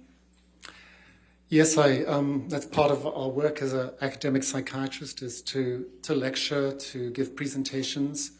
So I present fairly frequently at annual scientific meetings, as I mentioned. I've been invited to give grand round presentations at different medical centers, including University of Pennsylvania and Harvard. So that's just part of our role is to try to educate our colleagues about our work. Have you testified as an expert in the field of psychiatry before? Yes, I have. On how many occasions? I would estimate, in terms of deposition and trial testimony, approximately 50 times in the past 15, 20 years. What type of cases did you testify as an expert in? They're pretty varied. So some of them have been medical malpractice. I've also done a number of cases evaluating victims who've been subject to physical or sexual assault or trauma. What work were you asked to do in this case? My role in this case was to give my opinions about the testimony and opinions of Dr. Spiegel, whom you heard from yesterday morning. And what work have you done to form your opinion? I was present yesterday in court listening to his testimony. I have viewed his depositions. He had 2 depositions earlier this year, and I watched those depositions. I've also read a lot of deposition testimony. For example, testimony by Mr. Depp's psychiatrist, Dr. Blaustein, by his physician, Dr. Kipper, and nurse Debbie Lloyd. I've reviewed depositions by many of the therapists involved in this case, including Dr. Banks, the relationship consultant, Dr. Cohen, who was Ms. Heard's therapist, and I think Dr. Anderson, who I think provided some couples therapy. I've also reviewed the medical records of Dr. Kipper and Dr. Blaustein, and some various email communications. I think a lot of the information that has been talked about here. Thank you. Your Honor, at this time, we'd like to offer Dr. Shaw as an expert in the field of psychiatry. Any objection? We approach. Okay.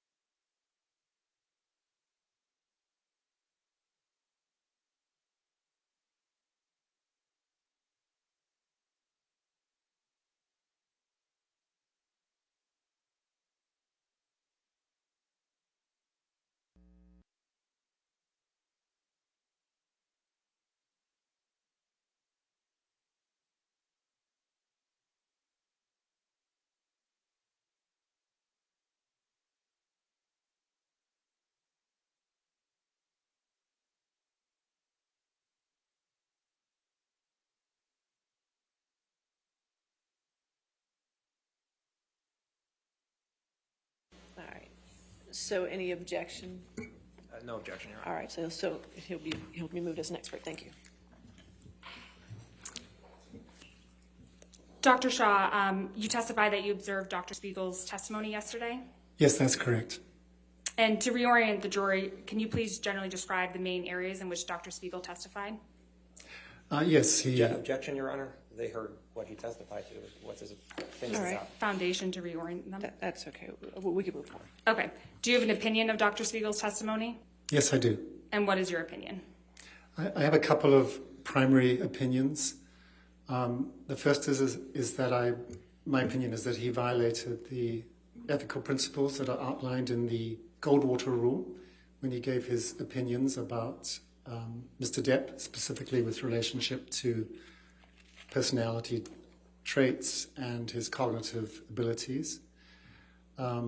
My second primary opinion would be that Dr. Spiegel's opinions were unreliable and that he had insufficient information. Objection, Your Honor. All right. You're going to approach? Yeah.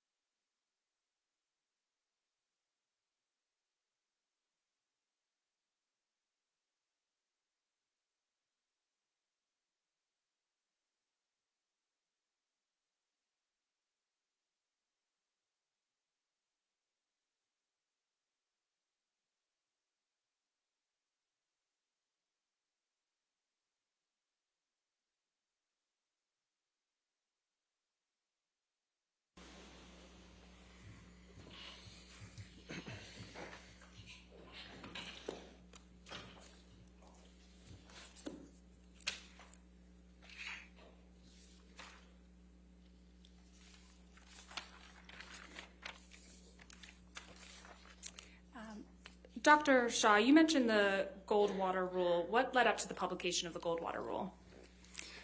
The Goldwater Rule came about in response to an incident that occurred during the 1964 presidential election when Senator Barry Goldwater was running as a Republican candidate. And there was a magazine called Fact Magazine that started a campaign to discredit Senator Goldwater. And they obtained a mailing list from the AMA and sent out a single survey questionnaire to about 12,000 psychiatrists in the US, asking if they felt that Senator Goldwater was fit to run for office. And about 2,000 psychiatrists responded, 1,000 of whom expressed very negative opinions about Senator Goldwater and made comments such as, for example, he was a megalomaniac, he was a paranoid schizophrenic, that he had narcissistic personality disorder. And as a result of that, he was replaced as a candidate and then went on to sue Fact Magazine for defamation of character. And he was successful in that lawsuit. And in response to this incident, the American Psychiatric Association, that I think was really concerned about how psychiatry was being represented and statements psychiatrists were making about someone they had never met or evaluated, issued the Goldwater Rule. And the main premise of the Goldwater Rule was that it was improper for a psychiatrist to render a professional opinion about a public figure unless they had personally and closely evaluated them. What justifications did the APA provide, other than the ones you mentioned, for enacting the Goldwater Rule? They wanted to make sure that psychiatric illness wasn't being stigmatized. They wanted to ensure that individuals weren't defamed by statements made by a psychiatrist that weren't backed up by medical evidence. And they also wanted to preserve the integrity of the psychiatric profession, since I think the public in general, when a psychiatrist speaks out publicly and expresses an opinion, a psychiatric opinion, people generally like to take that seriously, and the APA wanted to make sure that those opinions were credible and could be relied upon. Have there been any updates to the Goldwater Rule?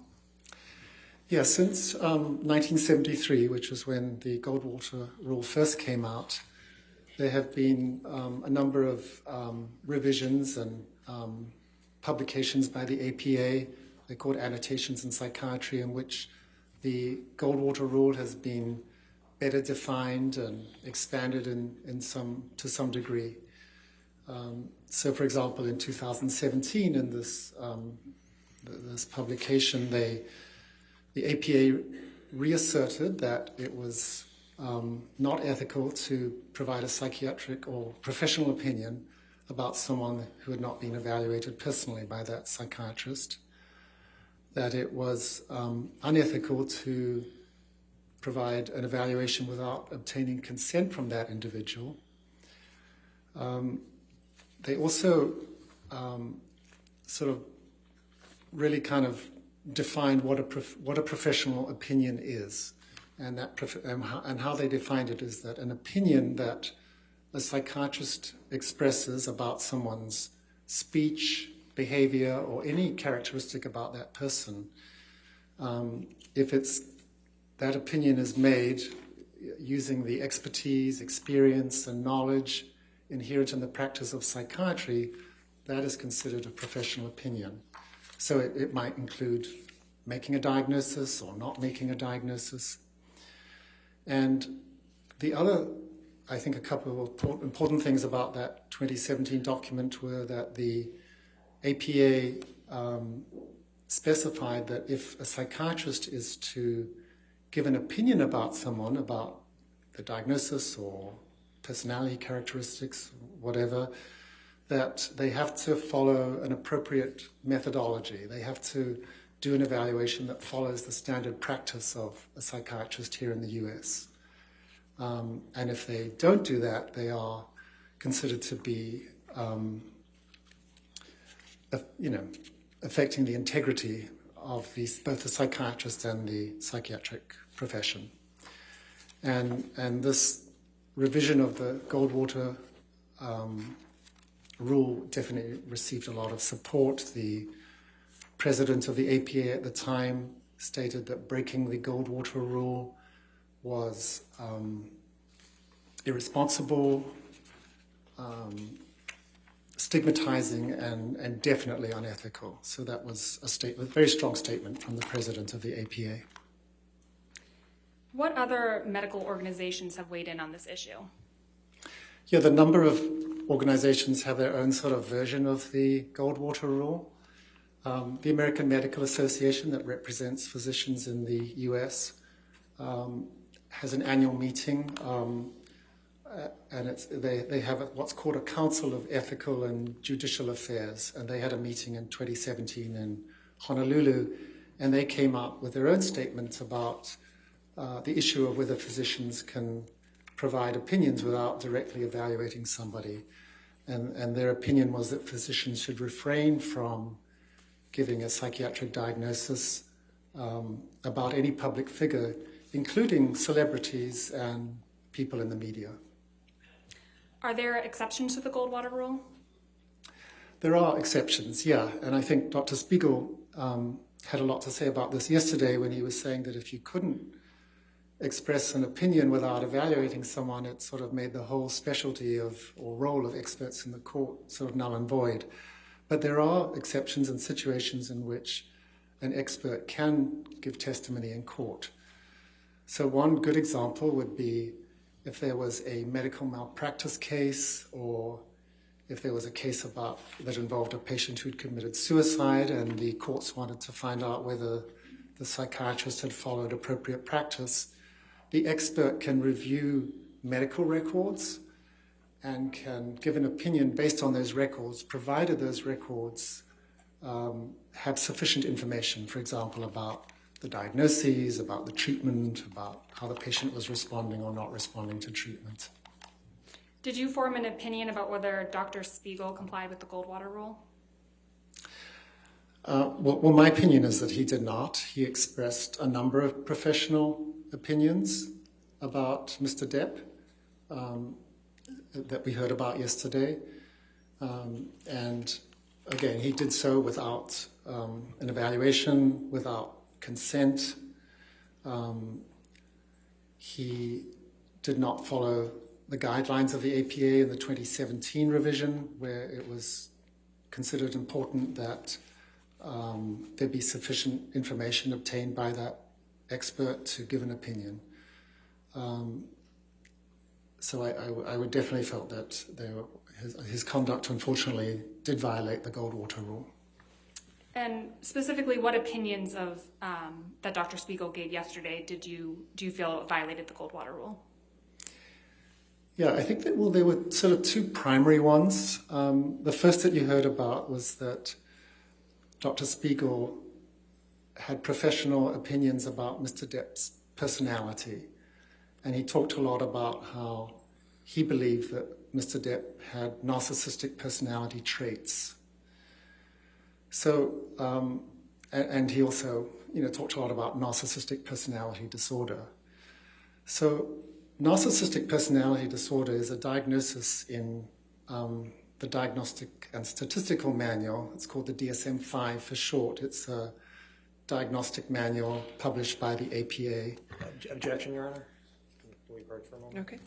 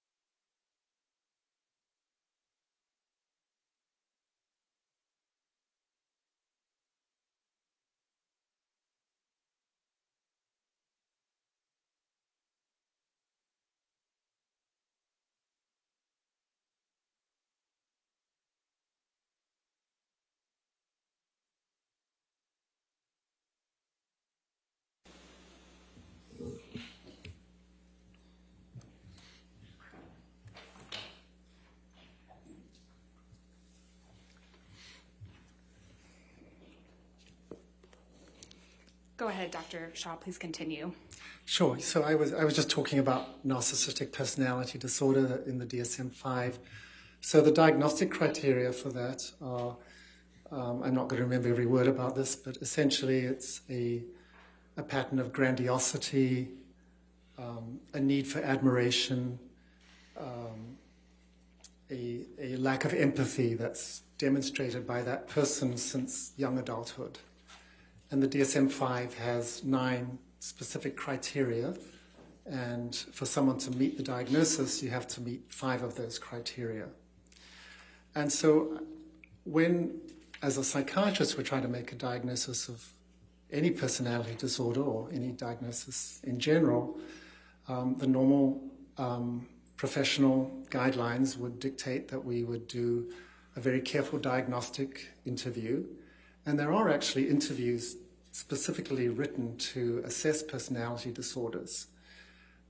It's also possible to have the individual fill out questionnaires. There's something called the Narcissistic Personality Inventory. This is a 40-item checklist that taps into various components of narcissistic personality disorder. And it's also possible to get psychological testing, like the MMPI that I think you heard about in reference to one of the other experts here. So with all of this information, including collateral information from family members, work colleagues, information of that sort, it is possible to come up with a diagnosis of narcissistic personality disorder. So in the case of Dr. Spiegel, he had none of this information, even though he came out and stated with what he described as a degree of medical certainty that Mr. Depp had narcissistic personality traits. And if you remember somewhat towards the end of his testimony yesterday, he was asked to, since he couldn't provide any documentation from the medical record about narcissistic personality disorder or narcissistic personality traits, he was asked about what is referred to a lot in his testimony as record evidence. So information that he obtained from depositions, from text messages, from emails, whatever. And so he was asked to give, I think, 5 examples of record evidence that would make it seem like Mr. Depp met criteria for narcissistic personality traits. And I'll just mention a couple of them, just to illustrate my opinion, is that testimony did not really hold together. So he stated, for example, that one of the criteria for narcissism is narcissistic personality disorder is a sense of entitlement. And the example Dr. Spiegel gave is that he believed that Ms. Heard married him for his money. So clearly, sense of entitlement is from a psychiatry perspective, that's very different from a belief that someone wanted you for your money.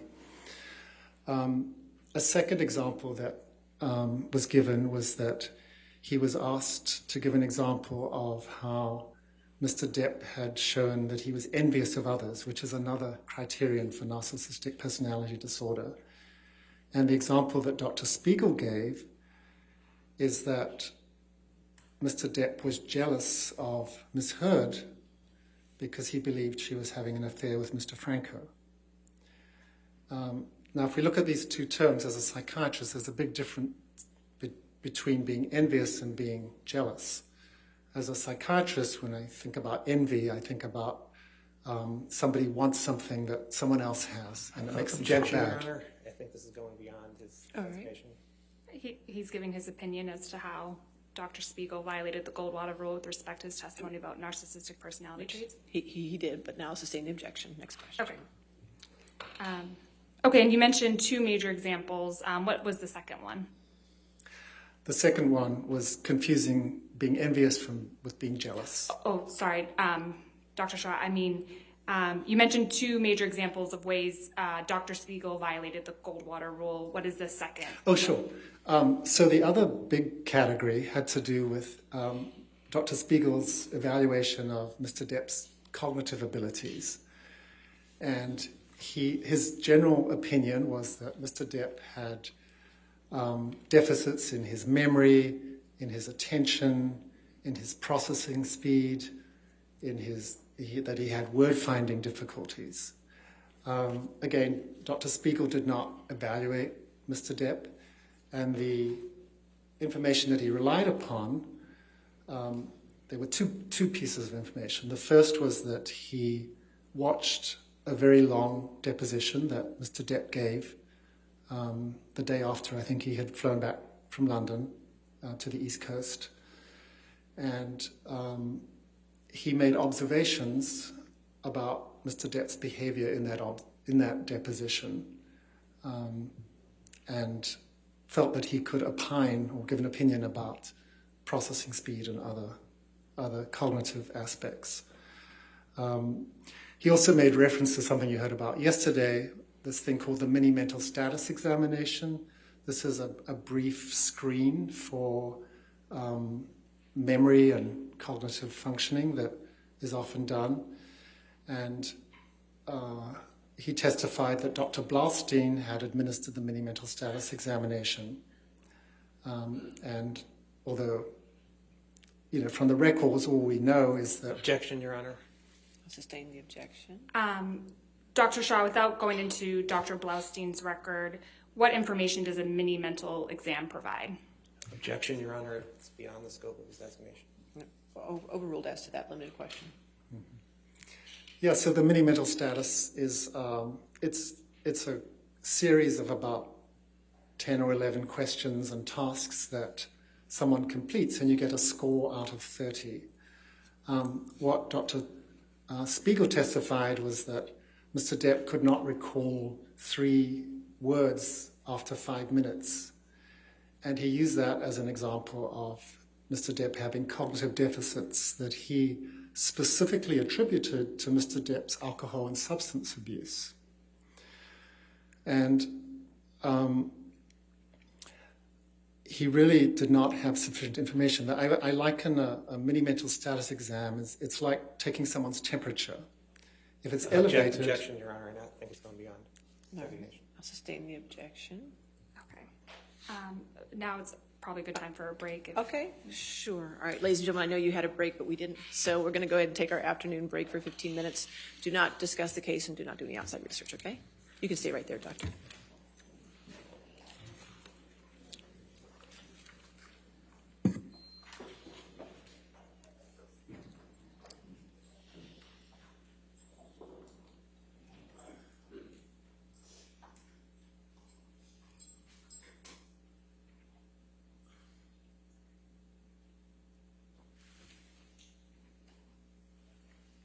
All right, you're excused for the 15 minutes too, sir, Doctor. Okay, we'll come back at 4:17 then, finish the day? Okay.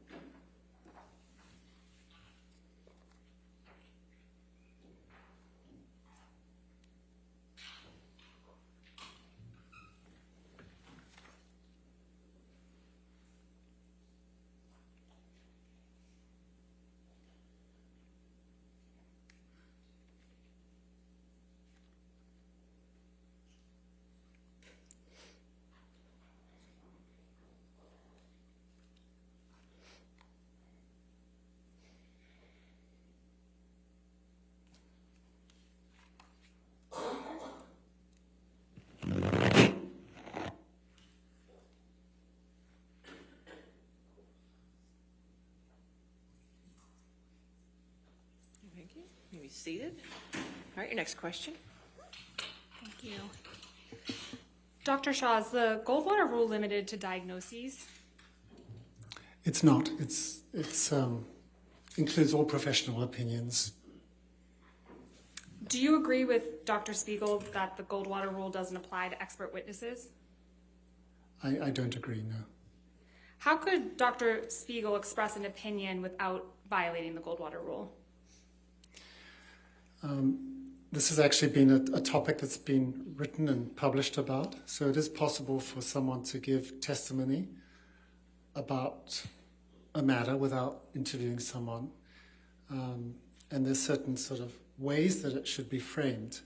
So for example, when Dr. Spiegel was testifying about the report that Mr. Depp was unable to recall these 3 objects, what he could have done is said that I have not personally examined Mr. Depp, so I can't speculate about his cognitive state or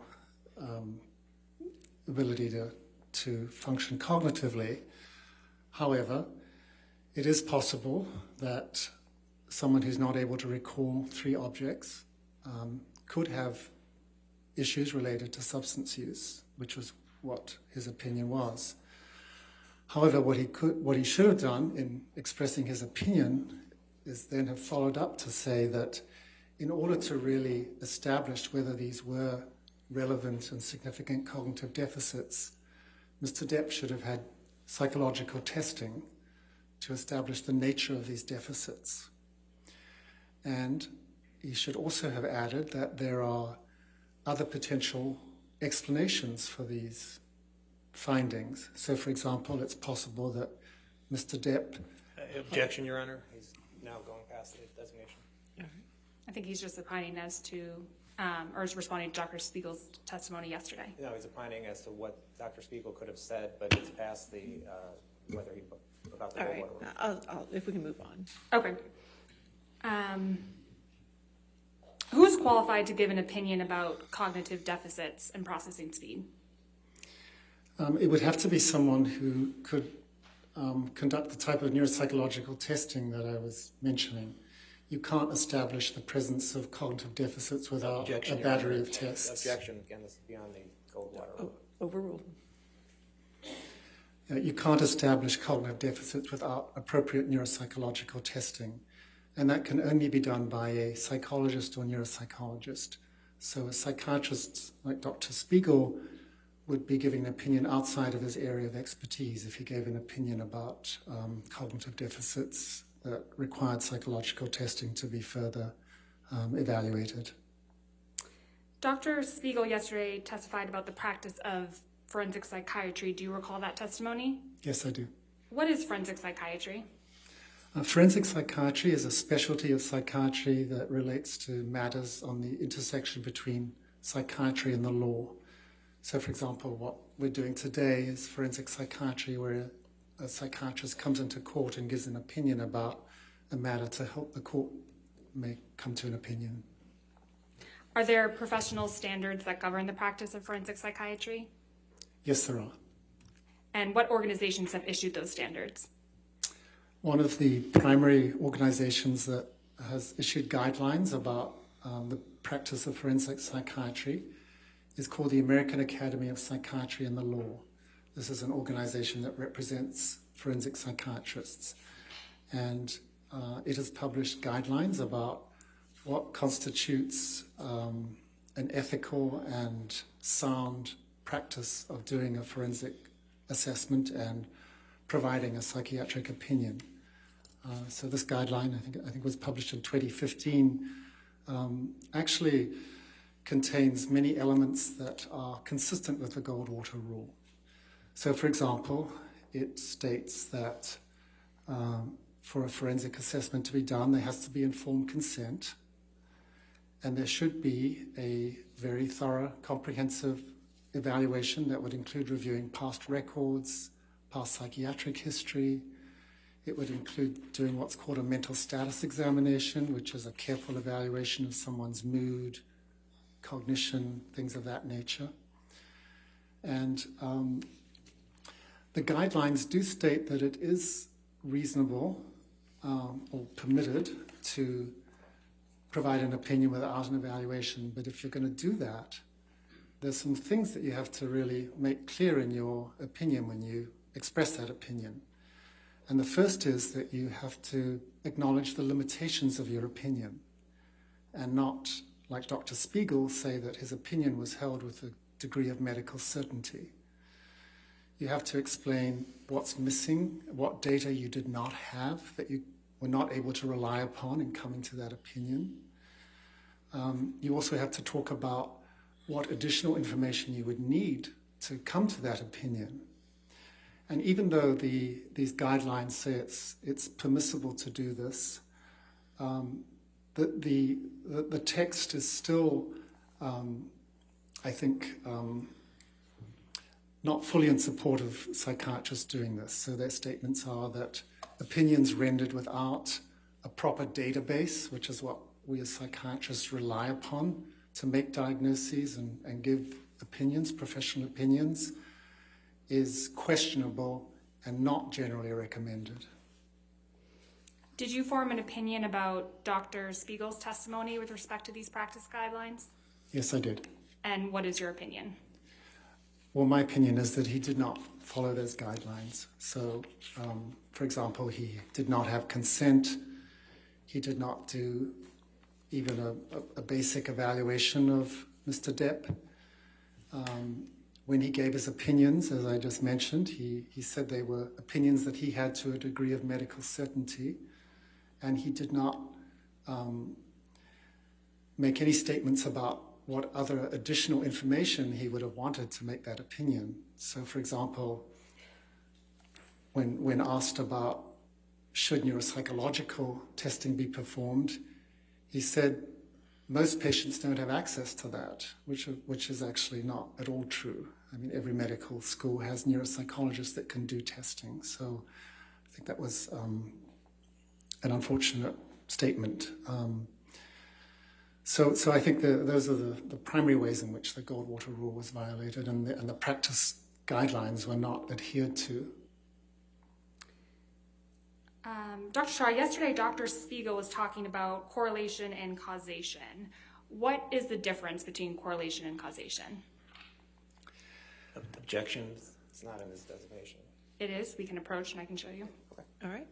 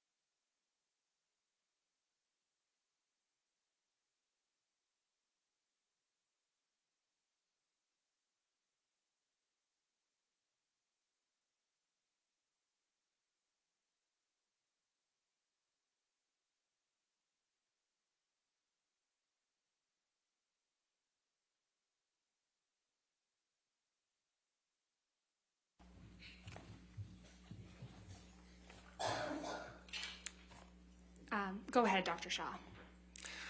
Yes, so the difference between a correlation and causation, correlation is a statistical analysis of a relationship between two different factors. So in Dr. Spiegel's testimony, he talked about, there being a correlation between opinions he had about Mr. Depp, his narcissistic personality traits, his substance abuse, things of that nature. So a correlation doesn't say anything about whether or not these factors caused that, the behavior he was discussing. Perhaps one of the easiest ways I could describe this difference between correlation and causation is if we look at the issue of measles, if you'll bear with me. So there's a correlation between being young and catching measles. Now we know that measles is not caused by being young. Measles is caused by a virus. But young children have not been exposed to the virus. They don't have the immunity, so they have a higher rate of measles. So the difference statistically is well, the difference is between causation and correlation is illustrated by that example. So another way I might put this is if we had 100 people in a room, just bringing it back to the issue of IPV that Dr. Spiegel was testifying about. Let's say we had 70 people who had all the risk factors for IPV and 30 people who had no risk factors for IPV. So what can we say about those 70 people? We can't say that any single one of those people has perpetrated IPV, even though they may have all the risk factors. And if we look at the 30 people who have no risk factors, we also can't say whether or not they have perpetrated IPV. So the actual presence of risk factors for IPV that Dr. Spiegel was talking about, they say absolutely nothing about what happened in this case. Thank you, Dr. Shaw. Nothing further. All right, cross-examination.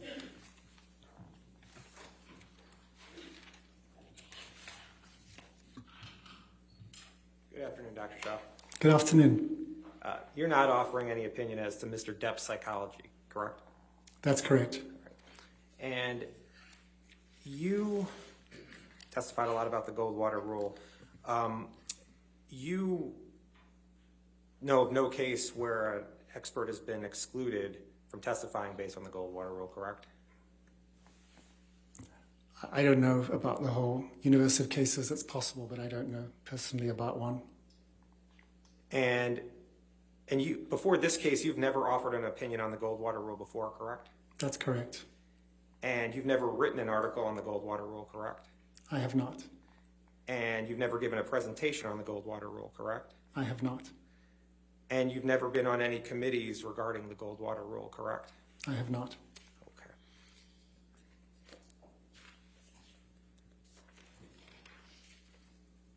And you agree that you've testified that there are exceptions to the Goldwater rule about having to interview the subject, right? Yes. And you understand that Dr. Spiegel requested to meet with Mr. Depp twice, but Mr. Depp declined, correct? I'm aware of that. And Dr. Spiegel stated in his designation and at trial yesterday that he did not meet with Mr. Depp, right? Yes. Okay. Can we put up Defendant's Exhibit 1904?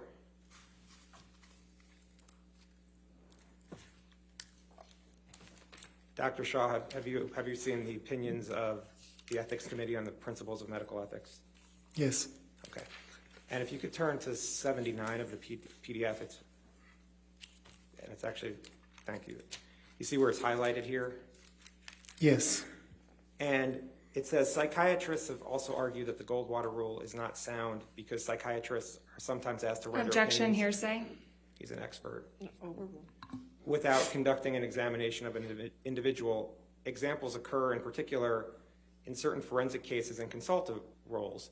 This objection attempts to subsume the rule with its exceptions. What this objection misses, however, is that the rendering of expertise and or an opinion in these contexts is permissible because there is a court authorization for the examination or an opinion without examination. And this work is conducted within an evaluative framework, including parameters for how and where the information may be used or disseminated. You see that? I do, yes. And this court authorized Dr. Spiegel to testify in this case, correct? Yes. Okay, thank you. I have nothing further. All right, redirect.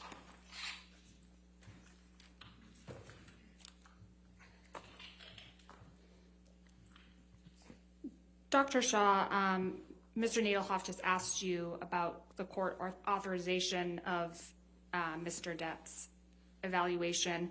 Are you aware that the court has twice denied Ms. Heard's request for an evaluation of Mr. Depp? I heard that yesterday in testimony, yes. Okay, thank you. Nothing further. All right. Thank you, sir. You can either have a seat or you can leave. Thank you. Your next witness.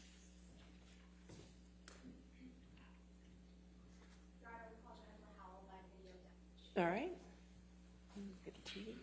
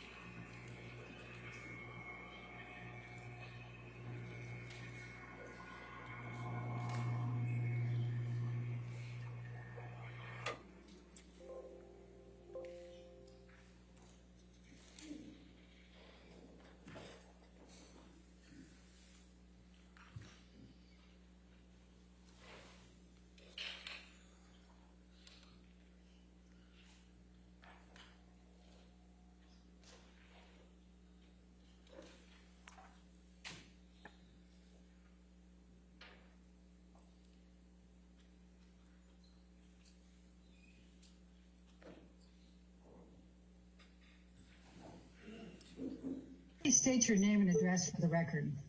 Jennifer Howell, Los Angeles, California. And what is your current occupation?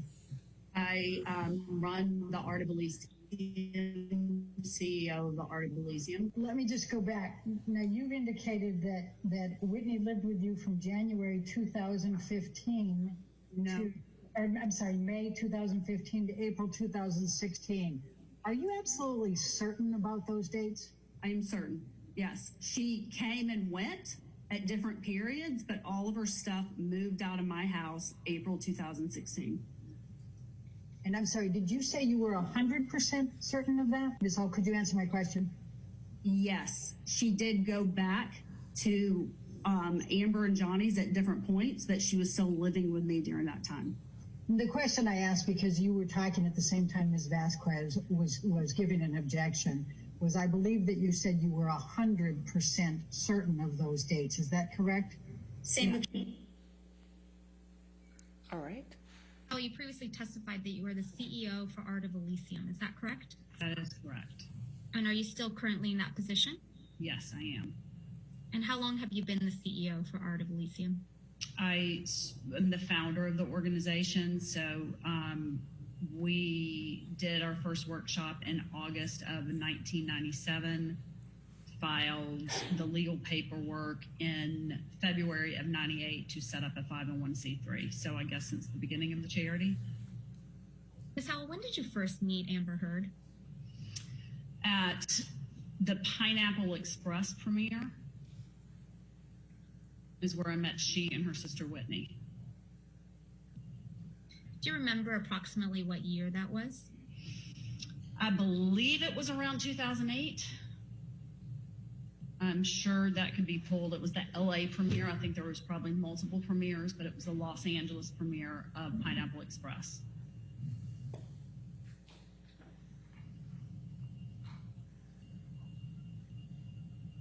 Was Ms. Heard there with Mr. Depp? No, this was long before. I was a guest of James Franco, and Amber was in the movie. And so I met she and her sister at the, to be specific, at the after party of the premiere. Did Ms. Henriquez end up working for Art of Elysium at some point? Yes, she did. What year did Ms. Henriquez begin working with Art of Elysium? I believe it was in 2014. I don't have those documents right in front of me. I believe it was leading into the year Amber was receiving the award. And what was Ms. Henriquez's position at Art of Elysium? Art salon manager, director. Does Ms. Henriquez still work for Art of Elysium? No.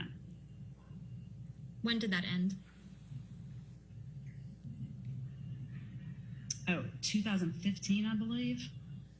Each time you saw Mr. Depp, did you ever see him doing any illicit, illegal drugs? Never. Did you ever see him consuming excessive amounts of alcohol? Objection. Never. Did you ever see Mr. Depp appear intoxicated? No. Did Ms. Heard ever show you photographs of depicting injuries on her face or body? No. Did Ms. Heard ever tell you that Mr. Depp was abusive towards her? No. Mr. Depp paying your legal fees, Ms. Howell, for this deposition and the testimony you've provided in the UK action? He is not. Who is? Myself.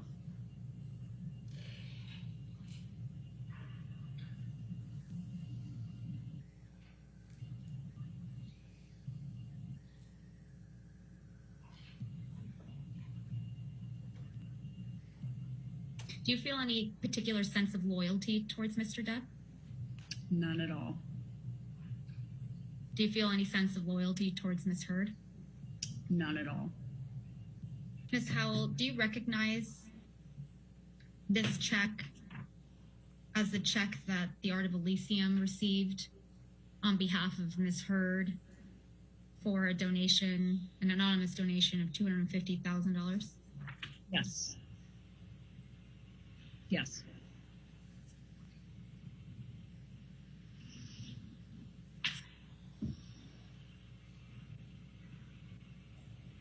I believe you testified previously that you understood that the anonymous donor was Elon Musk. Is that true?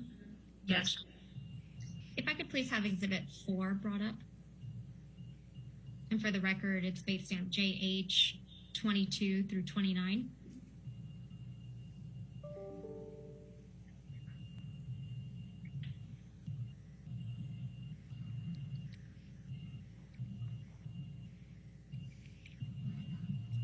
What for?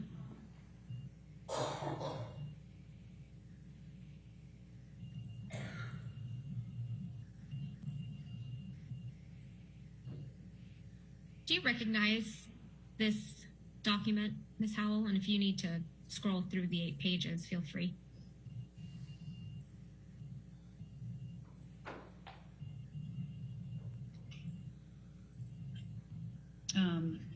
Can you scroll down?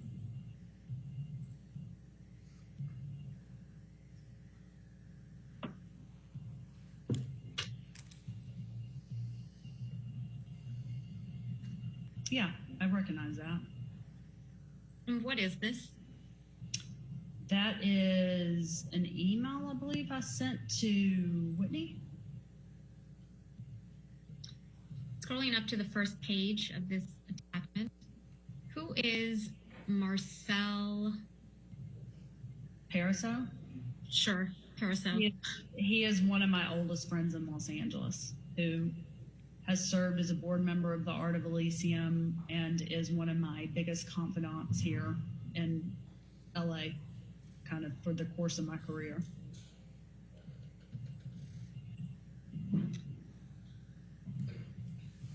And going down to the 3rd page of this exhibit. Thank you.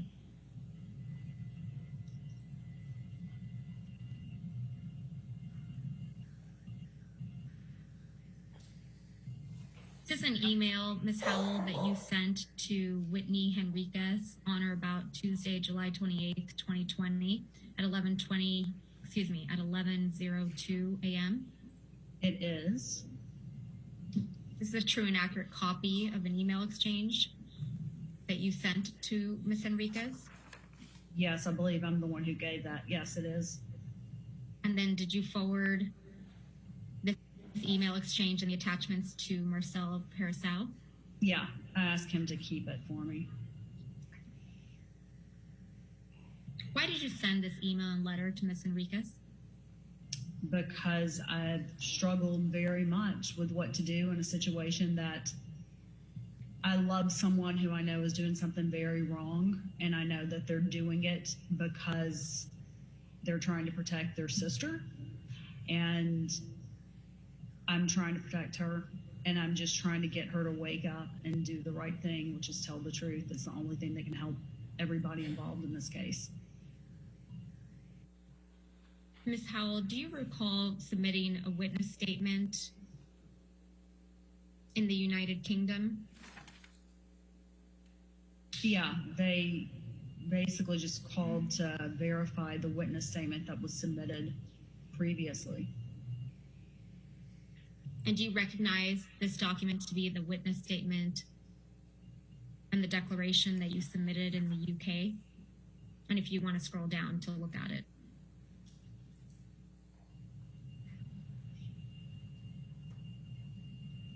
Yes, I recognize it. And at the first page, do you see a date on this document? January 13th, 2021.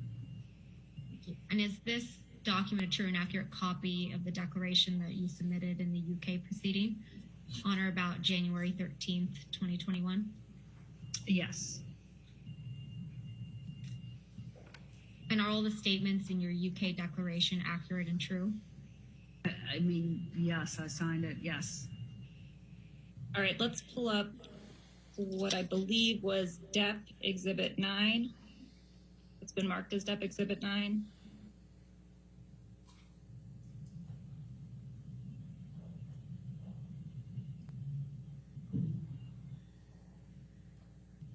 Exhibit 9.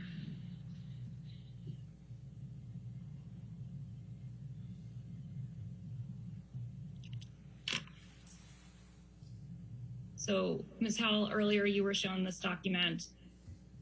Scrolling to the end of it. Can you go? Okay. There. Mm-hmm. Did Mr. Waldman assist you in drafting this email? Absolutely not. Did you speak with Mr. Waldman at all about drafting this email? About writing an email? No. I did that on my own accord. Did you speak with Mr. Waldman at all about contacting the ACLU? I do not recall having a conversation with him about that. And Ms. Howell, you testified earlier that you received a check from Fidelity Charitable in January of 2018. Is that correct? I don't know if I said the date, but yes, I received an anonymous donation from that check that was submitted. Whatever it's on there, I just don't know the date off the top of my head. And you testified that there was a letter sent along with that that said that it was in honor of Amber Heard?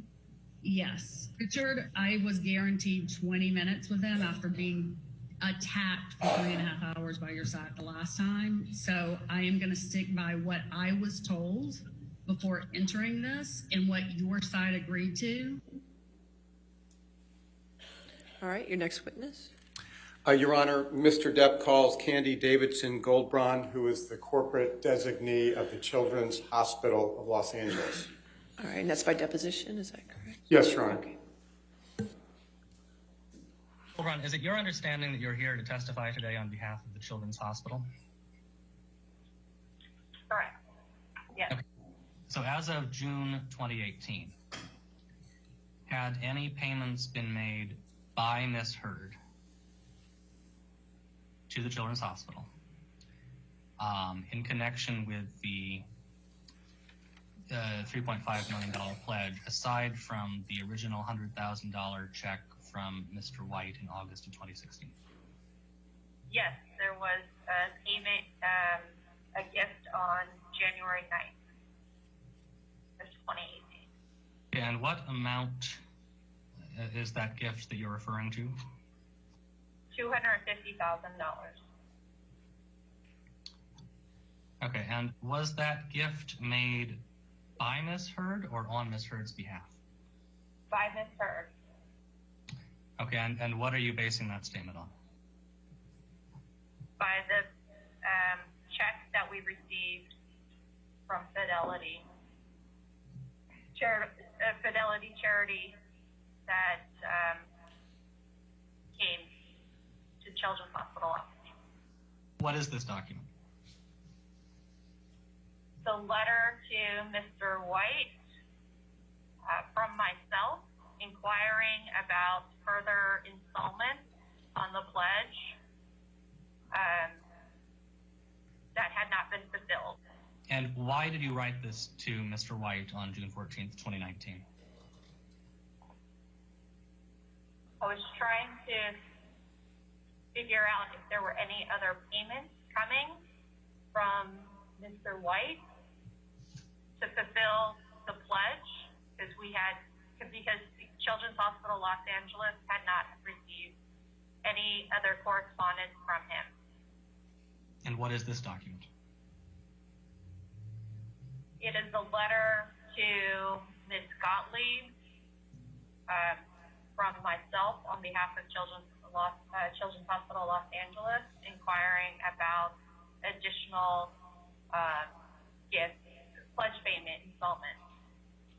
This letter appears to be directed to Miss Amber Heard, care of Jody Gottlieb. Is that correct? Correct. Who's Jody Gottlieb?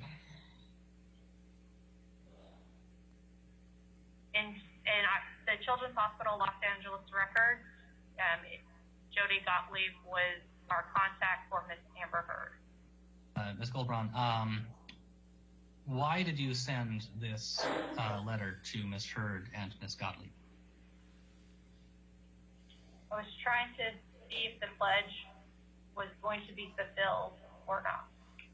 In your experience, is it common practice for anonymous donors when making donations to, in one paragraph, state that they wish to remain anonymous, and in the very next paragraph, identify themselves? Yes, That is common? it is common for donors to want to remain anonymous publicly, but allow the charity to know who they are. Between June 2018 and the dates on which you sent the letters to Ms. Heard and Mr. White in June of 2019, were any additional funds received from Ms. Heard? No. Okay, so as of June 2018, a total of $250,000 had been received as far as the Children's Hospital is concerned from Ms. Heard. And that was the same amount that had been donated a year later in June of 2019. Is that accurate? Correct. As of the date of this deposition, March 30th, 2021, how much in total has Ms. Heard donated to the Children's Hospital? For this particular guest? I mean, in her lifetime? From 2016 to present. $250,000. Ms. Goldbrun, you recall we were speaking about this letter a few minutes ago? Correct. All right, and this was a letter that you sent to Ms. Heard, correct? Correct. Did you ever get a response to this letter? No.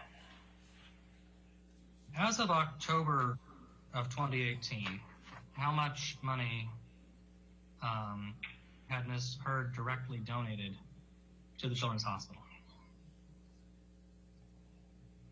$250,000. As of March 30th. I'm sorry, I didn't hear the end of that. Sorry, I just realized. You said October 2018? Correct. Okay, yeah. $250,000. Okay. As of March 30th, 2019, how much money had Ms. Heard directly donated to the Children's Hospital? $250,000. What is your understanding of the length of time over which Ms. Heard pledged the gift of $3.5 million to Children's Hospital? There was no date arrangement with Ms. Heard to have this pledge paid off in a particular time. If Ms. Heard were to pay this, the rest of the $3.5 million in 2 years or 5 years, would Children's Hospital welcome that? CHLA welcomes every and any donation that comes its way. Has Amber Heard's pledge of the $3.5 million to Children's Hospital expired, to your knowledge? Not that I'm aware of, no. It has not expired. All right, thank you. Your next witness, or? Your Honor, I think we've concluded our witnesses for today. We will have more live witnesses tomorrow. Okay, all right, ladies and gentlemen, that'll be the end of your day for today. Again, do not do any outside research, do not discuss the case with anybody, and we'll see you tomorrow morning at 9 a.m., okay? Thank you.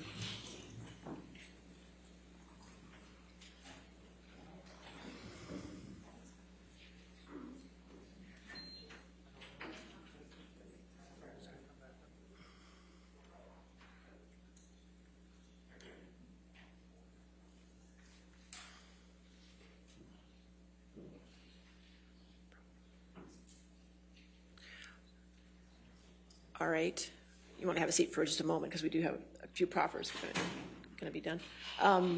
Just for the record, we talked about it earlier. I will charge the 30 minutes extra time for today to the plaintiff's team. so we can stay on time. Understood, Your Honor. Okay. All right. And I believe, Mr. Rodenborn, you had some proffers you wanted to do for testimony. We did, for Your the, Honor, for the record. testimony in a few exhibits. Mr. Nadelhoff is actually going to Okay, do that. Mr. Nadelhoff, if you want to proffer testimony for the record as to the testimony that the court has sustained objections.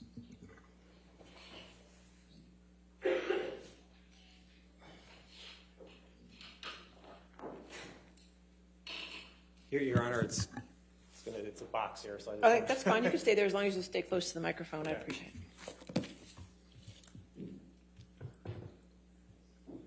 And Your Honor, what I will do is I'll explain what we're proffering the evidence for, and then we have copies. Good. Which I'll provide to you. We'll provide them to you electronically, or I don't have another copy for you right now, but we'll provide. That's fine. Go ahead. Yes, sir. Okay. Your Honor, for Laurel Anderson, on March 31st, 2022, the defendant attempted to designate certain portions of the deposition testimony for trial of Dr. Laurel Anderson, a clinical psychologist who worked with Ms. Heard and Mr. Depp. Dr. Anderson testified in the therapy session. Ms. Heard reported to her that she was slapped by Mr. Depp, that he hit her in the head, had her hair pulled by Mr. Depp, kicked her in the leg, and that Mr. Depp gave Ms. Heard bruises. Ms. Heard also reported that Mr. Depp was the first to initiate any violence. Ms. Heard also reported that she hid in a bathroom to protect herself from Mr. Depp. Ms. Heard also reported to Dr. Anderson that Mr. Depp threw a phone at her on May 21st, 2016, hit her, and held her hair. Ms. Heard also reported to Dr. Anderson that she was a victim to Mr. Depp's abuse. The testimony is contained in Dr. Anderson's deposition transcript, which is Exhibit A. The court also excluded records of Dr. Anderson from Ms. Heard's and Mr. Depp's therapy sessions and a treatment summary, which are Exhibits B and C. Mr. Depp objected to Dr. Anderson's testimony as described in medical records, stating that they were hearsay and that they did not fall into any exceptions, including statements for purposes of medical treatment. The court sustained the objection on the grounds that the testimony and exhibits were hearsay.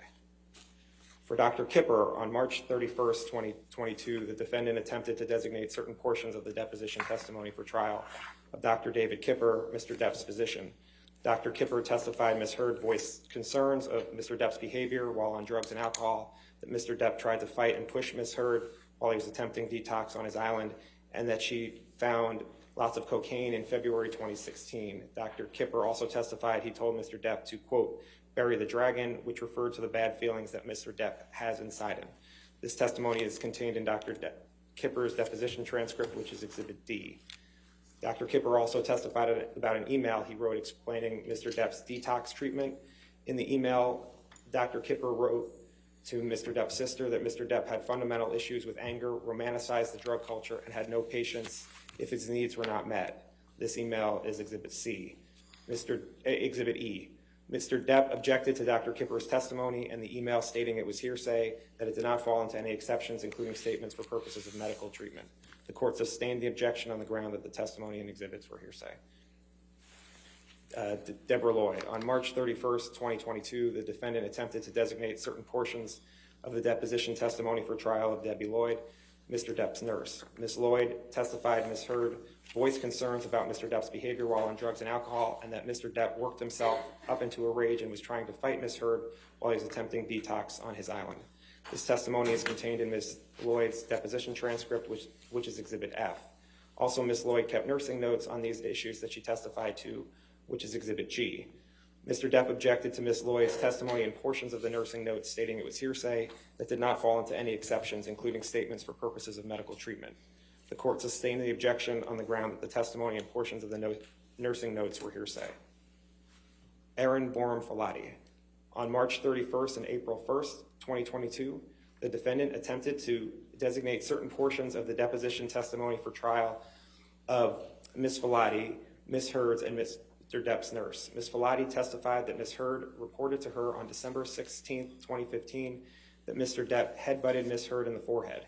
This also was contained in Ms. Filati's nursing notes, which is Exhibit H. Ms. Filati further testified that Ms. Heard reported being freaked out after the December 2015 incident and testified to text messages between herself and Ms. Heard where Ms. Heard reported the incident of abuse. These text messages are Exhibits I, J, K, L, and M. Ms. Filati also testified that on May 21st, 2016, Ms. Heard reported that Mr. Depp became completely delusional and crazed and hit Ms. Heard in the face while she was on the phone with I.O. Tillett Wright. Ms. Filati testified to text messages reporting this as well, which are contained in Exhibit N. The testimony is contained in Ms. Filati's deposition transcript, which is Exhibit O. Mr. Depp objected to Ms. Filati's testimony, portions of the nursing notes, and the text messages referenced stating it was hearsay that did not fall into any exceptions, including statements for purposes of medical treatment. The court sustained the objections on the grounds that the testimony and portions of the nursing notes and the text messages were hearsay.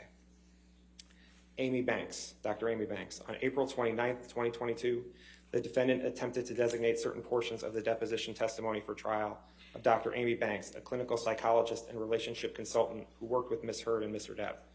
Dr. Banks testified that in therapy sessions, Ms. Heard reported that Mr. Depp attacked her physically, including by hitting her with his hand. Dr. Banks also testified that Ms. Heard reported that Mr. Depp cut his finger off and burned himself with a cigarette. Dr. Banks also reported that Ms. Heard told her that Mr. Depp initiated the violence while in a session with Mr. Depp, and Mr. Depp did not object to the characterization of the violence. Finally, Dr. Banks testified that she believed Ms. Heard's accounts of the violence and that Ms. Heard was a victim of domestic abuse. This testimony is contained in Dr. Banks' deposition transcript, which is Exhibit P. Mr. Depp objected to Dr. Banks' testimony, stating it was hearsay that did not fall into any exceptions, including statements for purposes of medical treatment and for providing improper expert opinion. The court sustained the objections on the grounds that the testimony about the abuse was hearsay and that Dr. Banks' testimony that Ms. Heard was a victim of domestic abuse was improper expert opinion. Connell Cowan. On April 29th, 2022, the defendant attempted to designate certain portions of the deposition testimony for trial of Dr. Connell Cowan, a clinical psychologist who worked with Ms. Heard. Dr. Cowan testified that in the therapy session, Ms. Heard reported abuse by Mr. Depp, including text messages and medical notes, where Ms. Heard reported in December 2015 that, quote, Johnny did a number on me, end quote. This testimony is contained in Dr. Cowan's deposition transcript, which is Exhibit Q. It is also contained in Dr. Cowan's medical notes in Exhibit R at Dep 9122 through 23, and is contained in text messages that are Exhibits S and T. Mr. Depp objected to Dr. Cowan's testimony, stating it was hearsay that did not fall into any exceptions, including statements for purposes of medical treatment. The court sustained the objections on the ground that the testimony about the abuse was hearsay. Alan Blaustein. On April 29th, 2022, the defendant attempted to designate certain portions of the deposition testimony for trial of Dr. Alan Blaustein, a clinical psychologist who worked with Mr. Depp. Dr. Blaustein testified that in the therapy sessions, Mr. Depp reported that he had cut himself as a child and burned himself with cigarettes. Dr. Blaustein also testified about the drugs that Mr. Depp was on, as reported to him by Ms. Lloyd. This testimony is contained in Dr. Blaustein's deposition transcript, which is Exhibit U. This information was also contained in emails, which are Exhibits V, W, and X. Mr. Depp objected to Dr. Blaustein's testimony regarding the cutting and burning himself as speculation, and the testimony regarding the drugs Mr. Depp was taking as hearsay that did not fall into any exceptions, including statements for purposes of medical treatment. The court sustained the objections on these grounds. Bonnie Jacobs. On May 4th, 2022, the defendant attempted to introduce into evidence the treatment notes of Dr. Bonnie Jacobs, a clinical psychologist who worked with Ms. Heard. The treatment notes show Ms. Heard reporting abuse by Mr. Depp, including sexual violence. The treatment notes are Exhibit Y, and based on the court's ruling, the defendant did not call Bonnie Jacobs as a witness. Mr. Depp objected to Dr. Jacobs' notes as hearsay that did not fall into any exceptions, including statements for purposes of medical treatment. The court sustained the objections on those grounds. I have some more. Give me a moment. As long as you don't just keep turning every page in that book. No, I'm not staying for that. It is not. Okay.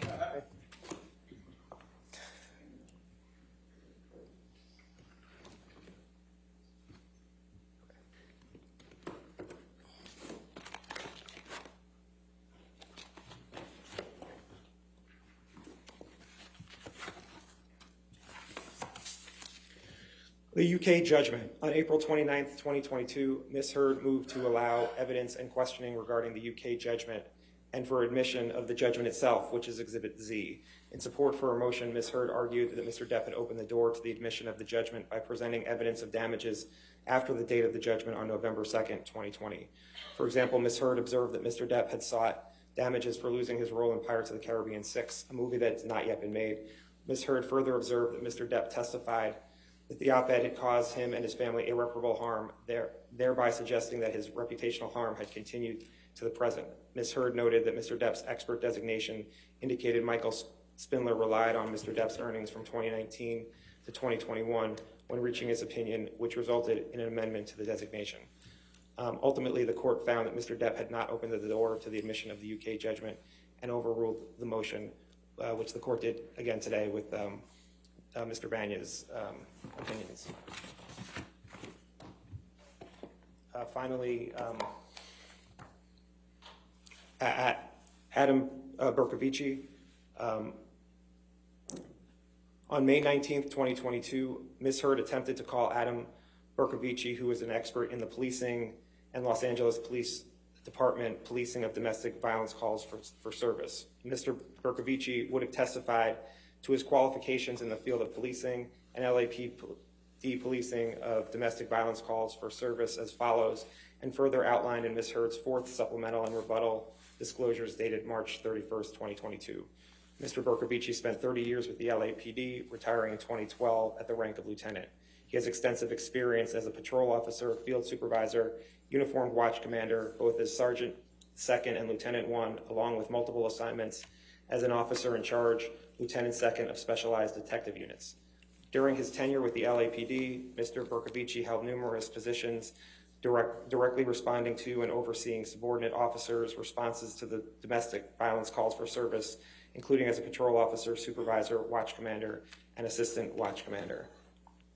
And actually this, Your Honor, is the person who prepared this prepared a longer brief of what he was going to say.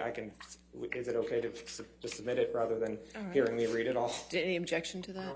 No objection. Okay. Okay. That's fine. And with that, that's okay. Proper. You just scared me with the size of that. No, I understand. Okay. All right, that's fine. If you can get Jamie our copy of it, we'll make sure it becomes part of the record as well. Okay. All right. Do you have any proffers, Mr. Chu, that you need to at this point? Not at this time, Your Honor. Thank you. All right. Then I think there's just a couple of things I need from you. Like tomorrow, let me, by the end of the day tomorrow, if I could get clean jury instructions without the cites on them for the ones that have been admitted, and also the verdict forms as well, if that's been worked out. Okay. Your Honor, we sent revised jury instructions to them yesterday morning and a revised verdict form today, so just waiting to get back, but we'll coordinate. All right. Thank you. And you're working with Jamie about some exhibits. There's some that were, both sides noted that were in evidence that are not, so I want to make sure everybody gets everything cleared up. You're caught up? Okay, good. All right, just keep that going so we can get that, make sure that's taken care of. As far as time left, Sammy, today, I can give you a rough estimate for two reasons. One, you had some depositions, so make sure you give the breakdowns to Sammy about those. And two, Sammy wasn't here today. He had a mandatory CLE that he had to do, so I just did a rough estimate, and I want to qualify that as a rough estimate. But it looks like the plaintiff has used about 5 hours today, and the defendant used about 1 hour and 15 minutes is what I have, okay? And again, that's a rough estimate, so don't expect them to be the same, but Sammy's going to get to it this evening and send you an email this evening with the actual accurate times, okay? Anything else? No, thank you, Your Honor. Thank you. All right. No, Your Honor. Okay. Thank you. Have a good evening. We'll see you in the morning. You too. Thank you. All right.